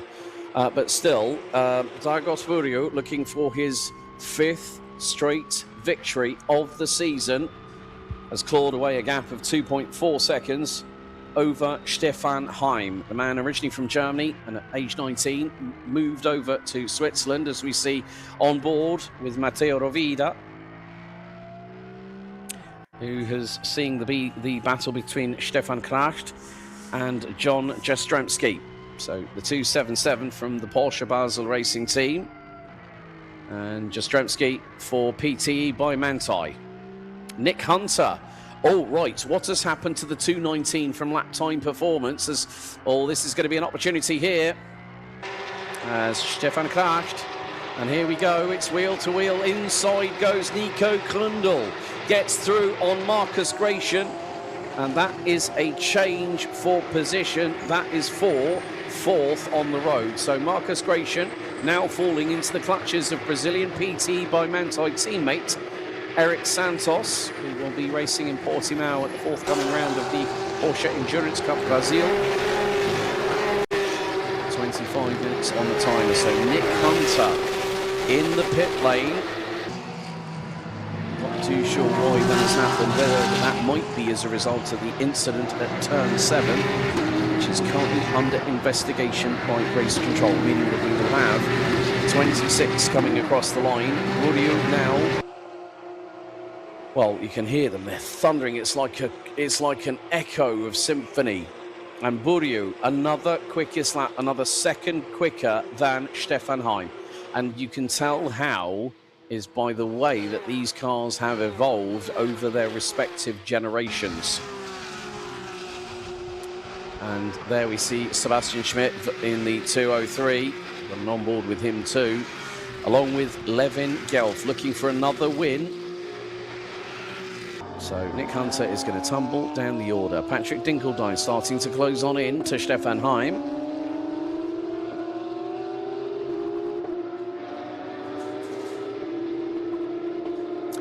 And then you've got this quartet. Marcus Gratian leading the way ahead of Eric Santos. Oh no!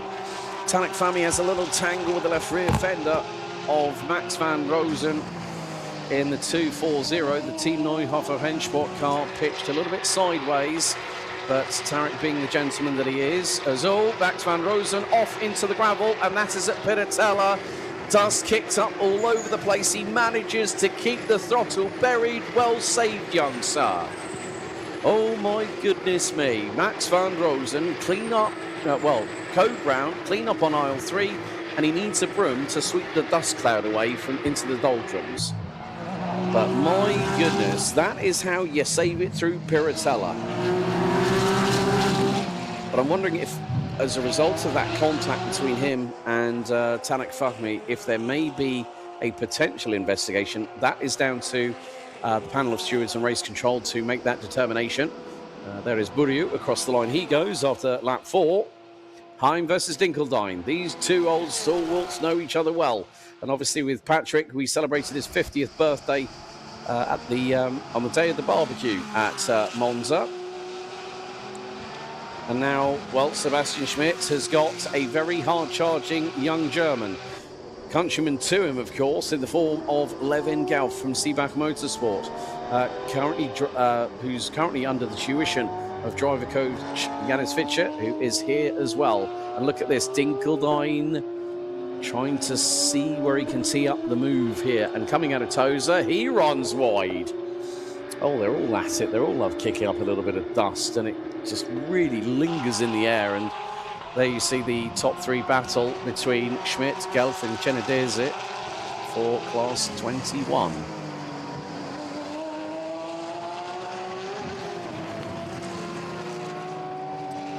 Tobias Weidner has unfortunately tumbled to the bottom of the order. Gunter Kraus, who started 25th on the grid, has now moved up in the 233. A-Works by Katana Tools car. Has moved that car now up to 18th position at the minute. And Alex Rozio saying go 207 Dragos Buriu. Good to see Tarek's other half Dahlia in the chat as well. The first official Porsche Sprint Challenge Suisse wag in the paddock. That gag will never get old. But nevertheless, 21 minutes on the timer left to go, and look at Levin Gelf. He is just waiting like a coiled spring to see if he can get past Porsche Centrum 5 scenes Sebastian Schmidt. Levin Gelf is one of the title protagonists in this, alongside Nico Grundl. Marcus Gratian, I would say, is a definite bet of a potential title push this year. And Cenedese will have experience in terms of being part of the B Driver Academy. But look at the run that Levin Gelf has got on Sebastian Schmidt as they head their way down into Villeneuve and then into Tozer at turn 7. Looks like with Nick Hunter from lap time performance, that could be the case. But that may be a terminal side of things for that one, I'm afraid.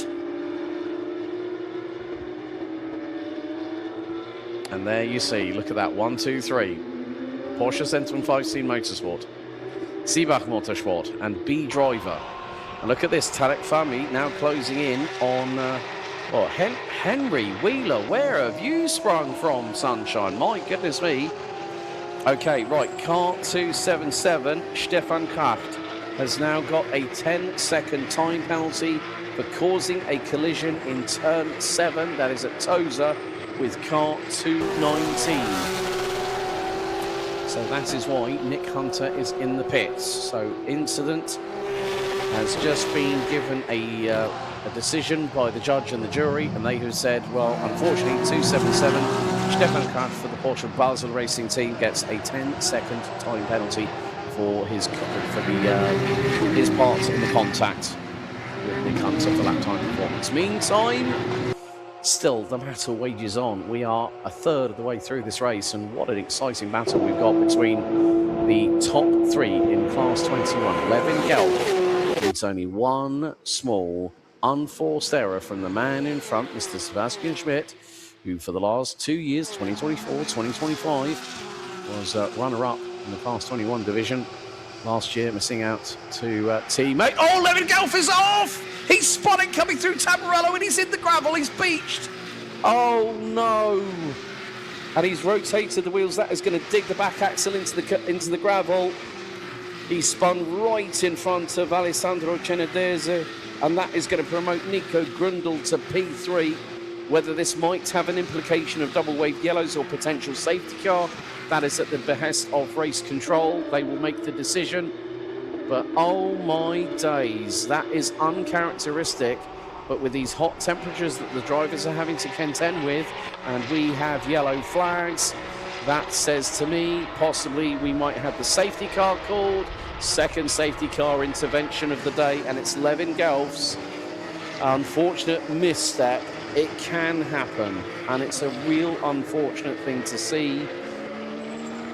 And when you are talking, when these Michelin Cup Sport tyres are having to deal with track temperatures in excess of 63 degrees centigrade, which is nearly 100, well, which is over 145 Fahrenheit.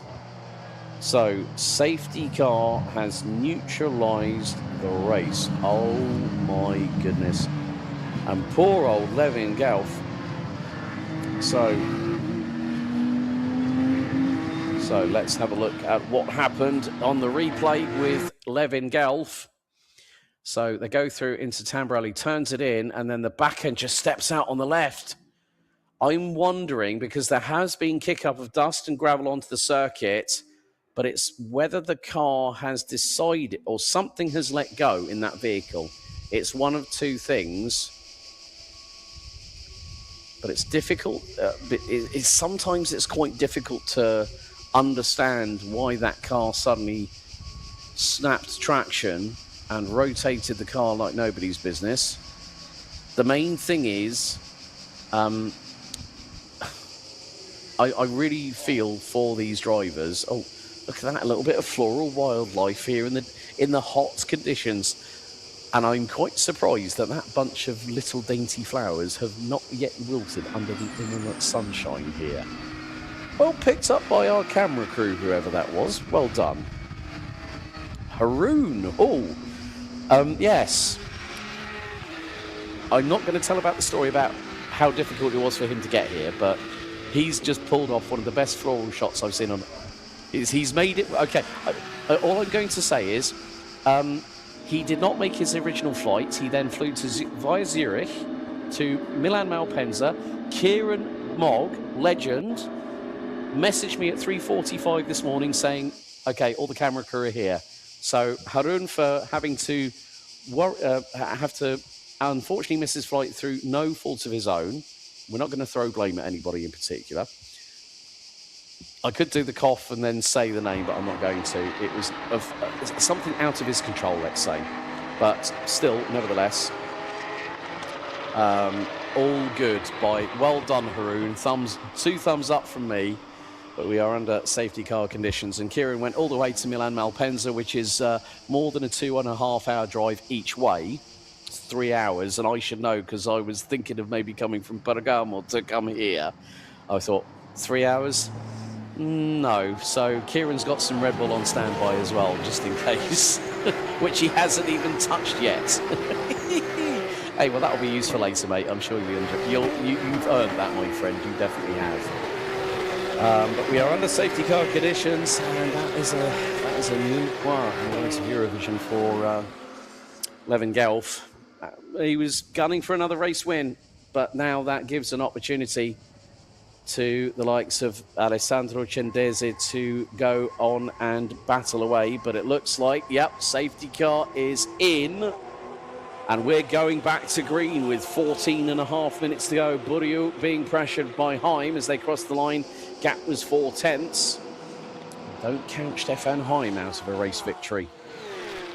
But look at this, Alessandro Cenedese closing in on Sebastian Schmidt, heading into Tamburello for the race lead. If anything happens between them two, well, look who they've got behind. It's the duo from PT by Manthey. Nico Grundle and Marcus Gratian. There is still just under half of this race to go. And I can tell you this, folks. Anything is possible. There is Tarek Fahmy trying to get through on Eric Santos. And at the moment, that is... Oh, no, Max van Rosen and Stefan Kracht. They have both gone off at Toza. Oh, dear. Turn 7 seems to be the... and it looks like they are... Oh, here we go. Stefan Heim. And there was contact between Kracht and von Rosen, and it was more to the point that Stefan Kracht caused the carambolage. But look at this. Now Dragos Buriu was nearly into the clutches of Stefan Heim, and it's backed everything up because Stefan Heim actually got through on Dragos Buriu at Aqua Minerale, then went wide himself, went into the gravel, had to catch a slide. Oh my days. I did say anything's possible.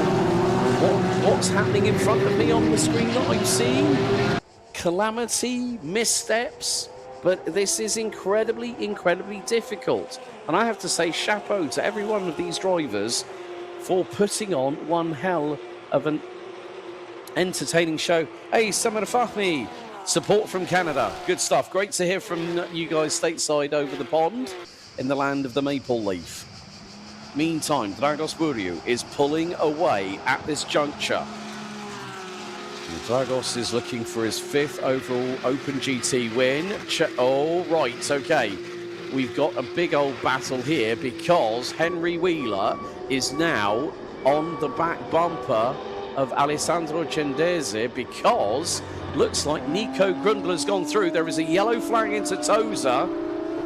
And let's see what's happened on the outside. Is there anyone that's stuck down in the gravel? Oh, yeah, no. There we go. Stefan Kraft's car, right-hand side, up towards Piratella, is stopped just by the escape road. So there are localised yellows. No need for a potential safety car intervention. So Stefan Kraft and Max van Rosen both are out of the race as Henry Wheeler closing in on Alessandro Gendese from B driver, and he's going to make the move up towards Variante Alta. That is going to be brave from Wheeler. Can he get the job done through turn number 14? He's got it. Beautiful stuff. Henry Wheeler from the back end of the field has come towards a podium finish here at Race 1 Open GT Class 21 for round 3 here at Imola. Beautiful textbook overtake round the outside. It's a difficult move to make, but Henry Wheeler made it look effortless. And believe you me, that is and that is David von Rosen, father to Max, that has gone slightly off, coming out of Rivazza. So it looks like we're going to have 4 retirees out of 27. And Dragos Buriu is now trying to pull away from the pair of Heim and Dinkeldine as they come out of Tamburello.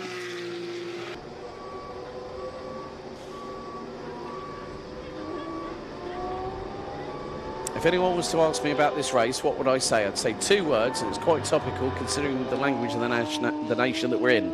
Mamma mia, in that order. I don't care what anyone else says. But still, Dragos Buriu leads by over 2.6 seconds. That gap is going to expand. The amount of time that Heim and Dinkeldine have been battling. Sebastian Schmidt leads Class 21 on his return to the championship after not being with us at Portimao and Monza.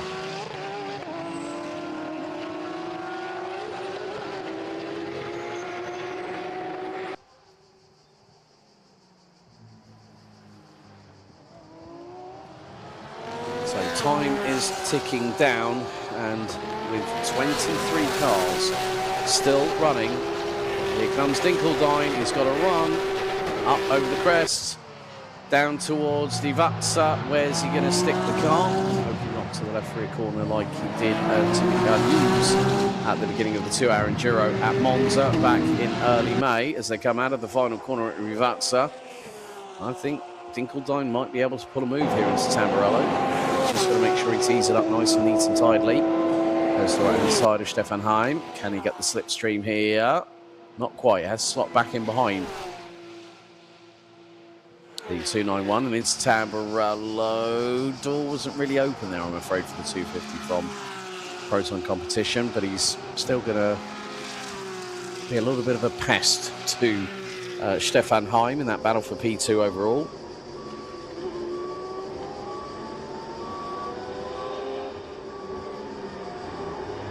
Now they make their way through to Toza, and Dinkeldine saw that there was a window, but it was a window that was going to be rapidly closing nevertheless.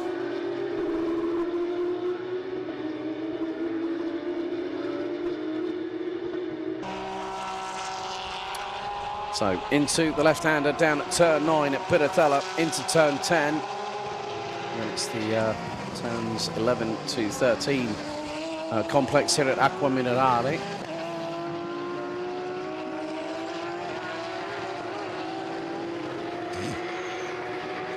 And Dinkeldine again trying to see what he can do, but the battle for first, second and third between Messerschmitt, Kundl and Wheeler looks to have exacerbated.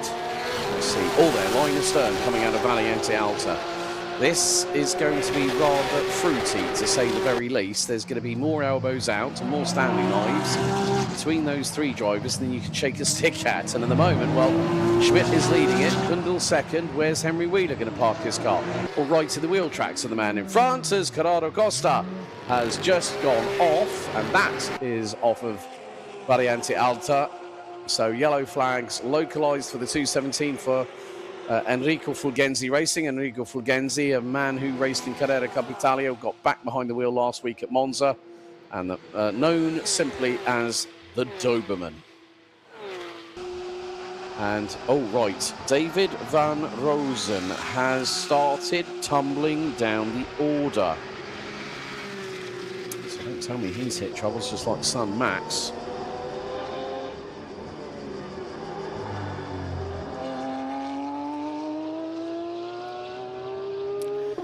And this is a quartet of cars. Schmidt, Kundl, Wheeler and Chandese.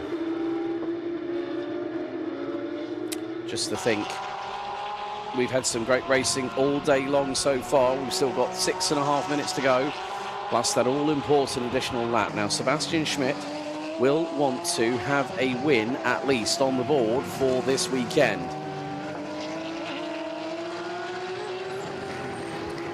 As they say,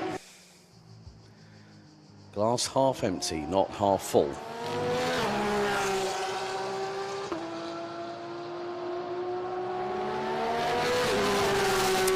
Still, Stefan Heim being kept very honest by Patrick Dinkeldine in the 250 Proton competition, 992 GT3R.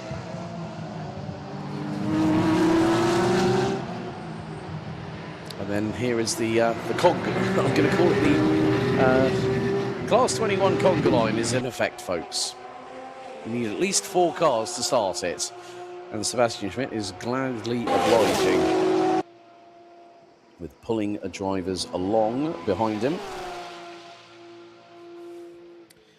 As, oh, how close do you want to get to the grass, then touch it? Going through there, Patrick Dinkeldine.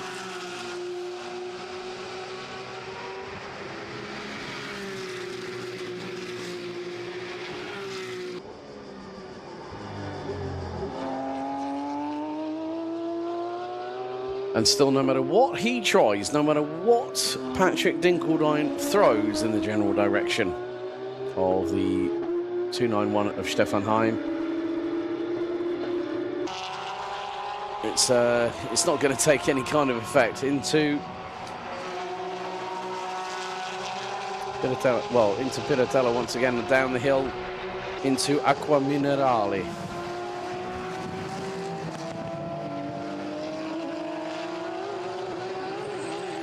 And another kick up of gravel and dirt.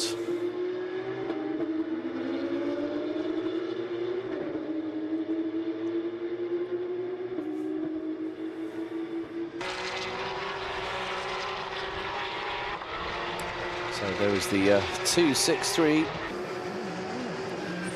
Giovanni Stefanin. And behind him is Johan Frisch for the A-Works by Katana Tools team.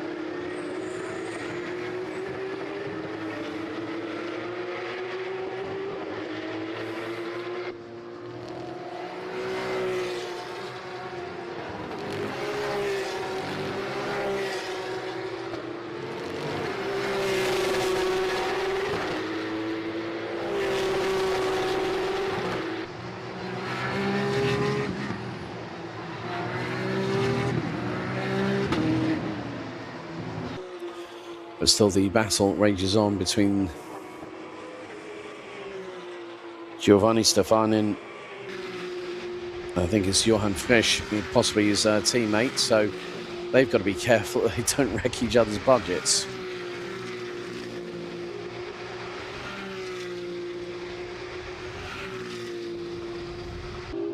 We are just over 3 minutes to go, plus an additional lap.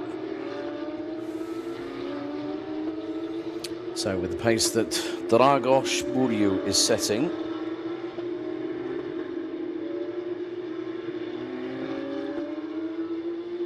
might be this and two more, bearing in mind that he's been running in a 1:44.7.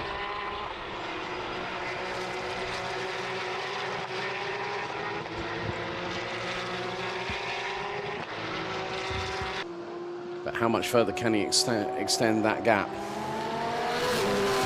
That's the big question now as Henry Wheeler starts the attacking front.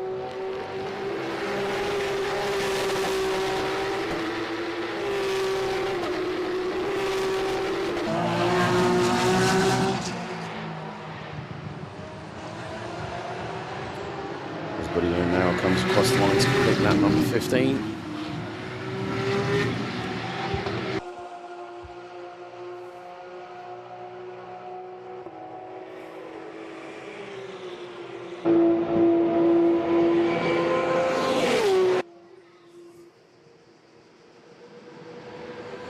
Here we go, Wheeler to the outside of Sebastian Schmidt. Is that going to be the move for the Class 21 race lead?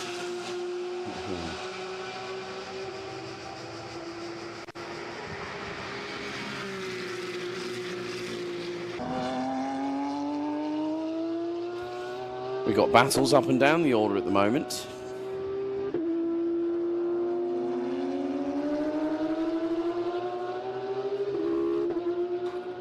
Schmidt still unable to shake off the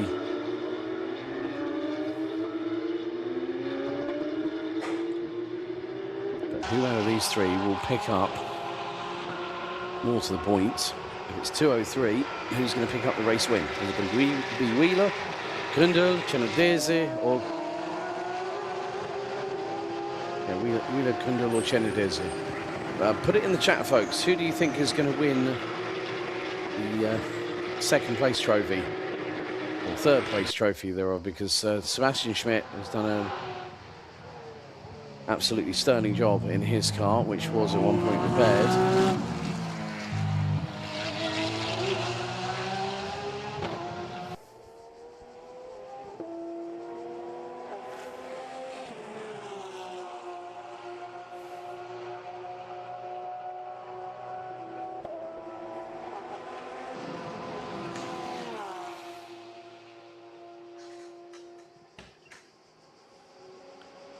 Once again, Hyman Dinkeldive.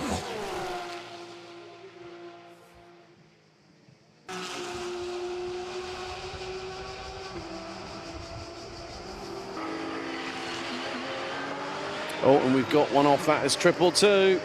222 off. And is beached. Oh, it's Azerbaijan's Fakhraddin Mirzoev. So that is yellow flags.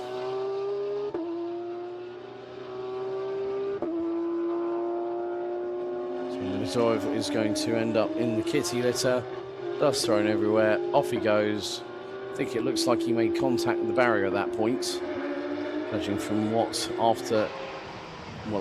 remnants happened apart from it.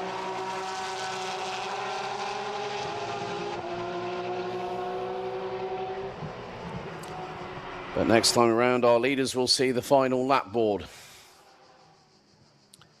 Dragos Buriu continues to lead at an alarming and frightening pace.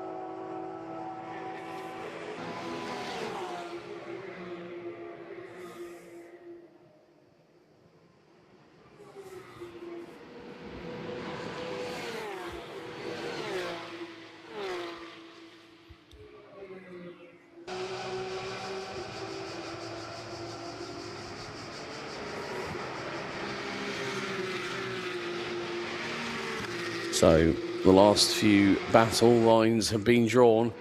Cenedese now finds himself behind Sebastian Schmidt. Nico Grundl, Alessandro Cenedese, and for this round, 2-2-3.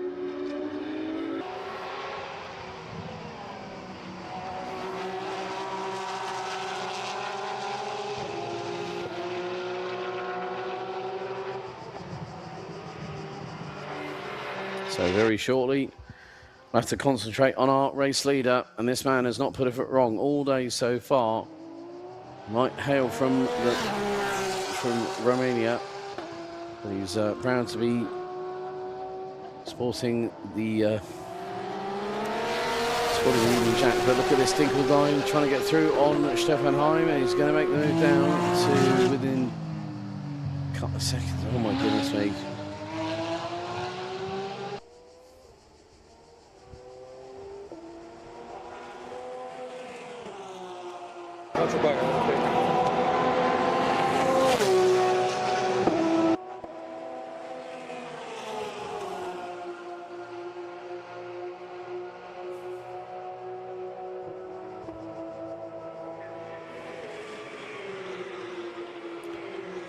So Dragos Buriu does take the victory here in race 1 Open GT, and for class 24 that is his 5th straight win of the season. Patrick Dinkeldine finished in class 24. Stefan Heim takes another class 23 victory. Very well needed, and obviously trying to get some breeze, or if not, trying to find a nice thin pajama top. Stefan Schmidt and Henry Wheeler ran at the top 3 in class 21 ahead of Alessandro Cenedese, Nico Grundl, Marcus Gratian, Tarek Fahmy, Marami Magbibishvili, Marco Galassi from San Marino, Matteo Rovida.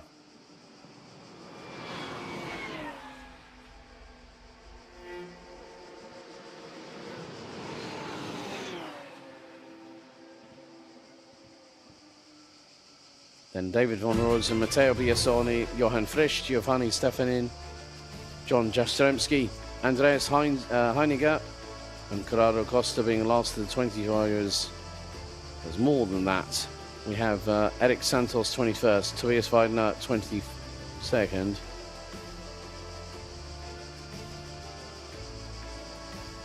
So that is it for race 1 Open GT. Time for me to head downstairs and speak to our drivers that'll be hitting the rostrum very shortly indeed.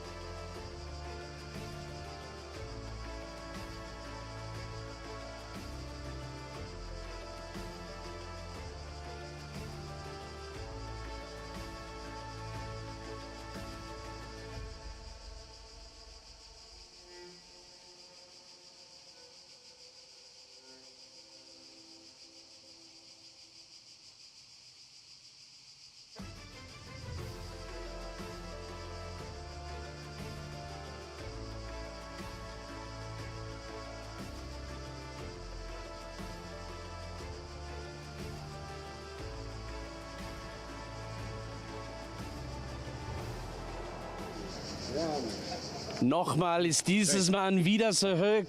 Sebastian Schmidt und erstes Mal mit einem Rennsieg. Was kann man sagen? Es kann besser nicht laufen. Also, dass ich da von 3 gestartet bin und sofort am Start auf 1 vorgerutscht und das auch noch verwalten konnte, dafür, dass ich 4 Monate jetzt nicht im Auto saß. Ja. Weil, also, bin ich zufrieden mit mir selber. Aber das kommt von hinten, ganz viel Druck von Levin, bevor seine Umdrehung nach Tamburello und dann der junge Italiener hinter dir, der Alessandro und auch der Henry. Der Wheeler ist schon von ganz hinter im Feld nach Sieger herumgekommen. Was kann man sagen? Klasse 21 ist wirklich stark diese Saison, ne? Also die ist wirklich stark und ich merke schon, also wenn jemand von hinten auf Platz 2 fährt, also ich will nicht wissen, was gewesen wäre, wenn er von vorne gestartet wäre, aber es ist jetzt so, wie es ist. Ich habe die Lorbeeren eingeheimst und für mich ist das ein super Einstieg in die Saison. Ich denke, Sebastian, dass du hast Glück an deiner Seite, natürlich. Ich auch. Ja, ich hatte aber auch viel Pech an meiner Seite letztes Jahr. Da muss ich sagen, darf ich jetzt auch ein bisschen Glück haben. Endlich soweit. Aber Glückwunsch. Danke. Sebastian Schmidt having a really, really good day. And that is, now there we go. That's a beautiful sign. George Verler and Sebastian Schmidt having a good time. Right, let's see. I don't really want to encroach on... actually, Alessandro? Alessandro Cendese, new race suit, that's brought you a bit of luck, another podium after Monza. Congratulations, buddy. Thank you very much. I'm not really happy at all because I think I had more potential to show, but I did some mistakes, also my second race, but I think race 2 will be better, and I hope for a better result. But even like a podium is still a really good place. So, well, considering you showed great maturity in qualifying earlier on today to put it on pole for race 1, I'm hoping for good things for you, young man, in race 2. But complimenti, congratulations, well done. Thank you very much. Right, let's see who now. Where is Henry Wheeler? Is the big question. If we can find Henry Wheeler, that means I'll have interviewed all of Class 21. Let's see. I don't know if Henry has actually disappeared, but let's see. Right. I spy with my little eye. Let's see if we can. Dragos. We'll come over this side because they're going to bring cars onto ramps. It wasn't easy out there, my friend, but how's about this for a record? Win number 5 overall in 2026. Dragos, how does that sound? In the beginning, it wasn't that easy. Yes. I brought a gap to I don't know, 10 seconds and then safety car. Yeah. And then Haim attacked me in a corner, so it was very interesting. I got to get some racing as well, which is very important for me. Well, of all the places, I wouldn't have expected him to throw it up the inside of Aqua Minerale. I mean, that all I'm going to say is the guy's got stones, isn't he? Yeah. He's got some, and I gave him the gap, obviously. But, I kept my chill and, I ended up in front in the end. So I think that's important. Let's see if you can keep the run of success going for race 2, buddy. Well done. Dragos Burius, Newton by Sportec Racing, overall race winner. Number 5 in the books. Let's see if we can grab him. Mr. Wheeler.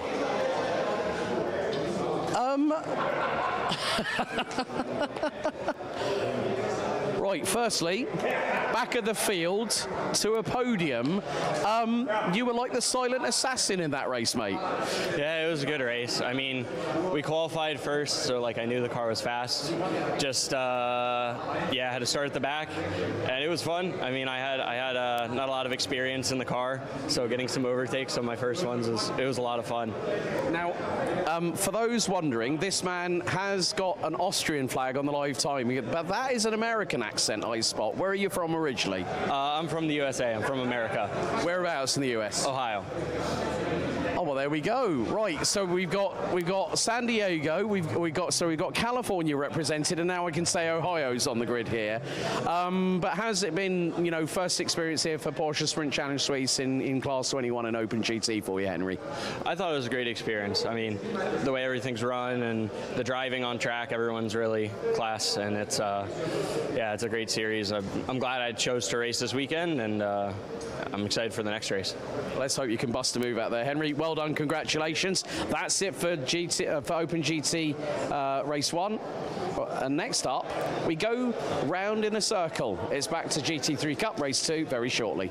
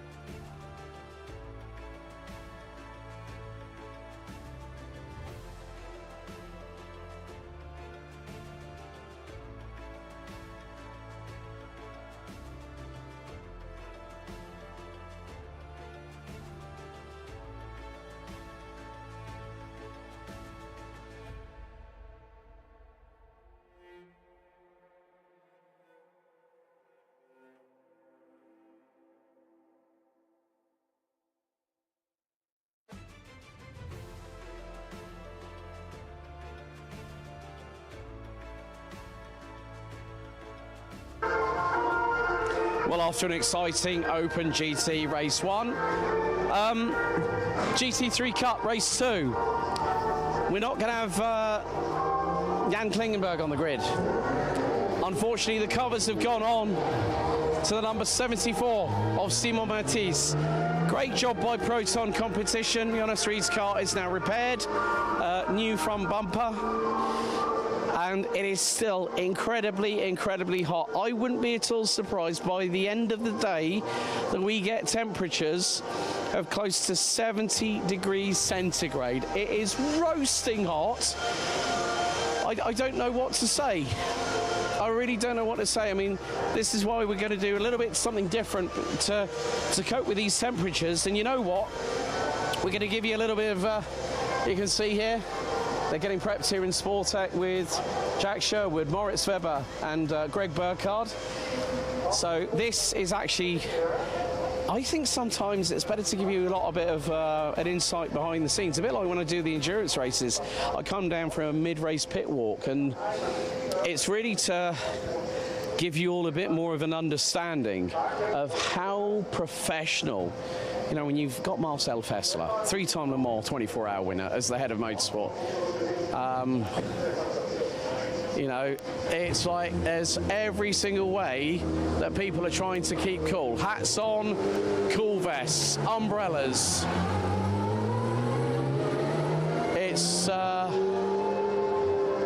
It's just, you know, and these drivers are already cooking before they've even gone onto the grid. We've got Moritz's mum Natalie just over there. You know, we're going to have to keep very much a watching brief because these cars are starting to come out, and that's why you're hearing the sort of like air raid siren. There is some of the team from B Driver. Great job, guys, for race 1. Alessandro Cendese, a little bit annoyed with himself, but he's part of the B Driver Academy. And I said to him, look, it's onwards and upwards. You've got to learn to walk before you can run in this sport. You hear that little chime? It sounds like an annoying woodpecker from Looney Tunes being chased by Wile E. Coyote. But I mean, you can see like my hands are clammy by holding the microphone. There's Christian Caramoschia, Prima Ginzani, Ilario Introna. Afternoon, Justin. How are you doing? Yeah, thank you, yeah. It's blooming hot out here. I mean, it makes Croft feel like a country walk in the park by comparison. Very much so. I feel for the lads in the cars, to be fair, but no, it should be a good race again. I think Felix has gone for new tyres again, so he's it might be tough towards middle race onwards. Brilliant. Good luck today, mate. Thank you. Also, Sam Beardsley. Sam, give us a wave. Sam Beardsley over there. Right-hand man for Jack Sherwood, starting on pole position. So we're going to go down from 12 cars to 10. And I'm already out of breath, and I've still got the commentary to do. Luminora. But you know what? Look at that site over there. The main buildings, you drive into the circuit here in Imola, and those top 3 rows, those top 3 floors have the wonderful colours of the Italian tricolore on them. Oh my days. It's getting hotter and hotter, folks. Right, who have we got coming down here? There's Mr. Burkhardt. Looks like he might have a brand new set of tyres. I think it could be a dark horse for his first race win. Could it be here? Well, he nearly got the job done. He got past Felix Neuhofer, but then made a bit of a pig's ear of locking up the right front going into Rivazza. Good to see Andreas Marti and also Ant Performance on the grid.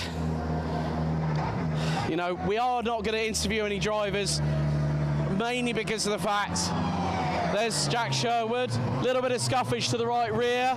Moritz Weber hoping for more than a P6. Let's see if that young man from St. Moritz, just 16 years of age, has a better time this time around. I know that we've got a little bit of time here, but there's Christian Caramoschia. And this is a wonderful sight to see. Eladio in Trona. Also supported by Prima Ginzani, as Omnia has Prima Ginzani Motorsports as their technical partners. Hui. Wie man auf Deutsch sagt, ich schwitze wie ein Schwein. I'm sweating like a pig at the moment. Here comes Georga from Bell Speed. Good luck this afternoon. One of the guys from Neuhofer Rennsport.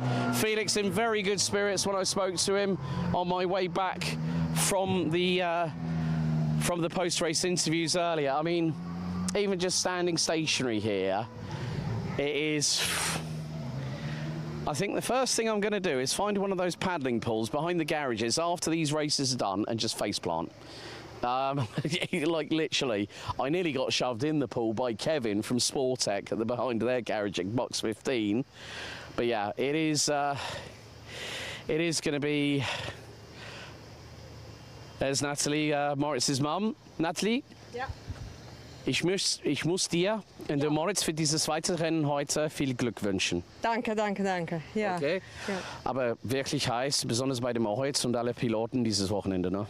Ja, das ist heiß, aber Moritz ist fit, das ja, bringt er schon durch. Ja. Ja. Okay, wir sehen, was passiert in Rennen Nummer 2 natürlich. Ja, genau. Wünschen wir allen viel Glück. Okay. Und tolles Rennen. Vielen Dank. Right, okay, on that note, I need to hoik myself. It is as you can see, if we can just get a view from here through the fencing, Sam, that's how long the pit lane is. So that's the walk I've now got to do to get myself up and ready, because we've got another couple of cars coming to the grid. So, one more time, folks, for GT3 Cup. Race 2. It's coming up to 2:45 in the afternoon, and blooming hell, it ain't half hot, mum.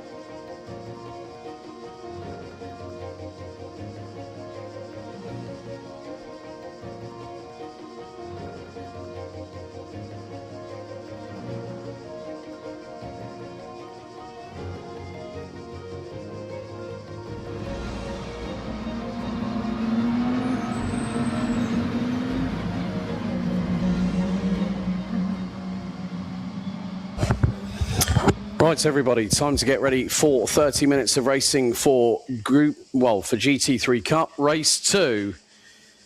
As it is going to be Sherwood versus Karamuskia on the front row of the grid.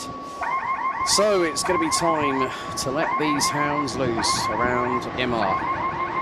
2 more races to go before we can all take a breathe, I believe, and get some welcome rehydration down our necks. Okay, revs up. Lights will go green very shortly.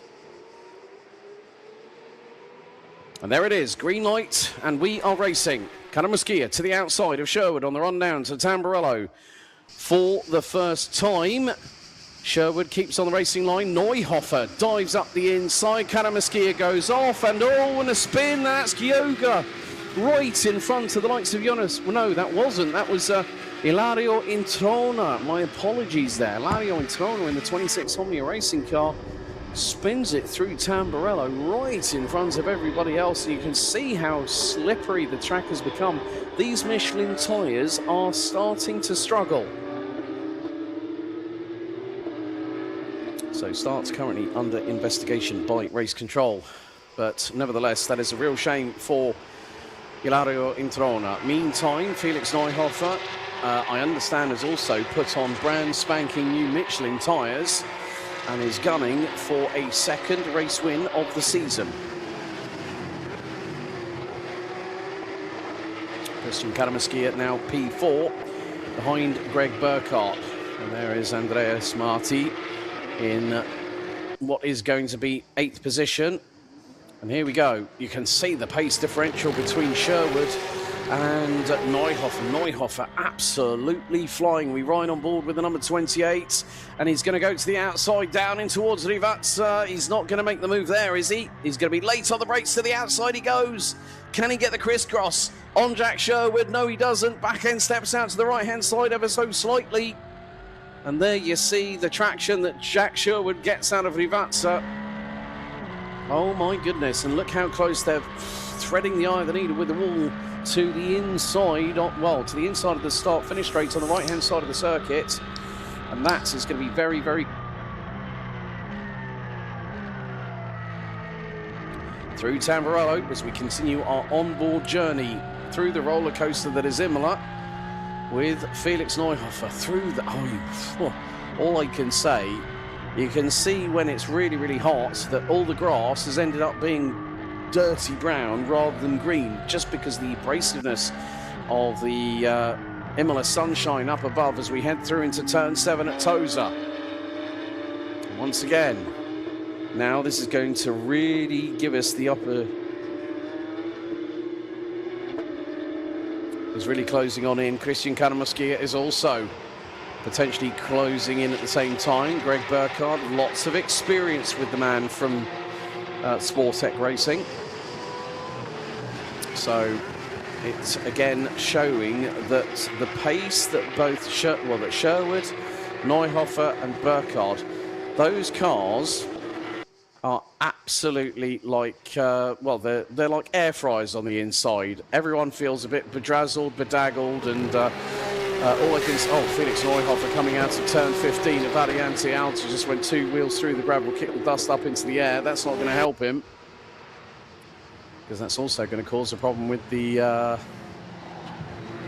tyres. That will dirty him up, won't give him the traction that he needs. So that means that Greg Burkhardt is going to close on him. We go back on board with the man in 2nd position. Neuhofer really starting to try and reel in Sherwood for that race win. So Jack Sherwood looking for 5 wins out of 6 this season.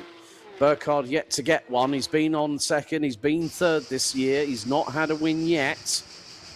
Could there be an opportunity that the man who has finished runner-up twice in the history, in his his very small history, let's say, in comparison with a lot of other competitors that have been with us for quite a time here at Porsche Sports Cup Suisse, but in many respects he has been one of the established guard, let's say.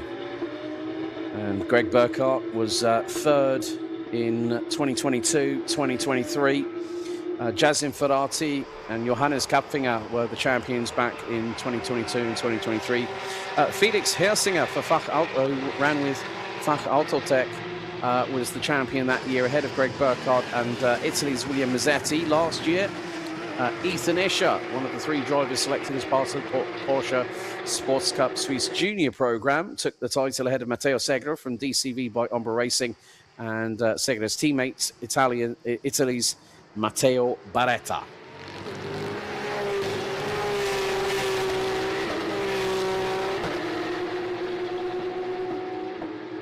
So 5 minutes in, and the gap between the top 3 is around about 1.2 seconds. 37 degrees centigrade outside, folks. That's how hot and abrasive it has been. Right, Ian Williams, send me a message, please. That's the thing. We have to give a shout out to all the camera crew from alphalive that are braving the conditions, and I know for a fact that I'm going to feel my phone go any minute now.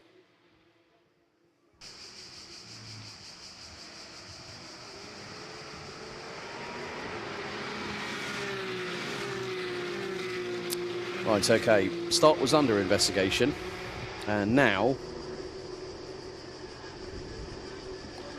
oh dear, Williams and Mogg both tag teaming me at the moment. 42 degrees centigrade. Real feel, we are 2 degrees away from 45 degrees centigrade real feel, and that is 105 degrees Fahrenheit. I think in the words of Inspector Gadget, wowzers. That's all I'm saying on that front. Oh, dearie me. But still, for these drivers to put themselves through the ringer like they are doing today, that just goes to show the commitment to motorsport.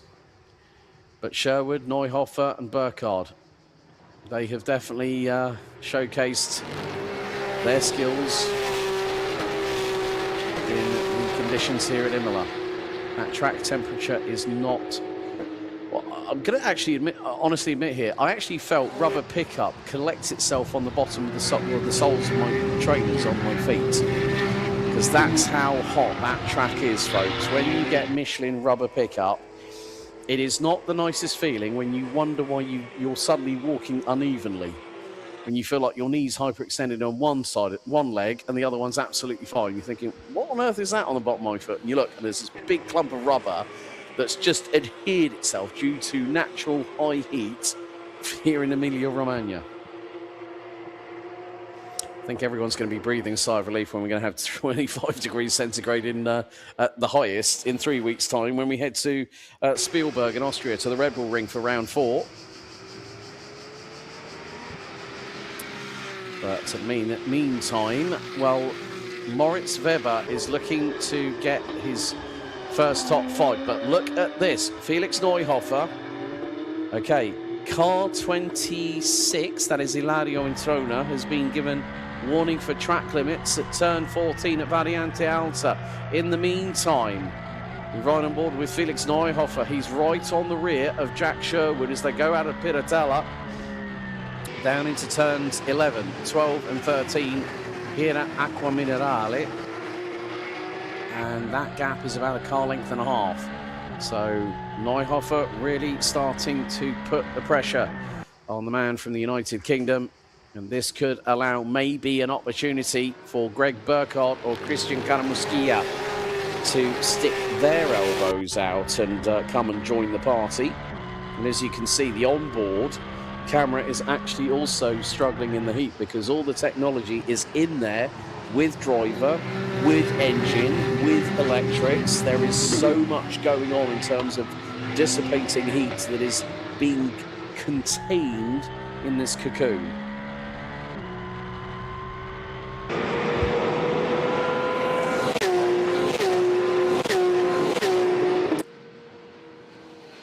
So and yeah, you can just see how difficult it is in these temperature conditions that we've got at the moment. Oh, right. Thank you very much, Kieran. Thumbs up from me. temperature currently in car 28. That is Felix Neuhofer.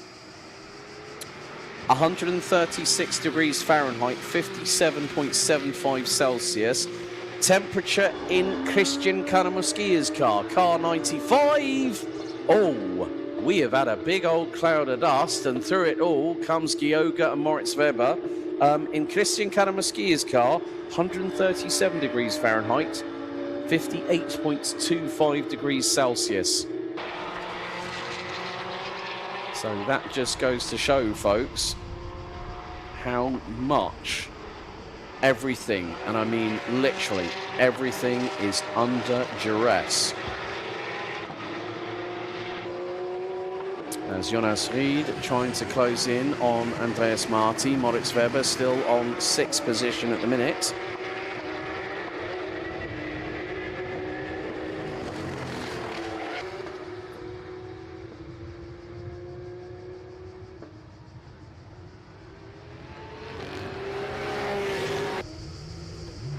So we've just and that is Ilario Introna. Second spin of the weekend for the number 26.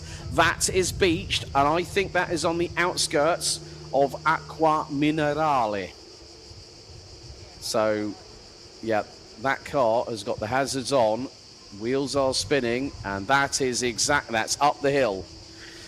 It was only going to be a matter of time before someone beached it in the gravel, and we've got a safety car, I think. Intervention, yes it is, third one of the meeting. Well, what can you say about that? So Ilario Introna is beached, and that is his race done and dusted, I'm afraid, ladies and gentlemen. And the first thing that Ilario Introna does, opens the door to try and get some air into the cabin. At least the outside temperature is colder than the temperature inside the car. So we are under full safety car conditions. So the marshal's having a discussion with Ilario Introna.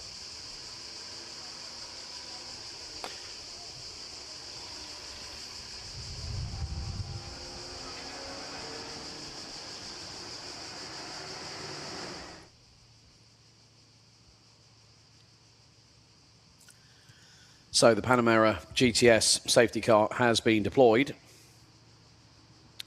and is waiting to pick up the race leader, Jack Sherwood, in the number 78. There is Lenny, the driver of the Porsche Panamera GTS safety car. He said, "I'm fine, unlike everybody else. I've got air conditioning." And I'm like thinking, at least he doesn't have to worry about getting a sweat on like everybody else is in the car. But still, he has to be on standby. You know what that means. I'm going to make every driver jealous now. That car will be idling at the pit, or it will either be stationary in pit lane. If he's able to idle it, he will.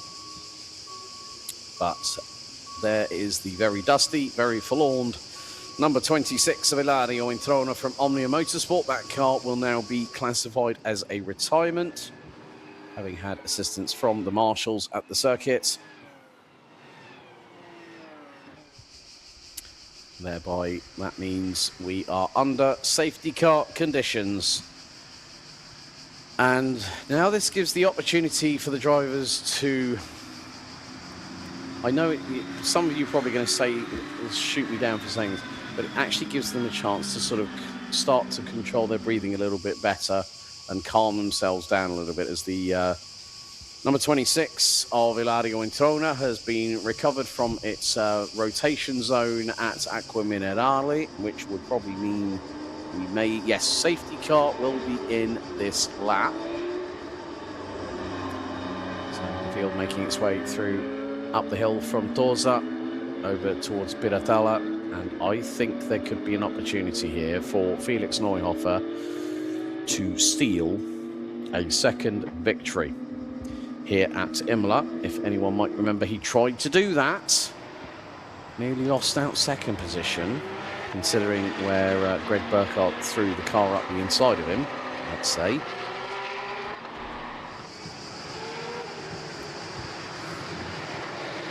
So through into Acqua Minerale. The restart order will be as follows. Unfortunately, Ilario Introno this weekend is done. Jack Sherwood, Felix Neuhofer, Greg Burkhardt, Christian Karamuskia, Gioga, Moritz Weber, Andreas Marti, and Jonas Ried. That is your restart order ahead of what will be just under a quarter of an hour plus an additional lap here at Imola.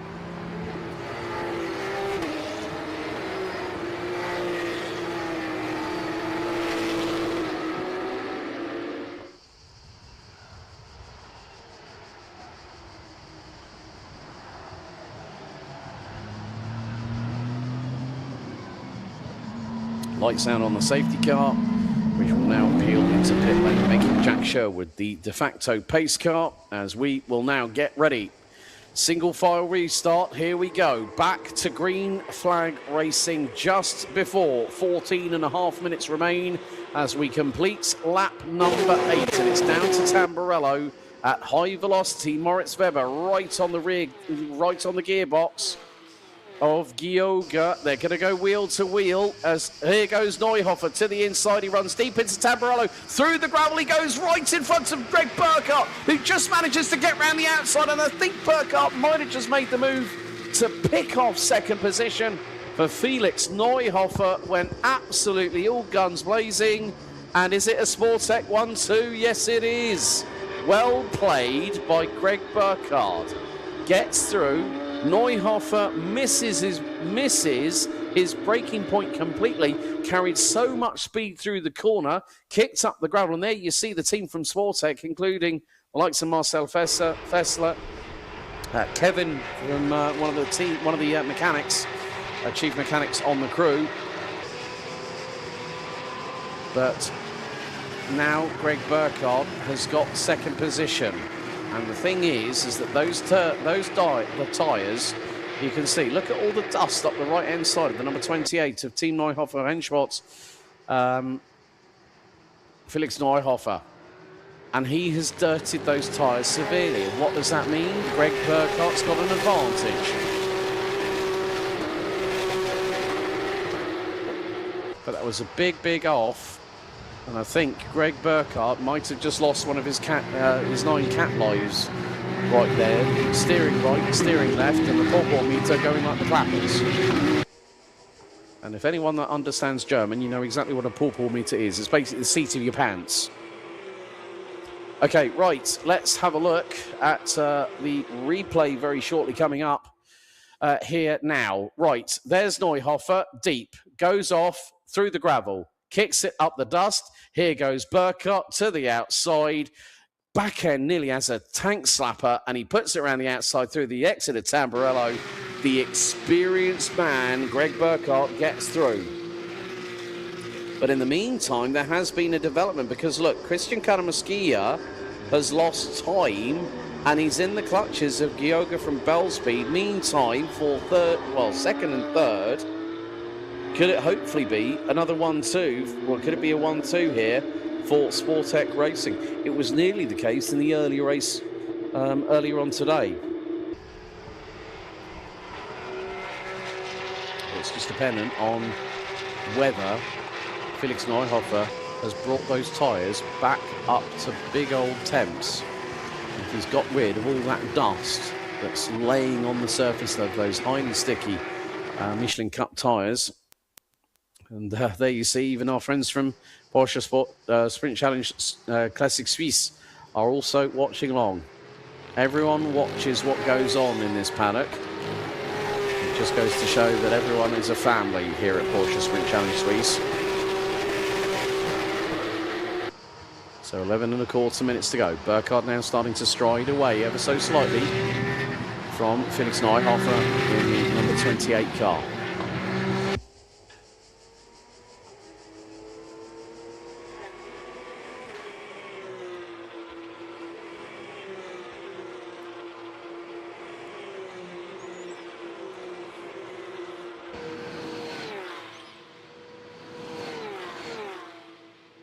And now we're going to have a real, we've got a real big battle starting to emerge here. Now look at the gaps here.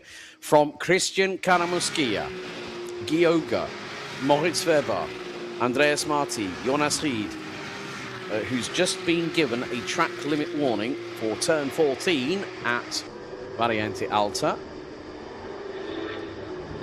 We have a potential that someone out of this quintet at the back end of the field is going to have a possible, could be possibly P4 at the end of it.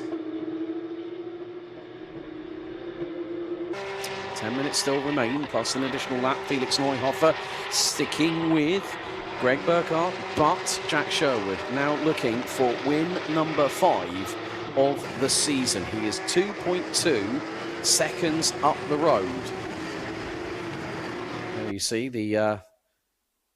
there we go. Paddle pull shot. Well played to Sam, our RF camera operator. Yeah, that is how people are keeping cool this weekend in the paddock, as Jonas Ried to the outside of Andreas Marti through at Variante Alta, and he makes it through. Oh, well. A nice, exciting move to put in the adrenaline spike there, folks.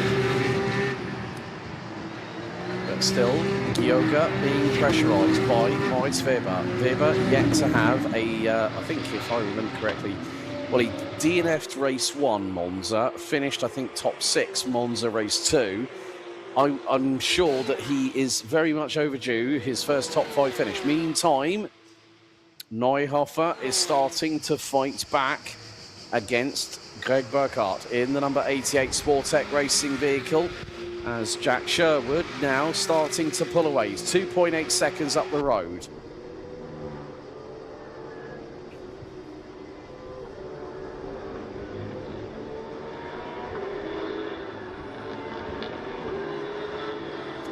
Still, these drivers have been under such duress all weekend long.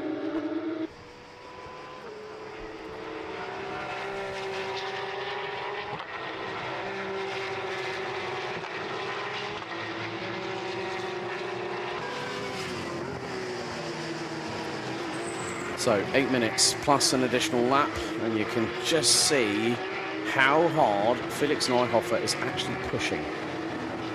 You can see that the car, at times, it seems like it's on the precipice, on the edge, so to speak, when he's going through certain corners. And again, look, he's got to be so careful, because if he digs into that gravel anymore coming out of turn number 15, that car is going to be hooked in by the kitty litter and thrown into the barriers nearby.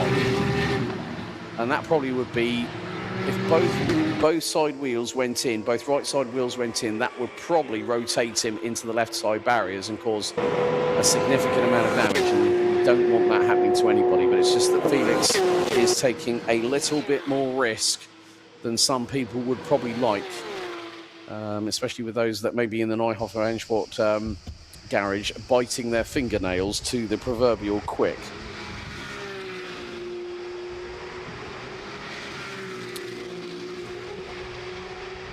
Again, another kick up of dust. That's Neuhofer. That is all Neuhofer. I haven't seen Greg Burkhardt or Jack Sherwood really make any sort of missteps where they're going to be dirtying those Michelin tyres. And, well, in the meantime, that is going to be coming out of Tosa. Up the hill they go, in towards turns 8 and 9 at Piratella. Burkhardt still holding on to second position. Neuhofer nearly chucked it up the inside there. Thought discretion was the better part of valour. Into Acqua Minerale. Through turns 11, 12. And then up the hill through 13. Oh, a little bit of a slide by Felix Neuhofer as he applied the power. And the back end gripped, and he managed to catch the slide there. Well held, but Burkhardt is just making it smooth. He's not overdriving the car. Whereas Felix Neuhofer, you can definitely tell he's chomping at the bit to get back through for second position.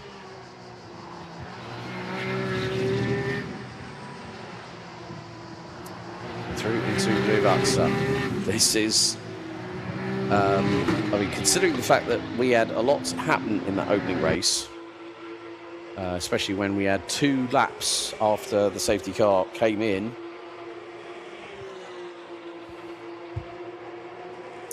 And, well, there has been a little bit of a change. Now, Jonas Ried has definitely showcased his performance in this second race, and he's now ahead of Moritz Weber. So Gioga, what has happened to Gioga in the number 3 Bell Speed entry?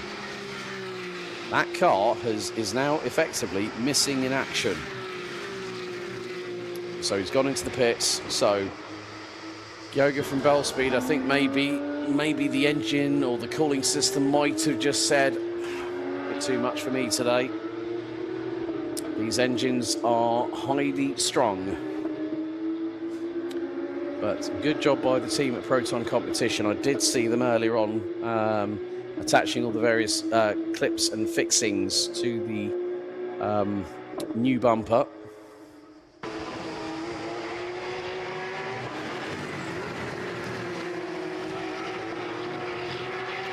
But Neuhofer still trying to close in and get through on Greg Burkhardt. And this will help Burkhardt in the grander scheme of things with regards to the Class 1 standings. And that is very, very crucial, as we are, after today, we will be on the halfway point of the season.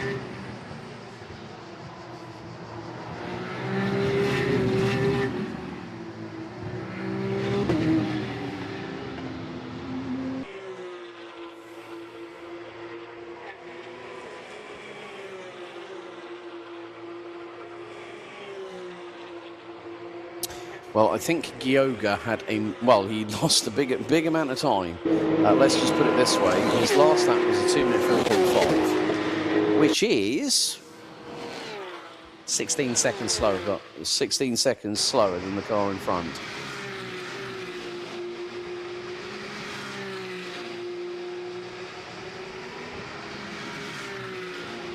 So at the minute, well, this will help Greg Burkhardt every single day of the week, because coming into this round, he's got 81 points to his credit. Jack Sherwood had 119, put it on pole for both races, which gives the Brit another 6 points, as Gioga is in the pit lane, I have to say now. That is confirmed by the live timing.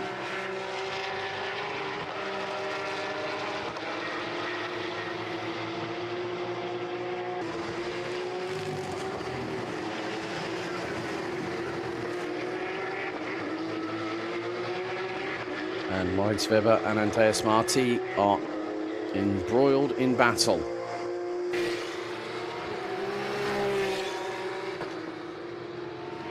There's a big kick of the dust again, and that's out of Variante Alta. I'm wondering if this is the repeating pattern that we're seeing from Felix Neuhofer, because he seems to be the one, and it's not about picking somebody out and throwing them under the bus. It's far from that. It's like, it's from what we have seen.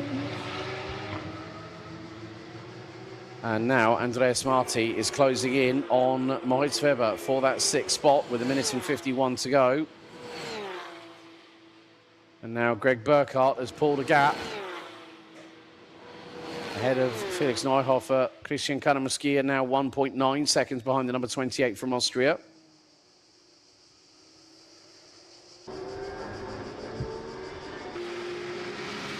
Jack Sherwood has done exactly what he's needed to do this weekend here in the Class 1 division.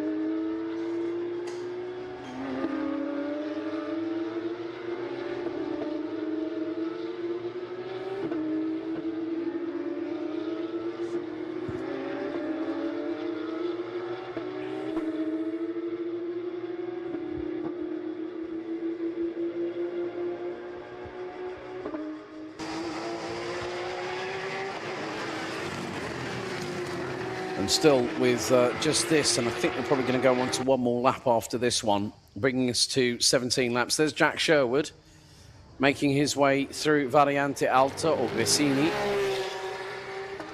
and then goes down the hill in towards Rivazza. And Felix Neuhofer again, he just, I don't know whether his entry is compromising his exit, but it is going to be this and one more lap. So 2 to go.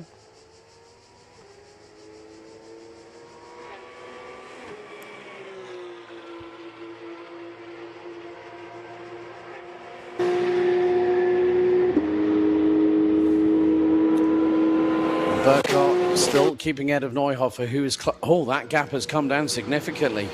Oh, Greg Burkhardt's last lap was a 48.095. Neuhofer was a 47.28. So Greg Burkhardt, now as the timer hits 0, he's probably got about the best part of 8.5 kilometres left. Well, it's 9.5... Well, it's... No, sorry. 9.8 kilometres total distance for 2 racing laps here at Imola. And Burkhardt has just got to keep his wits about him. He's got plenty of experience.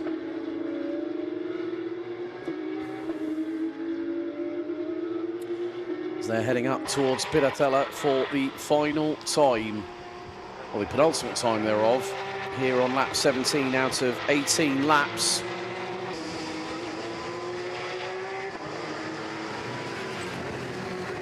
Okay, car inside temperature on Christian Karamuskia's vehicle. Thank you very much, Kieran Mogg. And then Felix Neuhofer's. Okay, here we go. Christian Karamuskia, 140 degrees Fahrenheit, 60.25 Celsius. Felix Neuhofer, 143 Fahrenheit, 61.5 degrees. That bloke is going to be sweating more kilos out of his pores than when he needs to go to the gents. That is ridiculous. 61.5 degrees Celsius. Last lap underway. As Jack Sherwood fires it across the line. And there we go. Messrs Burkhardt and Neuhofer, 4.9 kilometres. Who will win the battle to get to the second step of the rostrum? Will it be the man from Sportec or the man from Neuhofer Handsport? They go through Tamburello for the final time. Cars scuffed up, dusty, and a little bit of war wounds. I did see a few scrapes and indents on the left side front wing and door, driver's door, on Felix Neuhofer's car, which means he definitely has been enjoying getting his elbows out here. But through into Tosa for the final time. Up the hill, Greg Burkhardt has got to keep his wits about him as Jack Sherwood fires it through Piratella for the 18th and final time here at Imola. And we will see these glorious machines back in action in 3 weeks' time at the Red Bull Ring in Spielberg in the Styrian countryside of Austria, 2 hours away from the capital city of Vienna. But Jack Sherwood is going to leave here at Imola with not only the championship lead as, here we go, Neuhofer to the outside, lock up from Burkhardt, Neuhofer goes off the track. Oh, dearie me. Another lock up from Greg Burkhardt. Well, there is a joke between him and the mechanics in the pit lane. Mr. Flat Spot is what he's nicknamed. He likes to go through a set of tyres and he's done it again, but it is going to be 5 from 6. Jack Sherwood in the number 78 from Sportec continues his winning ways here in Porsche Sprint Challenge Suisse Class 1 by winning race number 6 of the season. Neuhofer P2, Burkhardt a 6th straight podium result for the man from Switzerland. 4th, Christian Karamuskia, Jonas Ried, Moritz Weber and Andreas Marti round out the finishers. I think we had Kyoga in pit lane and Ilario Introna beached in the gravel off of turn number 13 at Acqua Minerale saw his race come to an abrupt end. But what can you say? The youngster from the Porsche Carrera Cup GB talent pool does it again. 5 wins out of 6 for Jack Sherwood after 18 laps, winning margin 8.4 seconds. Felix Neuhofer in the number 28 car rounds out second position ahead of Gregor Burkhardt, with it being another 1-3 For the team, Sportec Racing from Heri. Christian Karamuskia and Jonas Ried from Prima Ginzani and Proton Competition ran at the top 5. Moritz Weber, a solid pair of 6th place finishes for the 16-year-old from St. Moritz in the number 77. Welcome back to the field, Andreas Marti from Ant Performance, bringing the number 29 car home in 7th. And 2 retirements, unfortunately, Gioga and Ilario Introna retiring from the race. Time for me to head downstairs to get some interviews from our drivers.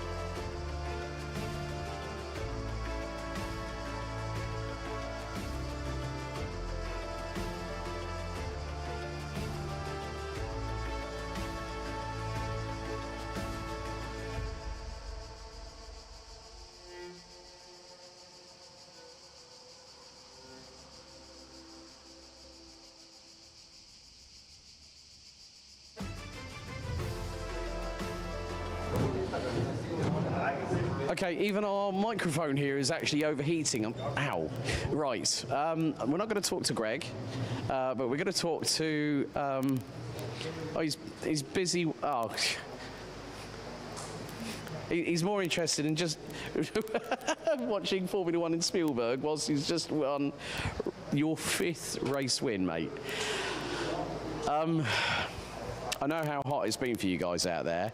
Felix's cockpit was measured at 61.5 degrees centigrade. I mean, but you still look pretty ship-shape in Bristol fashion for a man that's been in 60-degree cockpit temperatures for 2 races, mate. But still, 5 wins out of 6 with a second. That's not a bad way to leave here at Imola.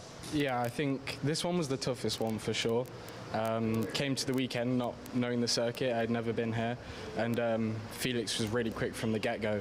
And there was a few times where I thought, oh, this, it's going to be maybe not possible to get the front row and the wins, but Sportec really rallied around me, and yeah, managed to get it done just in the end. Race 1 was a bit marginal. Yeah. But no, really enjoyed racing this weekend with Felix and Gregor mainly, and yeah, I can't wait for Red Bull Ring.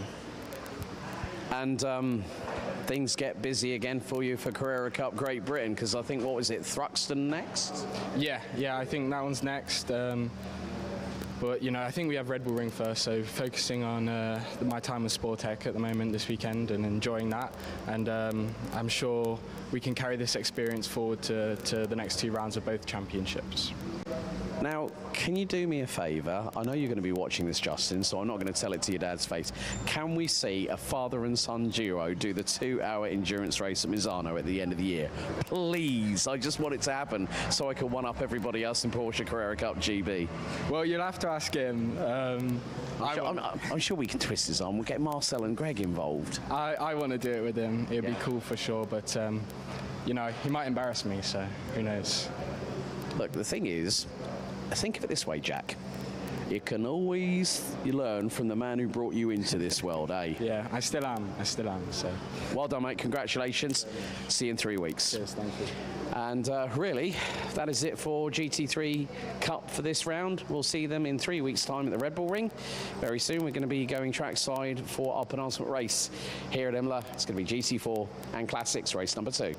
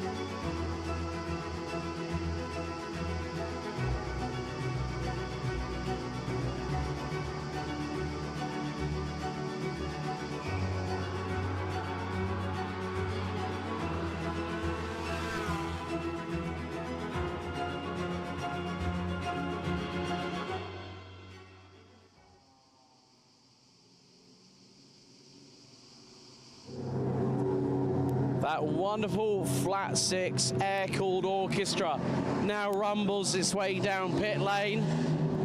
It's not getting any easier. It ain't half hot, mum, out here. In the words of the late Windsor Davies. If you ever remember that series, if you know, you know. It is incredibly, incredibly hot.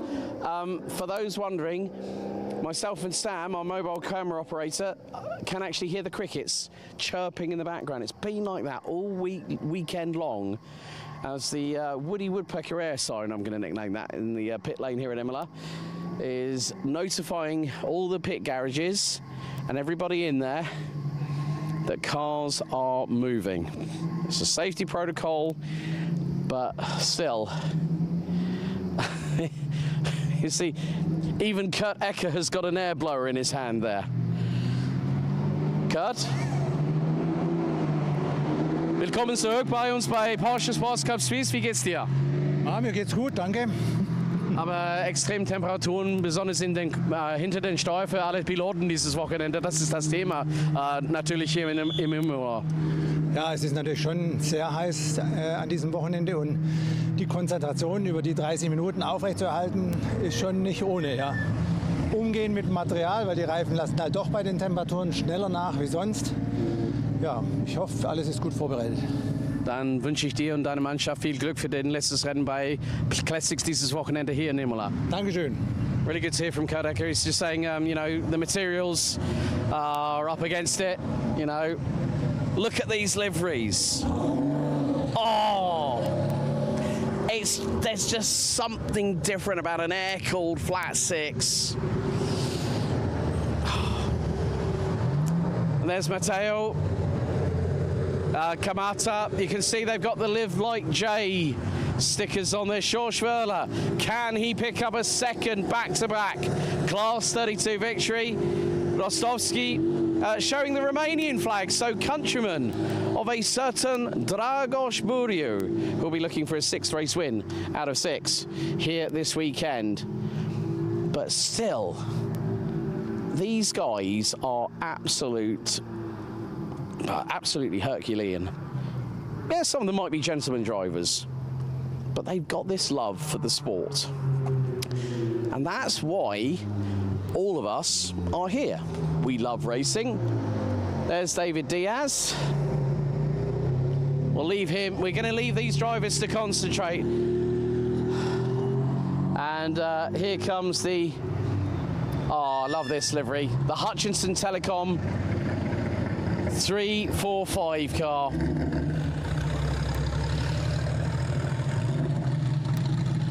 Oh. I've got 2 words, and they're going to be in German. Für unsere Kollegen von Motorsport Television Deutschland, besonders bei Niklas Funkhausen.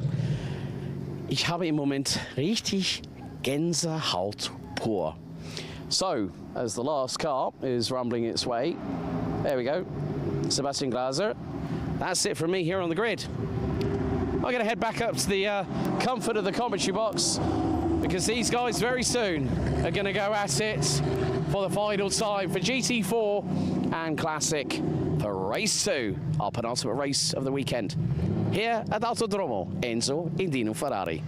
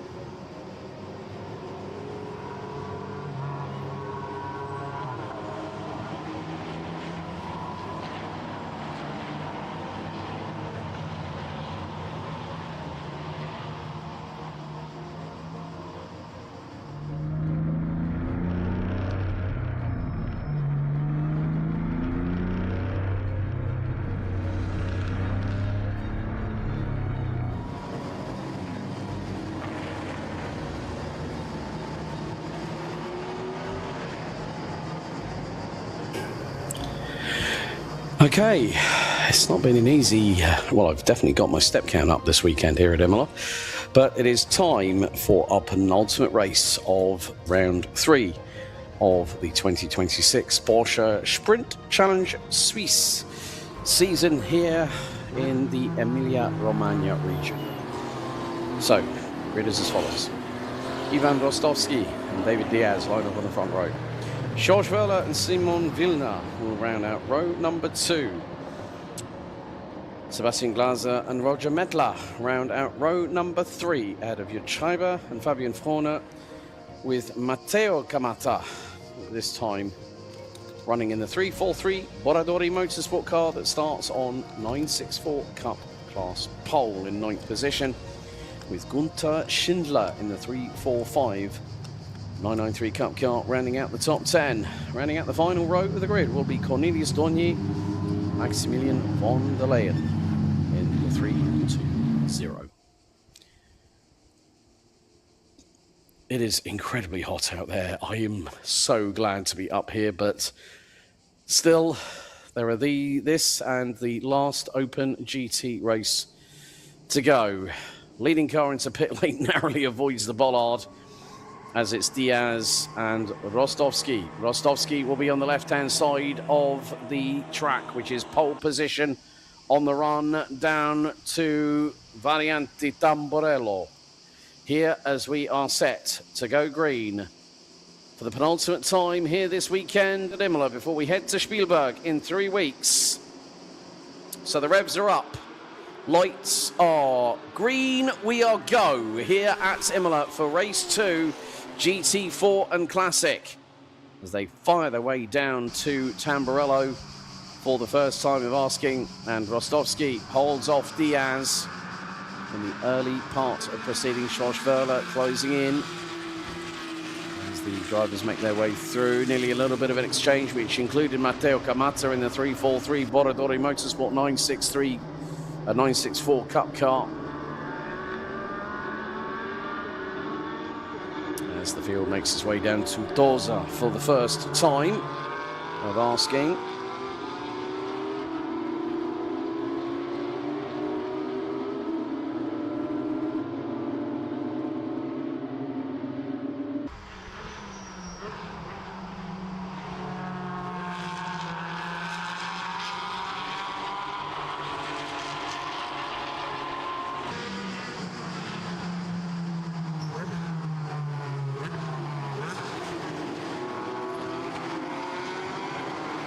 So the drivers are very soon about to get their way in towards what will be the completion of the opening lap. Ivan Rostovsky and David Diaz line their way first and second respectively. Diaz able to take the initial advantage when George Verler stuck his nose up the inside of Rostovsky through into Tamburello for the opening exchange on race number 1.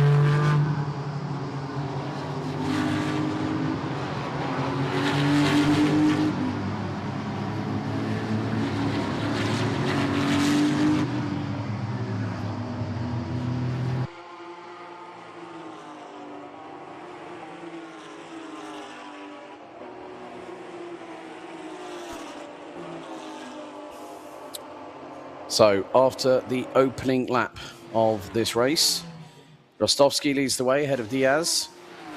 1.1 seconds between the pair. George Verler leads the way in class 32 and is nearly 2.2 seconds up the road for Simon Vilma. Sebastian Glaser looking to close on in on the 303 for that second spot in the classification.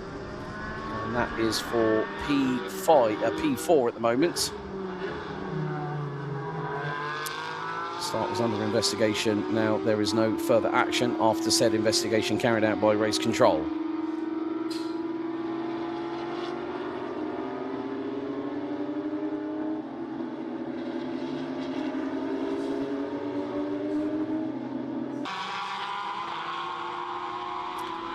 So the field makes its way. There's George Verler coming through in towards Piratella at turns 9 and 10. They go down the dip into Acqua Minerale. So Schwarzwälder definitely making sure that he makes hay whilst the sun shines. As there are our sole Class 10, two Class 10 cars, Rostovsky and Diaz.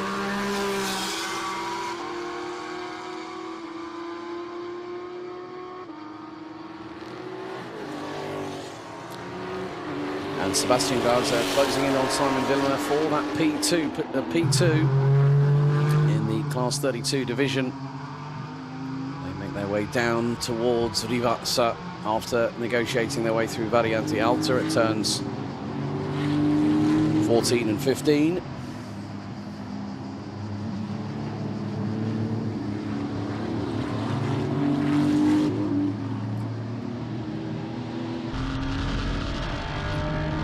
As we run aboard with the 344 Jud Schreiber. Wonderful car. And you might think, well, Jud would be from Germany or Austria. No, it's Italy. So it's kind of like in the karting world. I know a certain individual who runs with SRP Formula K factory team, Fabian Federer, who is the engine tuner for them, speaks fluent German and is of Italian heritage. Where does he live? He lives in the Tyrols, between, well, sort of, which is makeshift, well, sort of roundabout Austria, Italy way, as Sebastian Glaser trying for the crisscross here. Can he get the job done? That's a brave move by the number 312 as the 303 of Vilna trying to squeeze him a little bit on the run down to turns 9 and 10. Glaser to the inside on the curbing and he makes the move and it sticks. Beautiful stuff. Beautiful stuff there by Sebastian Glaser getting through on Vilna for P2 in the Class 32 battle. And whether he can close on in to Schwarzwälder in front is going to be another bone of contention, so to speak. But that will depend on how quickly Glaser gets towards the back end of the 355. However, there has been a change in the running order of the Class 31 division, which is the 964 Cup class, and it's now being led by Enzo, not by Enzo Calderari, my apologies there. Well, Enzo Calderari in the 301, not on the grid, so has opted, I think probably, I can understand with the hot temperatures that he's decided, no, you know what, I'm going to pull the plug. Health is the priority, which is completely understandable. And it's Cornelius Dornier who leads in the Class 31 division. As here we see an attempt for a move into Tamburello, and that is car 330 on 344. So Fabian Frohner from Germany gets through on Italy's Jud Schreiber. We ride back on board with the 344. Heading through in towards Variante Villeneuve.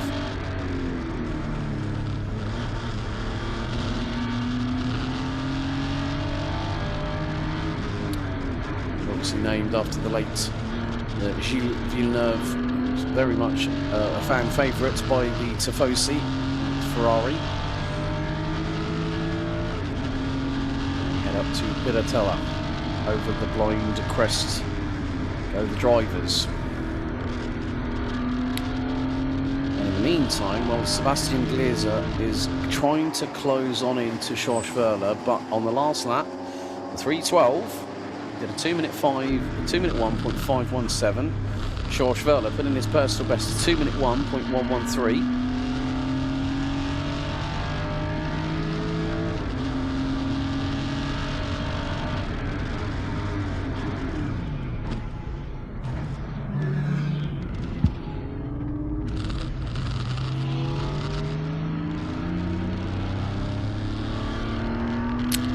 Oh, now has Jud Schreiber got an issue because he looks a little bit slow there. There's one car just went flying past. Well, that was Gunther Schindler. I'm not at all, well, that's unusual because Yeah, he just, I don't know whether he should be, I think he's running at full speed, but it just looks a bit odd, to be completely truthful on that aspect.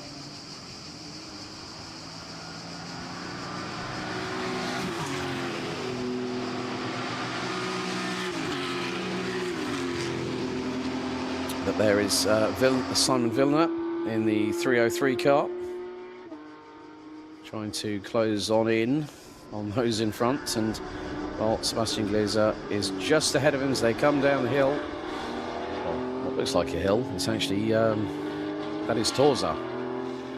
Turn 7, before they go up towards turn 8, heading into Piratella, the double left, turns 9 and 10.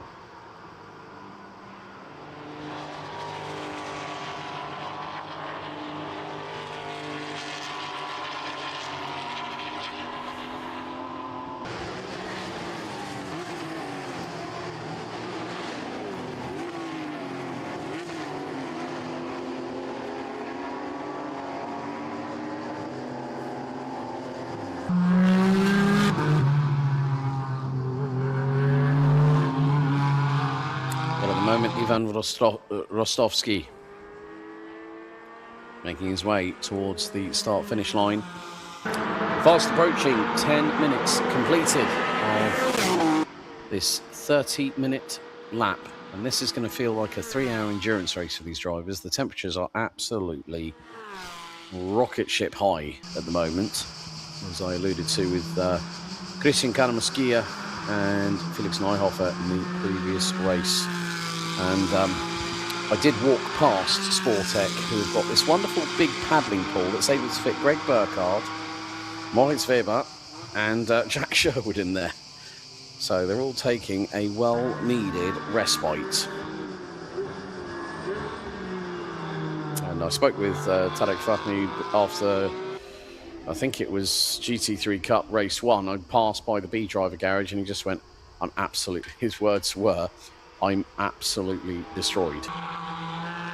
All drivers are still circulating here at Imola for the penultimate race out of 6 sprint races in total. We'll have the same kind of format, bearing in mind on entries, which are still open for round 4 at the Red Bull Ring. Spielberg in 3 weeks, which will be the 16th and the 17th of July.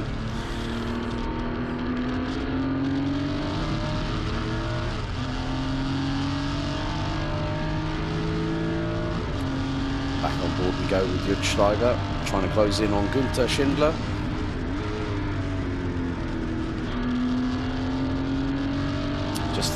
Just seeing these analog gems of pantheon of Porsche motorsport racing, especially when it comes to the 911 through its various generations. Of course, the 964, the 993, the 997, and then, of course, with what we have now, the 991 and the 992.1 and the 992.2 Cup car.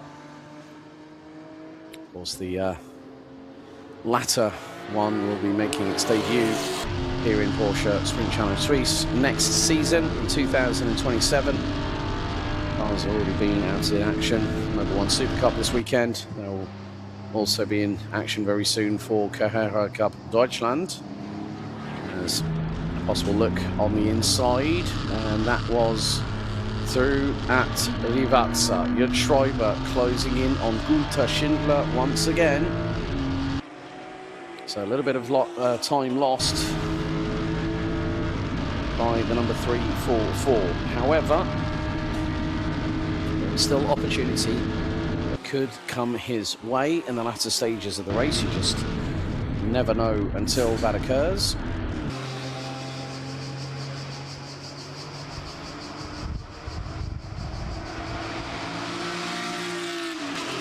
Now, Jürgen Schreiber has really got into the wheel tracks of Günther Schindler, so it is going to be a case of maybe not if, but when he might get through. Not at Villeneuve, he won't, unless there's a mistake from the car in front, and on that particular occasion there was not.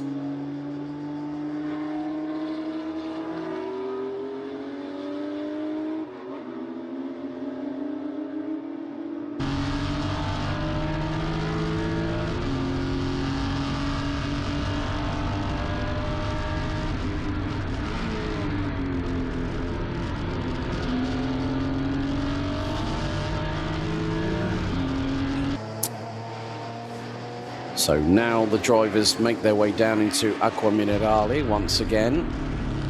You get a real good sense of urgency. Back-end stepped out there for Schreiber coming through Acqua Minerale and lost all modicum of traction going through out of the top part of the hill, and then ends up going sideways. He gets he hits the inside curb coming out of Variante Alta at turn 15, and the back end wants to sort of step out a little bit on the right rear, and at the moment, well, it's not going to be that, well, it's not going to be helping him if that continues to happen. And sometimes you can really push the limits, and again another snap of oversteer for Schreiber. That's 3 snaps of oversteer, I think, in as much as about half a lap he's just had. So Variante Alta coming out of Rivazza, let's just say it's not been an easy one for him, and these tyres these drivers are using are definitely not operating as they should do, basically because of the extreme hot track temperatures. And you can just see the amount of wheel work that Schreiber is having to do behind the wheel of the 344.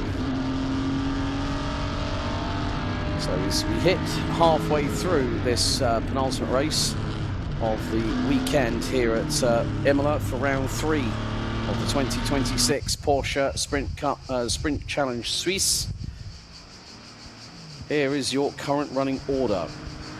It is going to be the case that Ivan Rostovsky leads the way by 3.9 seconds ahead of David Diaz in the 115. Those are your top 2 in the Class 10 division. George Verler leads a German 1-2 in the Class 32 division for 993 Cup cars.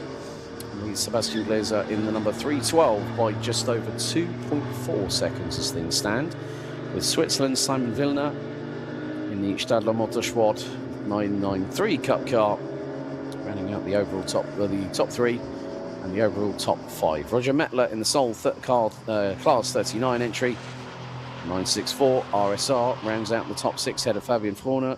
Günther Schindler and Jürgen Schreiber rounding out the tops, well, the 6 that are running in the Class 32 division, the 993 Cup cars.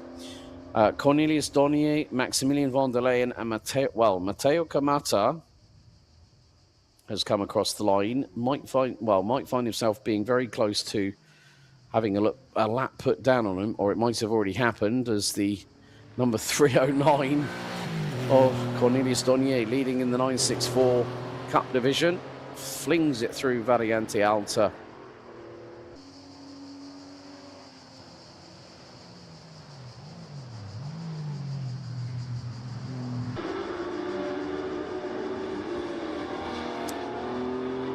Well, in the meantime, the battle for first, second and third could be reaching a little bit of, let's say, fever pitch. And the reason why I say that is because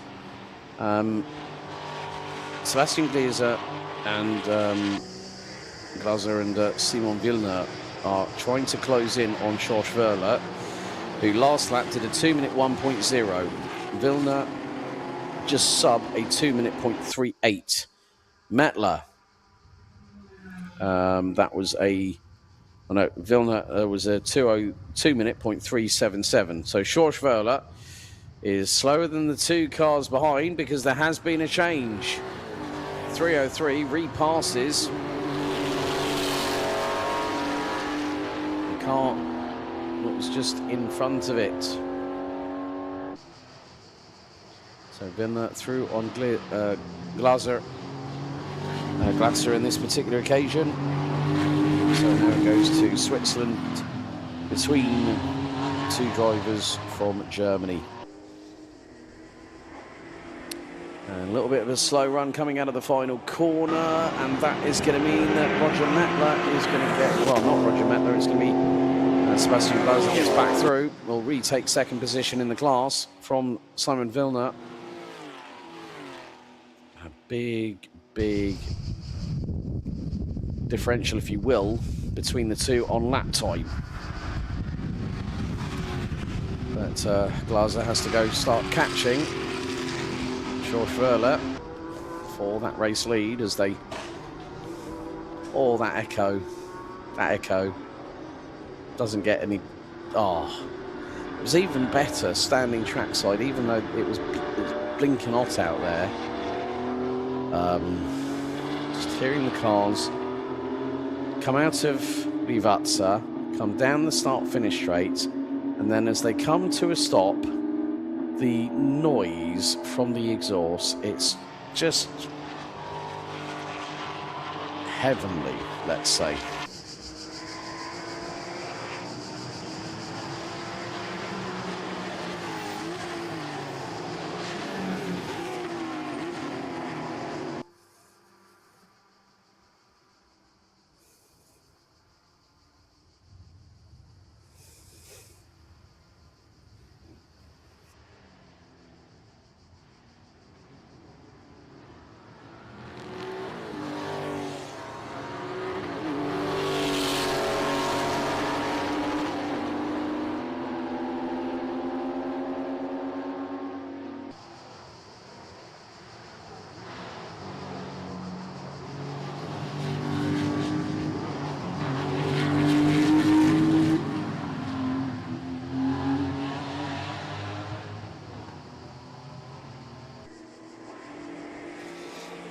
Okay, 10 minutes to go, and then we've got one more race after this to conclude what has been a very scorching, sunny weekend here at Imola. But then we go to the Red Bull Ring, where temperatures will have hopefully decreased by then by quite a significant amount. It has been one that for a lot of drivers will remember for many a different reason. And still the battle for P2 in class 32 is waging on quite nicely. There's a pendulum swing here, there's a pendulum swing there. You just don't know who might be able to outbreak the other. And when you think about it, Simon Vilna gets a good run coming out of Tosa to close on in on Sebastian Glazer in the 312 car. So that's up the hill in towards Piratella. Schorschwerler will be looking in his rearview mirror thinking, oh, I can just carry on about my day and just sweat to my heart's content, whilst these two are exerting more energy than what I am at this moment in time.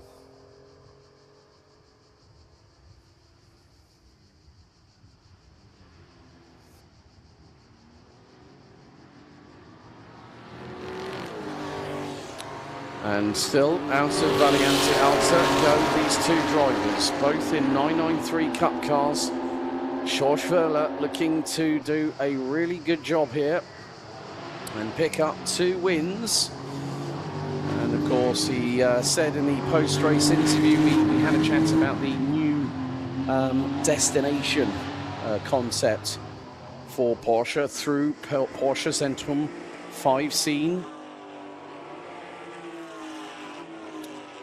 And there's been a lot of hard work. That's why they haven't been able to, you know, they haven't been able to focus completely on the racing side of things. It is an aspect of the business, but they're very, very happy and proud of what they've been able to achieve as an official Porsche Zentrum in that part of Germany. But Rostovsky coming through into Variante Alta. Just caught a little bit too much curb. Have been told to avoid the bollards. The bollard at turn number 14.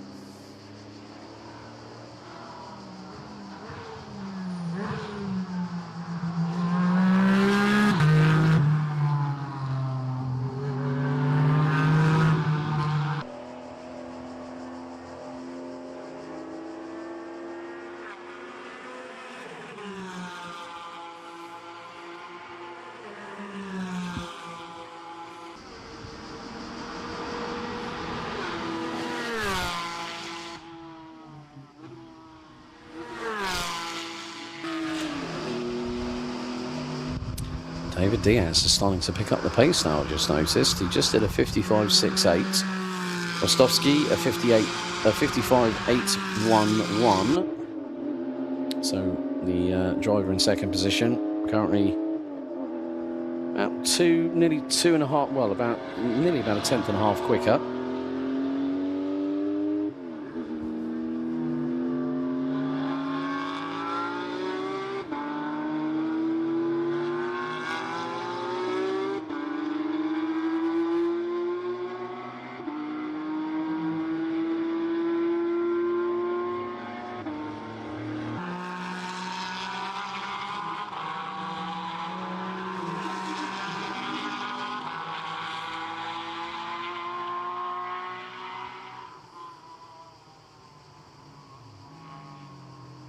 And still the distance between Josh Verla, Sebastian Gläser, Simon Vilna runs about 3 seconds between the top three in that class. Roger Mettler running on his own a little bit at the minute. As there we see Alain Benchbox, David Diaz.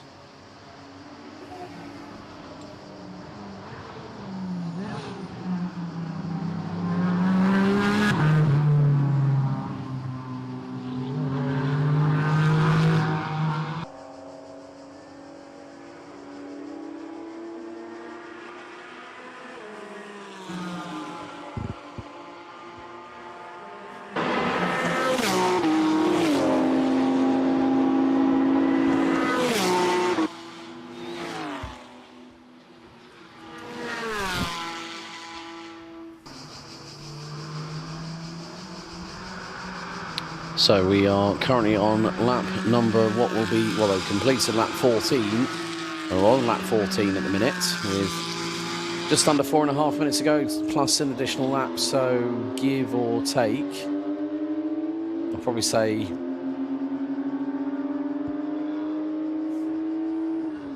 probably another 3 to 4 laps at maximum.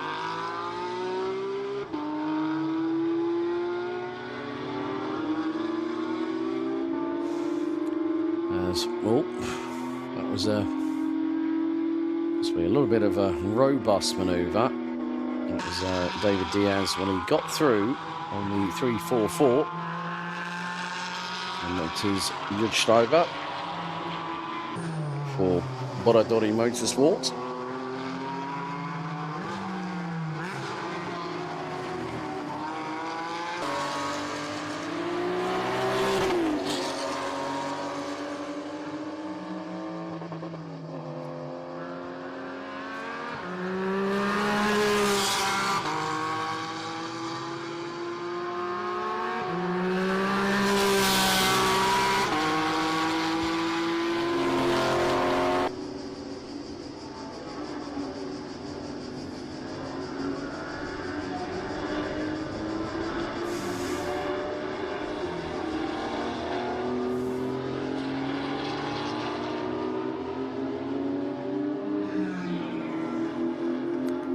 So now the gap between Simon Vilna and Sebastian Gläser is still coming down. And, well, let's just say it's getting a bit fruity going down into Acqua Minerale, because there is a gap of about 2 car lengths between them. They swing it through into downhill left-hander that then puts them through another put them through the downhill right-hander, then the other right-hander.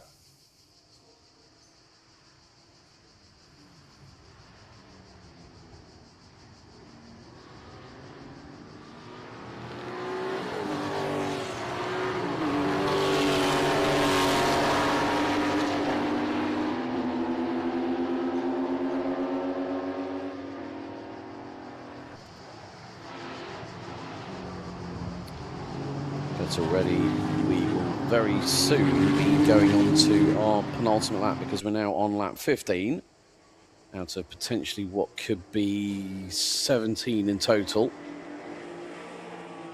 So including this, you are looking at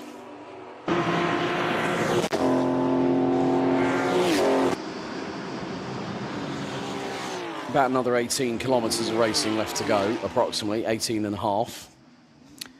And no, I'm not. Yes, I'm trying to do mental arithmetic, but it's just the brain is so frazzled. And that just goes to show how enduring this heat has been. It's been a tough test for everybody. Can't thank everybody enough for joining us here at Imola for round 3 of the 2026 season. Schorschwerler still leading, but the gap between second and third in class 32 is very much on. Glaser versus Vilna as they go through into Tosa. Oh, and we have had a spin. That is the 303. Vilna has gone around at Tosa. Managed just to rally cross it through the kitty litter to get it returning back to the tarmac.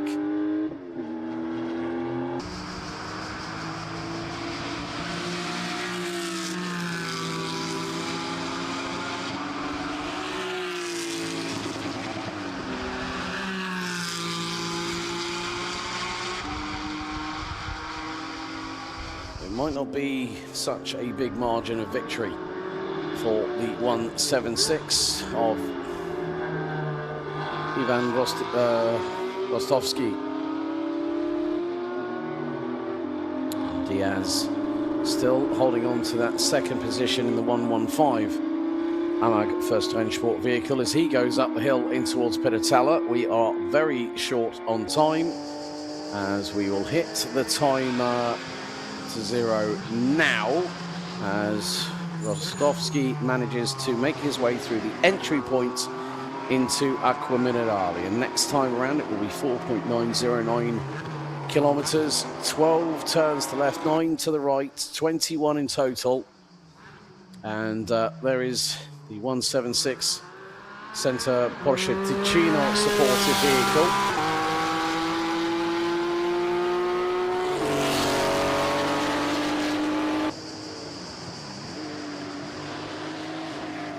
Looking at the lap times, he's running about 8 tenths of a second quicker than his Portuguese teammate, the 115 of David Diaz.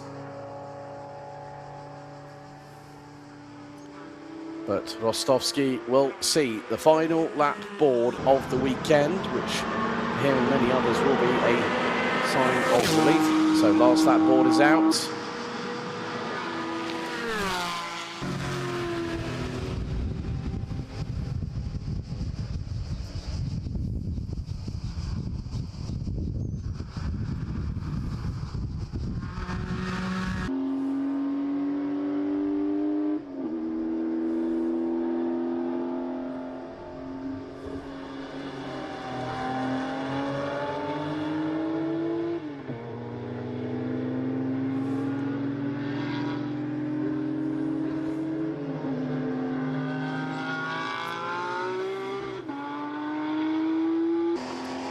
But not only is the matter with, well, the mental faculties within the mind tested in these hot weather conditions, you've also got to think of, I can't even get my words right at the moment, you have to think of mental and physical exhaustion, which is why every driver has to decide to make changes in what they consume, when they consume it, how often. And also hydration being the crucial point here today at Imola. It has been, as I said, a significantly hot weekend as Rostovsky comes out of Variante Alta.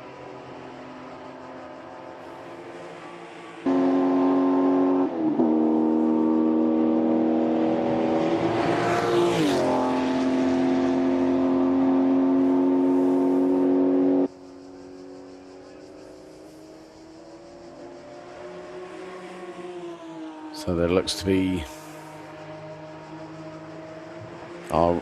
there will be very shortly a run to the line because Ivan Rostovsky will very shortly be coming out of sector 3, coming through the double left-hander at Luvatsa as the checkered flag waves to conclude the session. 2 for 2. Ivan Rostovsky wins race 1 and 2 here at Imola. And the winning margin will be not as significant as what it was previously, 12.6 seconds. So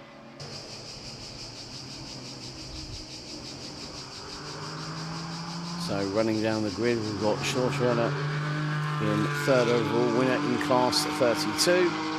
Sebastian Glaser and Simon Vilna rounding out your top 3 in that class.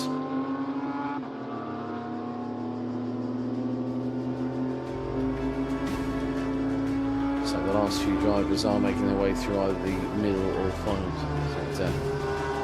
as we speak, but let's take you through the running orders as they stand. Yes, Bruno, the 30. It's going to be Ivan Destrovsky winning the race after 17 laps by 12.6 seconds ahead of David Diaz. Schortfeller does the double in class 32 ahead of Sebastian Glaser and Simon Wiltner rounding out the top 3.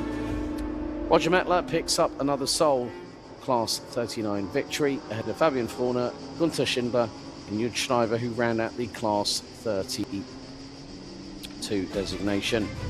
Rounding out the 12 finishers, Cornelius Dornier, Maximilian von der Leyen and Matteo Camata. Right. Penultimate set of interviews to do post-race. I'm going to head downstairs and I'll see you all in a couple of moments' time.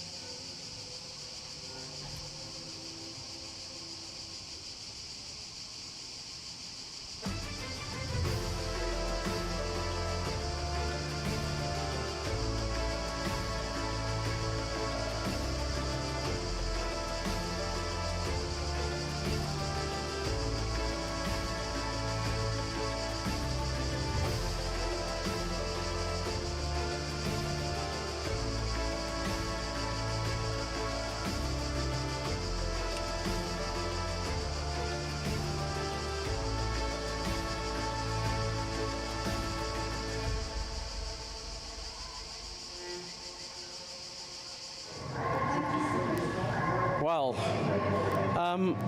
it's nice to be under shelter because our classics are rumbling past down in pit lane.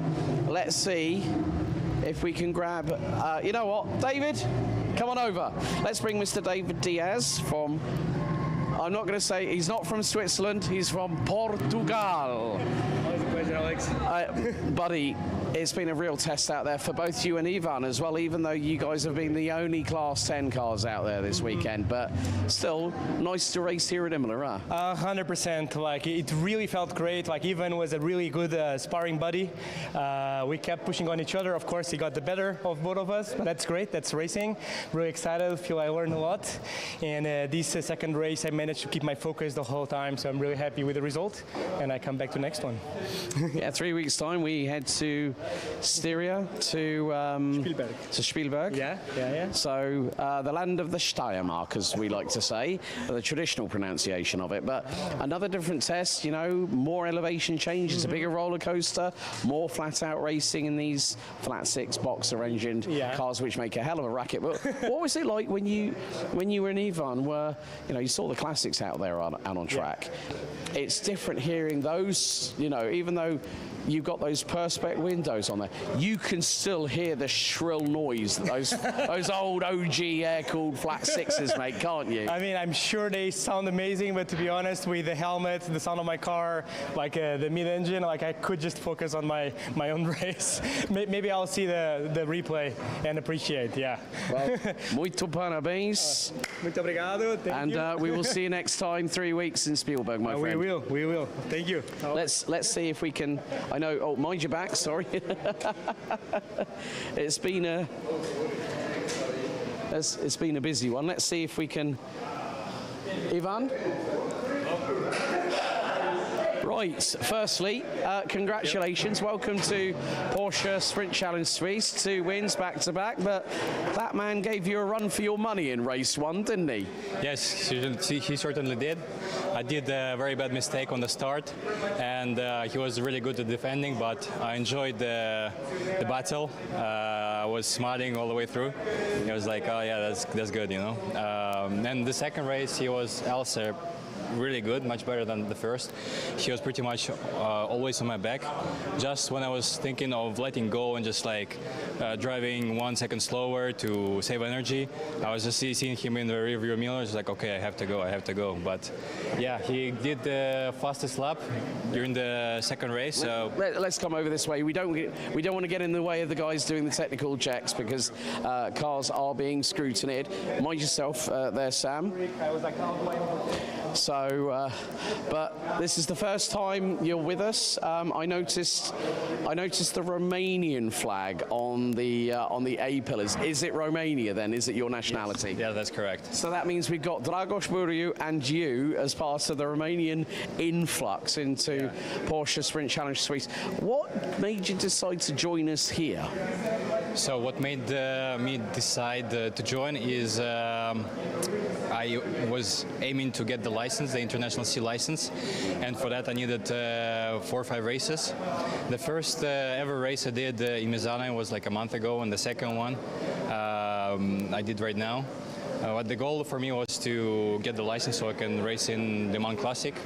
So, and it was a really tight deadline, so it was only 1 month. And finally I did it, and now I can hopefully enjoy the Le Mans as well. Well, I'm hoping, Ivan, for our sake here at Porsche Sprint Challenge Suisse, that you come back and join us for the rest of the season, because it would be an absolute pleasure to have you. But congratulations, well done on the double victory this weekend. Thank you. Fingers crossed, we hopefully will see you in Spielberg in 3 weeks. Thank you. So, Ivan Rostovsky there, our double race winner. Folks, how's about this for a parting shot from Classics? Borodori Motorsport number 343. Matteo Camata winning, well, taking, Emanuele won race 1. Matteo didn't have the luck of the, you know what I'm going to say? There's a bit of green on there, so I can say this: luck of the Irish, even though it's very much a Swiss team. But we've got one more race to go. It's going to be a cracker. Open GT race 2 coming up next to conclude round 3 here at Imola.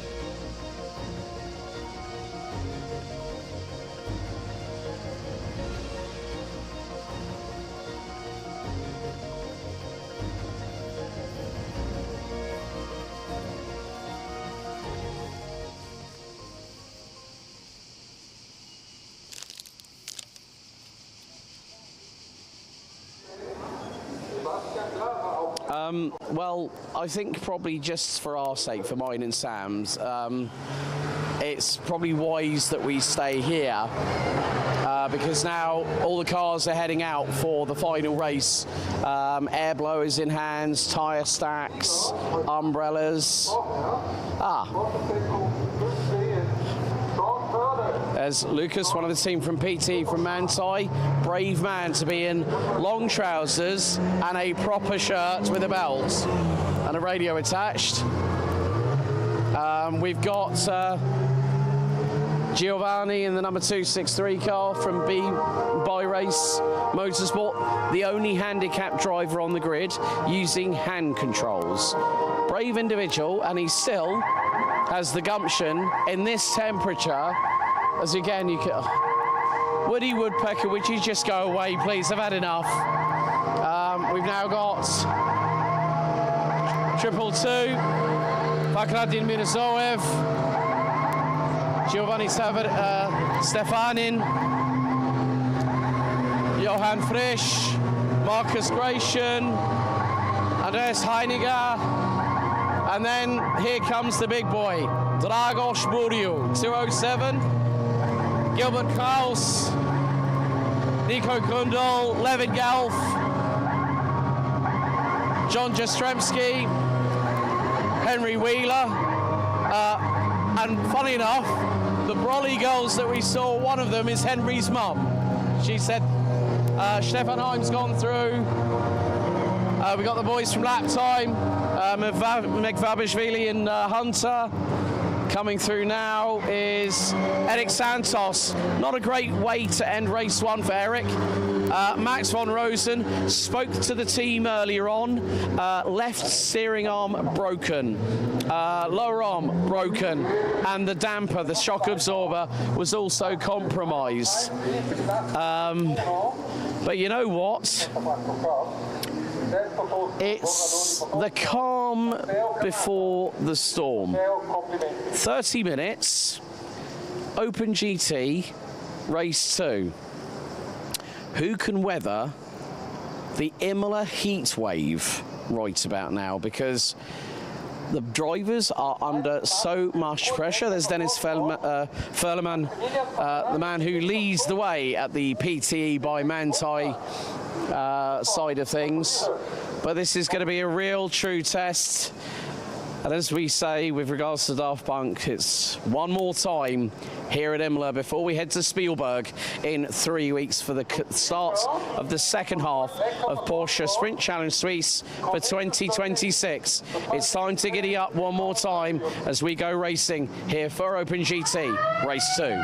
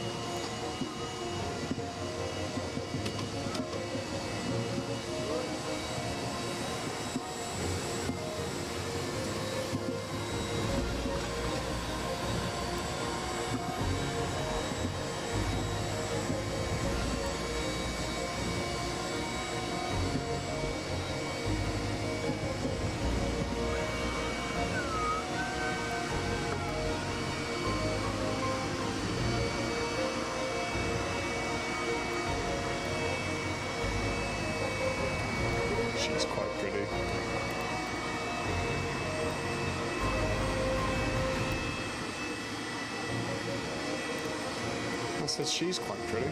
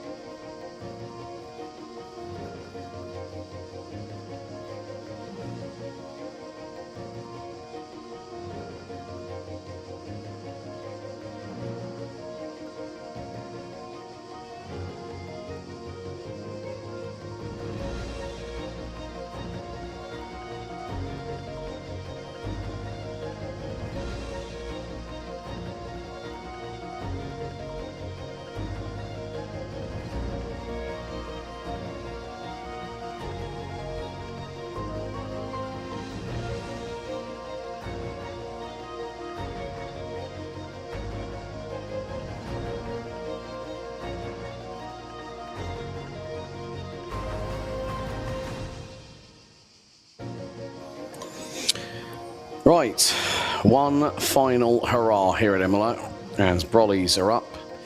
Windscreen shades are on to try and keep the drivers cool in their relevant chariots that will be escorting them around this 4.909 kilometre 21 turn circuit. The race will be on for 30 minutes plus an additional lap. 3-minute board goes up, which means that the grid will start to be cleared with only essential helpers from the respective teams being here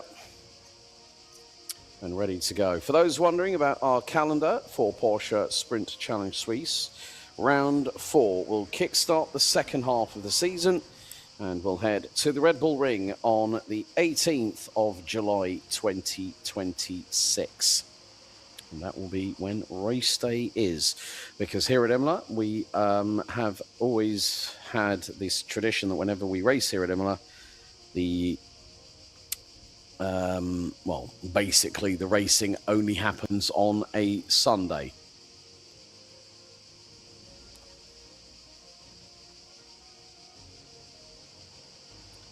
And we will have 27 20 out of the 27 cars that started. Looks like we are only going to have 25 going. Sebastian Krach's car is still stationary with the damage it sustained. And Max von Rosen is going to be the only one of the two of the father and son duo that is going to be returning to the track. As we will have the A-Works by Katana Tools trio of Gunther Kraus, Henry Wheeler and Johann Frisch starting at the back end of the field. And there is the 207 starting on pole position. 30-second board goes up, which means that the 911 GT3 leading car pulls away. So, for the final time here for round 3, Porsche Sprint Challenge Suisse 2026 here at Autodromo Internazionale Enzo e Dino Ferrari.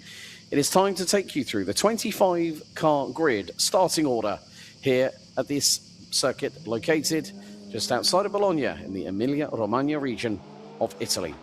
Dragos Buriu starts on the pole position with Sportec by Newton, the Newton by Sportec racing car with Proton Competitions Patrick Dinkeldine alongside.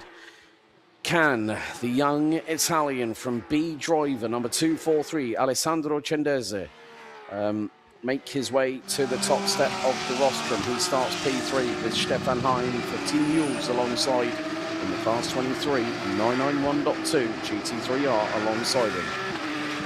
It's going to be an all-German row number 3 with Nico Gründel and Sebastian Schmidt rounding out that row. Marcus Gratian and Levin Gelf round out row 4 with Tarek Fahmy and Nick Hunter rounding out the top 10. Eric Santos will be joined by Bulgaria's Manabi Mikvabishvili on row 6.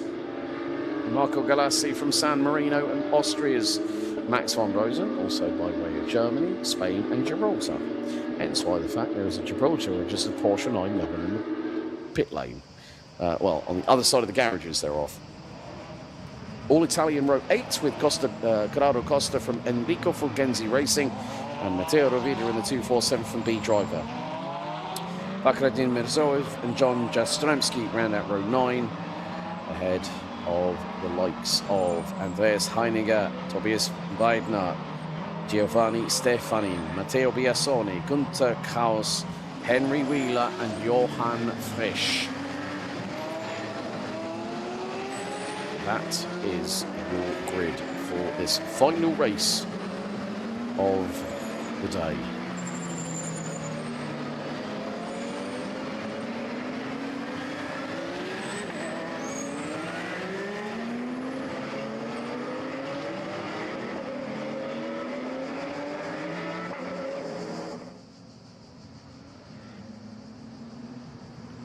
So the field makes its way through Variante Alta. And then the leading car will draw us towards the final 2 corners, main corners known at Rivazza, turns 18 and 19. 2 of 12 left-handers, because according to the track map I've got here, track Mac, can't get the words out right. I need to get my dentures rearranged, ready for the next round in 3 weeks. However, we have got this race still to go, and more to the point, it is going to be a Class 24 all front row. Dinkeldine on the outside of the front row with Buryu alongside him on pole position. Leading car will very shortly head into pit lane as we are set for going green one more time here at Imola. What a race day it's been. Filled with action, close quarter racing and dramas along the way. But this is the final battle that will bring us to the halfway point of the 2026 season, as everyone comes to a steady Indianapolis rolling start. One being left straggling a little bit behind, looks to be the 224. There's John Jastrzemski from San Diego from the USA as we are ready. It's time to put on the afterburners here in Porsche Sprint Challenge Suisse one more time as we go. Revs up and we go green. Good start from Dinkeldine from the outside of the front row. And Sebastian Schmidt trying to put the frighteners on the outside of the 291 of Stefan Heim as they go through into Tamburello. And it's going to be very, very crucial. Got to watch out for the curbing and the gravel. Someone's already kicked up the dust coming out of turn 3, coming through Tamburello. Everyone starting to get through as Johann Frisch trying to go around the outside of Gunther Kraus through at turn 4. But early days as already Stefan Heim has got through on Alessandro Cendese. And it is side by side between the two at the back of the field. Giovanni Stefanin in the Bi-Race Motorsport adapted vehicle for Giovanni, who, as I said earlier on, is wheelchair bound. And I have to say absolute kudos to that Italian for getting himself behind the wheel very much. He would have been one of the people that would have been inspired by the late, great Alessandro Zanardi.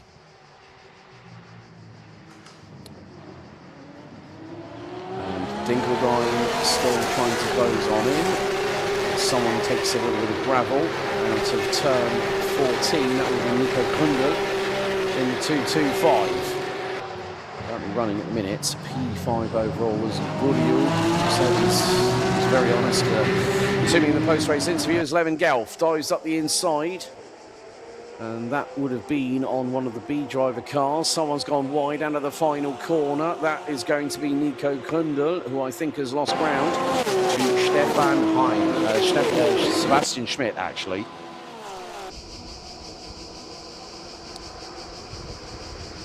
Well, Marcus Gratian is now up to P2. Can the man from the UK, now based out on a stone's throw from Portimao, can he go and get his second race win? Because I'm going to make sure that if he does win this race, he's going to be the first person I lynch down in technical.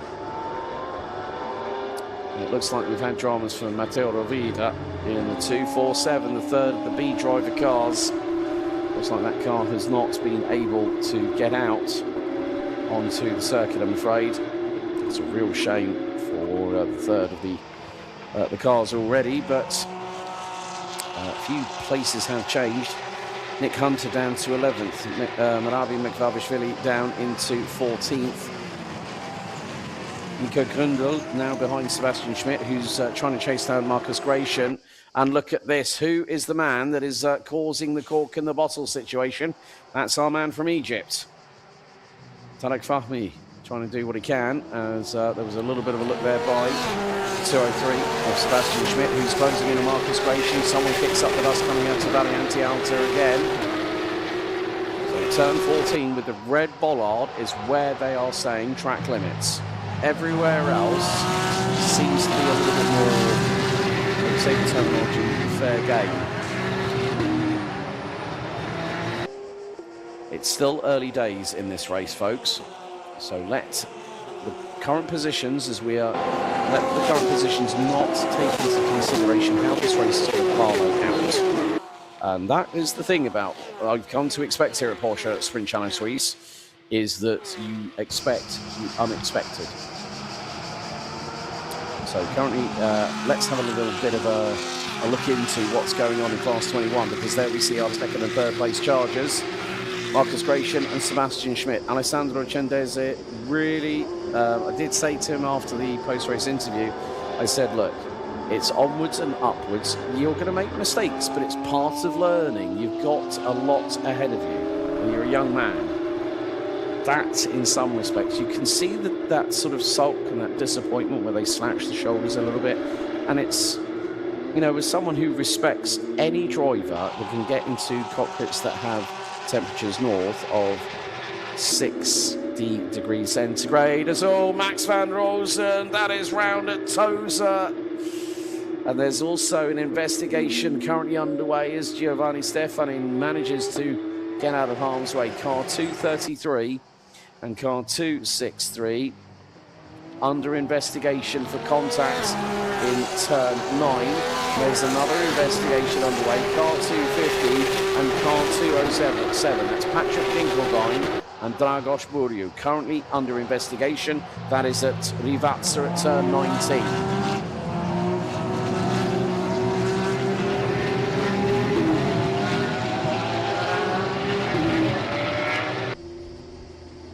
And oh, well, that is the second time that the youngster is trying to get that car fired up. They've got, actually, you can see, for those eagle-eyed that just noticed it, and I did, Max van Rosen has got a different set of alloys on that front of that car. Because in the back of the pit lane, the sister car, the one who's got 253 on it, that's the number. Oh no! Contact between 242, Tarek Fahmy, and I think that was Eric Santos involved, and Fahmy is stuck. Gravel all over the shop, dust cloud skyward, and that could bring out a safety car. Oh dear, this heat has really gotten to the drivers, and another one off, and that is 260 is off the track. Marco Galassi, the driver from San Marino. Oh, 2 incidents in 1 lap.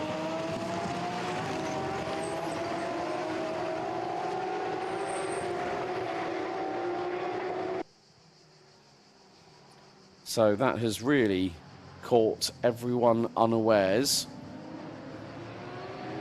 And of course, we have got safety car intervention again.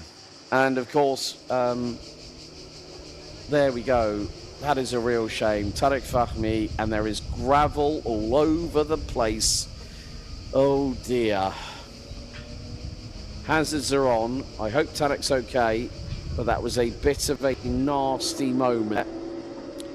And they're going to have to extricate Marco Galassi's car. Of course, there comes the extraction vehicle very quickly on cue. Big shout out to the Italian marshals. Grazie a voi.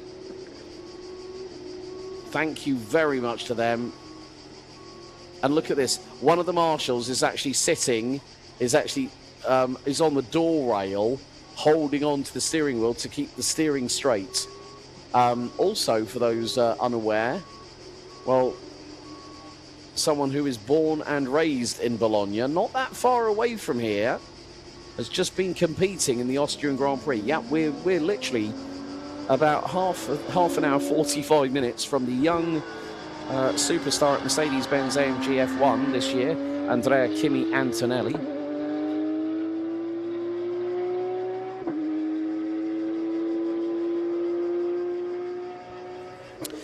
Yeah, there's a lot to pick apart with those couple of incidents that we've just seen. We saw the tail end of Marco Galassi's incident.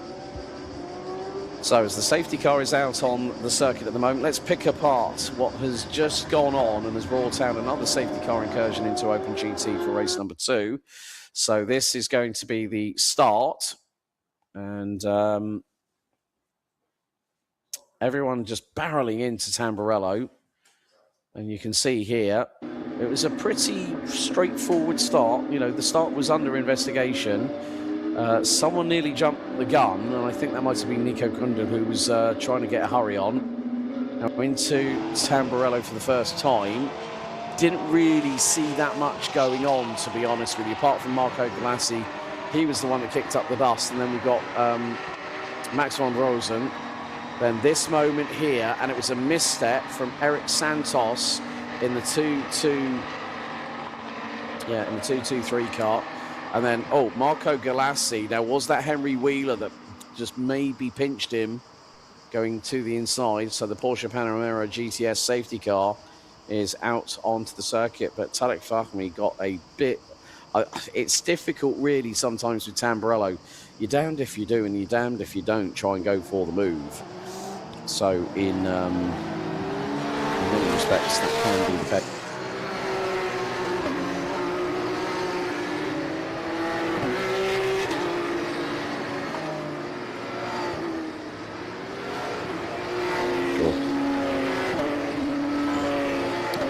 But many things do happen. I mean, Max van Rosen, I'm wondering if he got assisted. I think it was, I mean, looking back at the footage again with regards to Eric Santos and Tarek Fahmy, I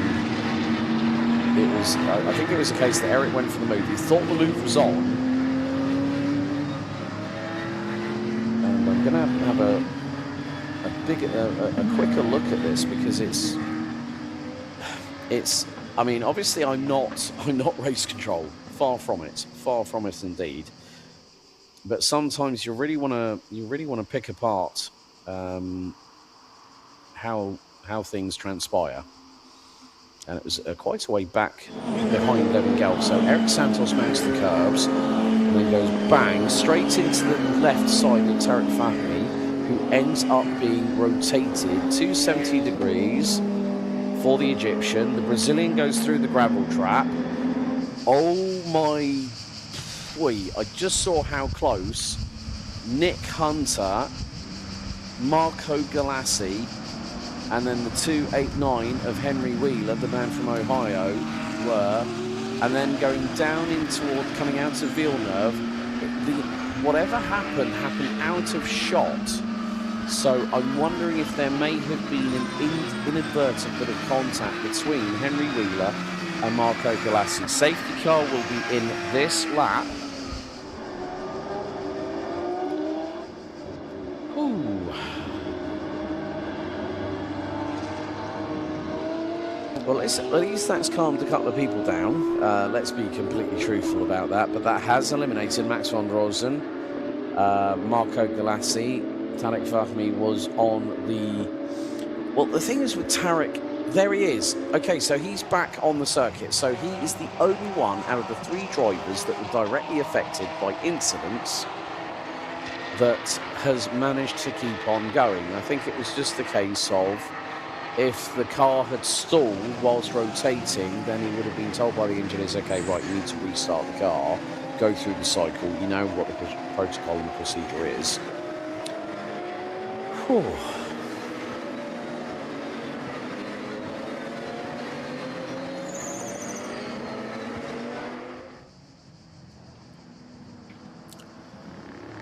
So very shortly, there we go, lights out on the safety car. Dragos Bulio will have to contend with a very, very stalwart man by the name of Trick Dinkeldine. Dragos Bulio is backing them up. Nice little tactic here by the man based out of London these days, and now he's going to go, and Patrick Dinkeldine goes with him. Stefan Heim knows that he has got a little bit of performance in the 991.2 GT3R for Team Mules behind them. Right, let's go back to green, shall we, with 16 minutes and 50 to go, plus an additional lap. And Bourdieu versus Dinkeldine versus Heim. Chenedez leading in class 21. Sebastian Schmidt has got through on Nico Kundl. And now he's going after Marcus Gratian, who is looking for his second win of the season. Alessandro Chenedez, if a B driver, can he bring the team's first win in this season? For B driver Sebastian Schmidt. He did have a bit of a season to forget last year, but was happier than I don't know what. And I spoke to him earlier, as now he's going to try and get through on Marcus Gratian. Gratian's going to try and hang on to it through at Tosa. Nico Kundl and a run wide there from Gratian coming out of Tosa. This is going to give Sebastian Schmidt the opportunity to get the inside line here into Beratella over the crest. And Schmidt gets through. Kundl and Gelf are right behind the man from the UK, now based a stone's throw from the Portimao circuit in the Algarve.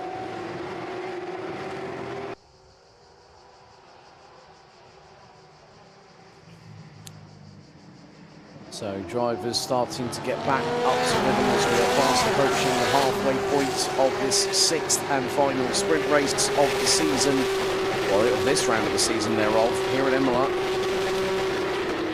And, well, all I'm going to say is Henry Wheeler weaving all over the back. Right, Eric Santos has just received a time penalty of 10 seconds for the collision with car 242, Egypt's Tarek Fahmy, for the turn 2 Tamburello incident. Another driver that has been hit with a 10-second penalty for causing a major collision. There's Marcus Gratian and Nico Kundl basically doing musical chairs at the moment. Henry Wheeler to the inside of Nick Hunter.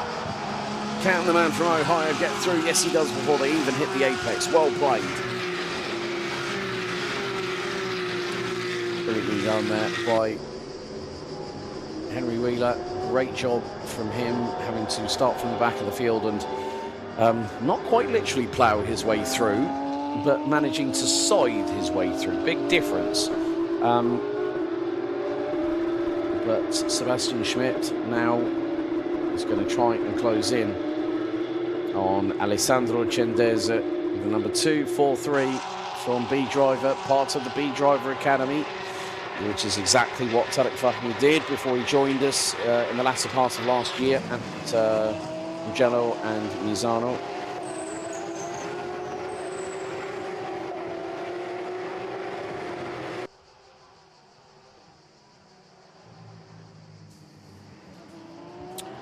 So we have just over 13 minutes and 40 seconds to go. And Alessandro Cendese has got a gap on 0.5 seconds. Now whether... the thing is Cendese will know what mistakes he made in the opening race of the weekend. And that's going to be crucial with how he then closes in. Okay, car 250 and 207, that is Bourdieu and Dinkeldine. No further action by race control.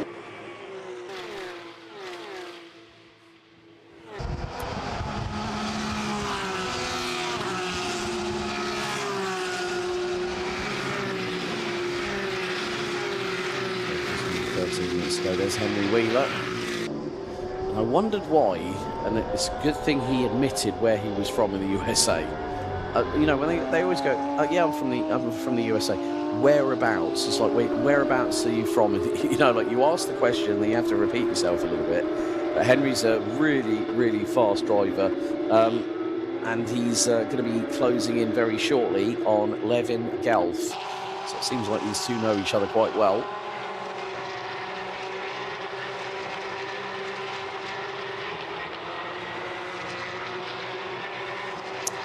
So Nick Hunter ends up rounding out the top 10 at the moment overall. Chendese, Schmidt and Greichen, that is your top 3. And Nico Grundl is going a little bit quicker than his PT by Manthey teammate.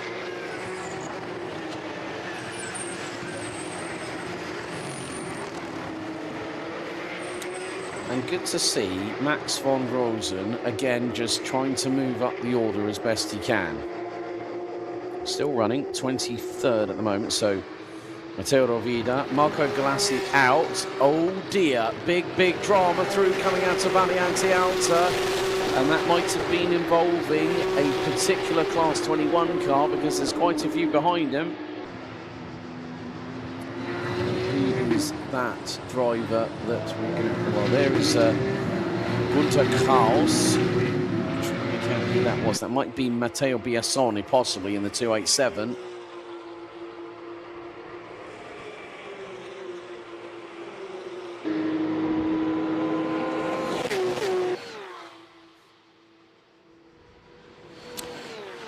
And it is the 261 Tobias Weidner that ended up getting on the flashers. Gunter Kraus went to the outside of him. Tarek Fahmy has also gotten through on the driver from Germany in the 233.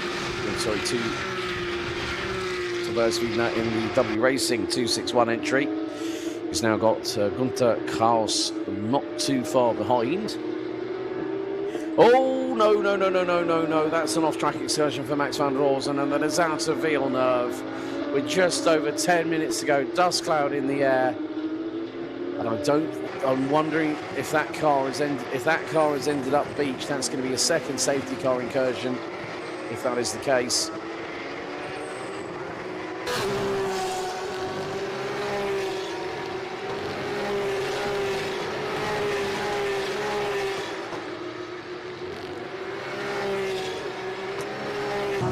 Just under 10 minutes ago, Max van Rosen has had a welcome back message firmly imprinted coming back here to Imola, and that is not exactly what he needs. So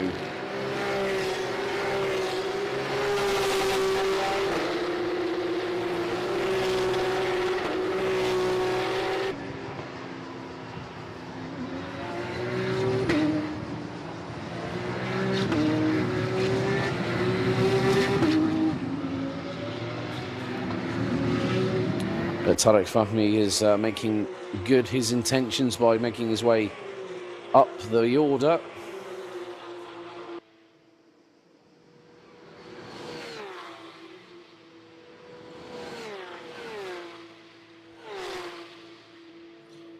Okay, right. Okay. I thought there might have been a little bit of an assist. Car 260 and car 289. That is Marco Galassi and Henry Wheeler.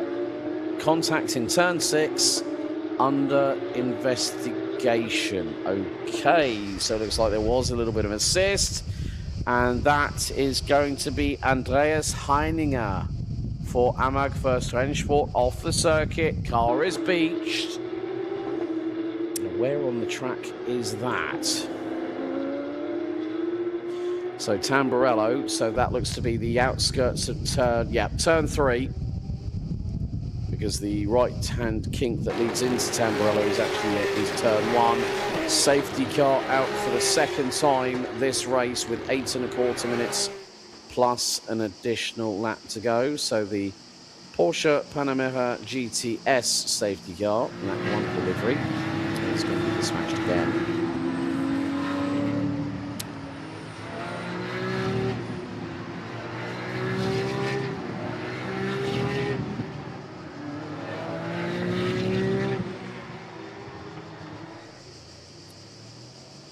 So now the cars will line up, and it's going to have to be another safety car restart for Dragos Buriu for Newton by Sportec Racing.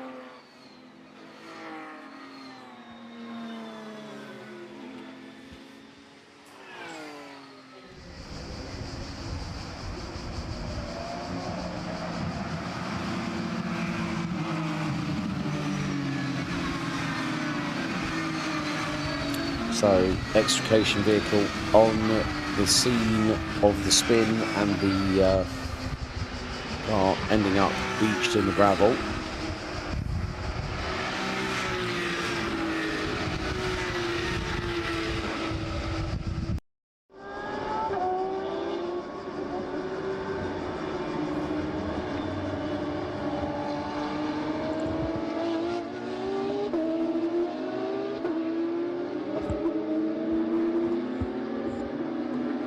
So the counter continues to tick down towards 0 on the clock. And at the moment, well, Alessandro Cendese from B Driver is going to have to fend off the likes of Sebastian Schmidt in the Porsche Centrum 5 Scene 203 entry. Marcus Gratian, Nico Grundl, Henry Wheeler is there. Now, if Wheeler was deemed to have caused the contact with Marco Galassi, we have seen it already that if you cause contact and you're the instigator of the incident, there have been 2 drivers that have both copped a 10-second time penalty. Safety car in this lap, which will bring us back to speed for just a handful of laps remaining, as very shortly we'll be completing lap number 12 of this race. It will be Dragos Buriu, who once again, like the previous restart, backed the field up. When is he going to put the pedal to the metal? He's waiting, waiting, waiting. He's not going to do it before he backs up. He might do it out of the final, the blast of the double left. Here we go, with just over 5.25 minutes back until we hit 0. We're back to green, and Dinkeldine's already on the offensive. He was not hanging around there, was the man from Proton Competition, as we are green here at Imola. And this time, well, Dragos Buriu was keeping a hold of that lead. Dinkeldine, is he going to make it through Tamburello? Yes, he is. So will Stefan Heim. Alessandro Cendese having to fight off, fend off Sebastian Schmidt. We head down out of turn 6 at Villeneuve on what is now lap number 13 of the race. Look at this, Cendese has really decided to put on a bit of a show for not just the team here, but for the rest of the the families who are here, the families that are not here and are watching from home. Thank you very much for joining us over the course of the day.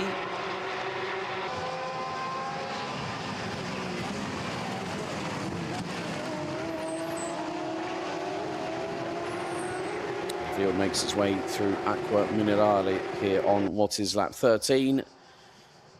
Dragos Buriu still holds on to the race lead. Dinkeldine, who was runner-up to Rod Christie in the Class 24 division last year, yet to take a victory this season. Stefan Heim is effectively the defending Class 23 champion, but more to the point, he is running solo this year. I have heard some news about Alois Rieder. He's running with us at Monza. He's still in hospital, recovering well. Alois, from our side here, get well soon. We look forward to seeing you back on track in the not too distant future. So we are looking at, I would say, more than likely maybe just 3 laps to go, including this one. And so lap number 14, top 7 round. Oh, so Nico Grundl has got through on Marcus Gratian for position, and that is for the final step of the podium. Oh, and Tarek Fahmy, there is smoke billowing from the left front. That could be coolant related. That is possibly more than likely going to be terminal, and he's in the gravel again, is the Egyptian. He's trying to get the car moving, but if that car starts, well, if there's steam coming out of that front, that is coolant system damage. And if that car is beached and that front splitter is digging itself into that gravel, that is game over. And yellow flags, safety car deployed for the third time in this race, which says to me, and there is oh, hang on a second, that is car 267, I believe, or 261 possibly. Couldn't really make out who that was. Or it might have been Matteo Biasoni, possibly. 287. So the safety car, I think we are going to finish we're going to conclude our racing more than likely under the safety car, because with under 2 minutes to go, there's the Porsche Panamera GTS ready to go and ready to catch our leader, Dragos Buriu. What an eventful final race out of 6 here at Imola. Well, it has not been an easy day, as you have seen by every single interview, every person I've had a chat with so far over the course of today's live stream. It has been a very, very difficult affair, and I would think, and look, oh dear, that is, now who is, oh no, don't tell me, please do not say, let's see, okay, so Dragos Buriu has crossed the line. Dinkeldine has crossed the line. Heim has crossed the line. Alessandro Cendese. So that is, I think that is Tarek Fahmy that is actually beached. Yeah, so Matteo Biasoni was the one, yes, so it was 287. Matteo Biasoni. And Tarek Fahmy having damage to the right front, so that's going to be cooling system repairs, I would imagine. The timer is going to tick down. They are going to be at safety car speeds. And then we will hit 0, which will mean that we are more than likely going to potentially end the race under safety car conditions and conclude the on-track action here at round 3, Porsche Sprint Challenge Suisse 2026 at the Autodromo Internazionale Enzo e Dino Ferrari.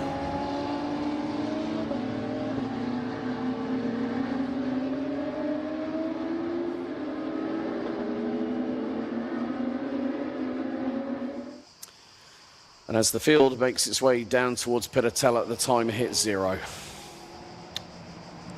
I think that means I haven't had any messages on the live timing to say that safety car will be in, but I would imagine that the safety car will bring us to Rivazza for what will be the more than likely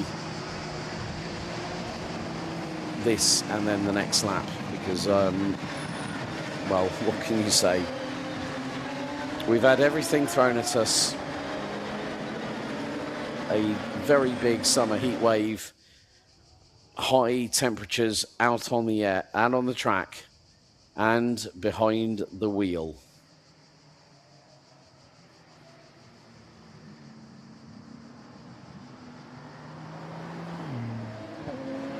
Okay, right.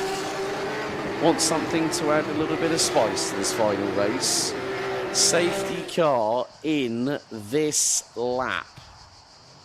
That means it's going to be last lap, 4.909 kilometers to decide how this race is going to pan out. So Dragos Buriu has now pulled a 2-car length lead over Patrick Dinkelbein. One final lap. It's going to be racing to the end as Stefan Heim has gone with them. Can Alessandro Cendese hold off the advances of Porsche Centrum 5 Scenes Sebastian Schmidt? Nico Grundl in P3 as we are green here at Imola for the final time. One more lap to go to decide it all. And here goes Henry Wheeler to the outside of Marcus Gratian in towards Tamburello. And the man from Ohio is going to go a little bit deep, manages to get the move completed. Gratian's going to get his elbows out and fight back at him. He's got Levin Galf and Nick Hunter behind. Alex Santos will be receiving a post-race 10-second time penalty as a result of the contact with Tarek Fahmy earlier on in the race. But Dragos Buriu He's looking to make it 6 from 6 after the opening 3 rounds, the opening half of the 2026 campaign. The top 3 make their way through into Piratella for the final time. And I know that Darshan Kadaya and everyone in the B-Driver crew is absolutely crossing everything. Fingers, toes, arms, legs, you name it, they've probably got it crossed right about now. Into Acqua Minerale for what is going to be the final time on what is lap 16. Dragos Buriu. So far this season, he's had a steep learning curve. Started with the testing at Paul Ricard earlier on this year, came to Portimao, stuck it on pole, won both races, and it is going to be an unstoppable run if Dinkeldime can do anything about it, because they're going to come out of the final corner. Checker flag will wave. It is a clean sweep here once again in Open GT in Class 24. It's Newton by Sportec Racing's Dragos Buriu that is going to take what will be his 6th win of the championship season. Buriu takes first, Dinkeldine second, Stefan Heim and Complimenti Alessandro Cendese picking up B-Driver's first win in Porsche Sports Cup, the Sprint Challenge Suisse for 2026, with Sebastian Schmidt going home back to Germany with a very happy smile on his face, I'm sure. A first and a second for the man from Porsche Zentrum 5 scene.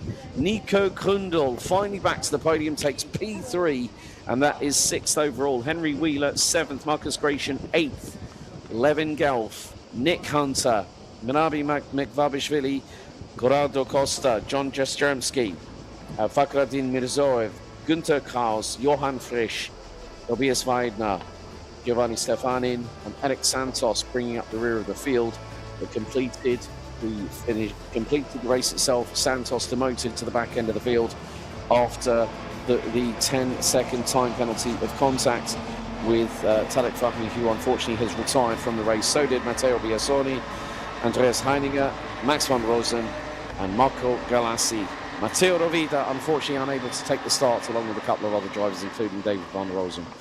Well, there's going to be some jubilation at the B-Driver camp, but there's also some drivers I need to speak to for the final time before we sign off here at Porsche Sprint Challenge Suisse Round 3 here at Imola.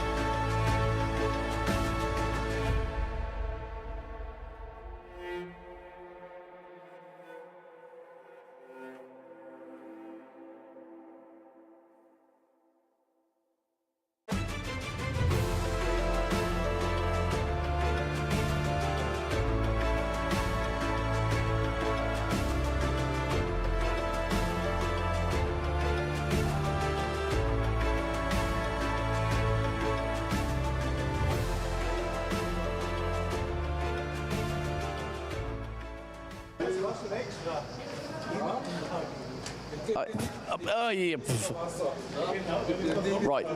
Du musst das erstmal schließen. Warum? Warum? Hey.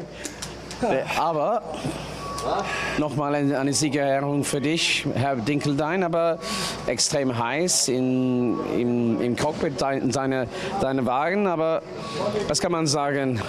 Imola ist es immer hart hier, ne? Ja, Imola ist immer sehr hart. Bei dem Wetter natürlich besonders. Aber ich muss ganz ehrlich sagen, ich kam mit den Konditionen sehr, sehr gut klar. Also ich kann mich nicht beschweren. Mag vielleicht daran liegen, dass ich so schwitze, weil das kühlt dann automatisch auch mit. Also ich hätte noch weiterfahren können und wegen mir hätten wir die Safety Cars auch hinten dran hängen können, noch von der Zeit her. War ein bisschen schade, war ein bisschen verzettelt, immer wieder ein bisschen dran. Aber mein Gott, es war super hier und mit Matteo, meinem Coach, Matteo Cressoni, hat gut gearbeitet, hat mir einige Tricks gezeigt, erklärt und ich bin deutlich schneller geworden, als ich bisher hier war. Das war so ein bisschen mein Hate-Track bisher, weil hier hatte ich auch mal einen schwereren Unfall und von dem her, alles gut, ich bin zufrieden. Ja. Grüße in die Heimat, genießt das Wetter und feiert noch schön, besonders in Laupheim bei unserem Kinder- und Heimatfest, wo ich leider heute nicht sein kann. Und ich bin aber morgen früh 5 Uhr da und morgen geht's Vollgas, bin ich voll dabei. Und dann sehen wir uns in 3 Wochen in Spielberg, mein Freund. 2,5 schon. Yeah, weil it's 2.5. This man actually does speak English, by the way. But, well, better than I thought. English. Schooling, well, it still works. But Patrick, thanks. See you in Austria. Yeah, see you there at the RBR. Exactly. So, der Maestro. Ja. Auf Englisch oder auf Deutsch von Weiner, wenn ich? Okay, well, hey. Ja, mit Pommes. Aber was kann man sagen? Ja. Aber deine Überholmanöver gegen der Dragos, das war der Hammermann. Das war einfach so. Er hat da optimale Traktion gehabt. Man konnte die Außen vorbei, habe aber dann dummerweise auch überschossen die Kurve und kam zu weit raus. Darum war er zurück. Sonst hätte der Lauf etwa mein Sieg werden können, oder? An diesem Punkt durch den Exit von Aqua Minerali geht der Popo mit ein bisschen oder sowas? Ja, der geht auf jeden Fall. Man sieht auch gut den Unterschied von den neuen Fahrzeugen zu meinem. Die haben bessere Traktionskontrolle und wir sind da sehr am Kämpfen mit einem losen Heck. Da ist der Popometer ist da komplett eingeschaltet auf 150%. Dann schwitzt man nicht nur im Gesicht. Aber es war schön. Okay. Ein Unfall, wenn man denkt, wie viele rausgeflogen sind. Ja. Mich freut es auf Spielberg. Die Strecke liegt mir sehr gut. Habe ich auch schon gegen den Christi gewonnen, also immer zuversichtlich. Letzte Frage auf Englisch. Red Bull Ring, Austria, 3 weeks. We know that your car has got a good pace in a straight line. Are you looking forward to it? Yes, I'm looking forward to that. My car is the winner of the GT Master 2 years ago, with Michi on the steer, and I think we can get the number 1 there. Vielen lieben Dank wie immer, Stefan. Wir sehen uns in 2,5 Wochen. Right. Alessandro Cendese. Complimenti. Thank you very much. It was really tough race. Like, it was tougher the first race because I had like a little bit of struggle with the car, but it was also my side. I was pushing too much and I was overdriving. And this race I kept it pretty cool and I'm really happy because I did no mistakes and I brought the victory home. So I think, well, we had a discussion off air and I said to you it's onwards and upwards, and what did I say? I knew something was going to happen. But the main thing is you kept calm, you learnt from your mistakes and you decided, well, I've got an opportunity and your restarts under the 3 safety cars. I have to say, my friend, for a youngster like yourself, well done. Thank you very much. Yeah, I just thought that if I go like as I know to go, I would be pretty good in the race. So my pace was good. I know my pace was good. So I was just very much calmer than the last race, and this helped me a lot. So. Really well done, well done. Part of the B Driver Academy. Right, I think we're going to leave them to go and have their podiums. Oh. Ah, Herr Gründel. Na, wie geht's dir? Oh, es ist ein sehr heißes Rennen. Ich muss sagen, es war ein bisschen einfacher als letztes Rennen, war ein bisschen kühler. Und natürlich war deutlich enger alles, mehr Druck von hinten, deswegen bin ich jetzt gut durchgeschwitzt. Und jetzt auf 3. Platz bei die Siegerehrung bei zweites Rennen. Extrem hart, die Lufttemperaturen. Wir haben schon bei unseren Onboards dieses Wochenende über 60 Grad. Besonders bei der Felix Neuhofer 61,5. As you can see, Nico Gründel, bad hair never looked so good. But I think at the end of the day, let's switch to English for a moment. It just goes to show how competitive Open GT Class 21 is. Obviously, I know with your GT4 racing, and obviously Tim, who you race with, another driver that races in, as a wheelchair driver, has been racing. I think, wasn't he at Spa this weekend or something like that? Yeah, he was in GT4 European this weekend at Spa.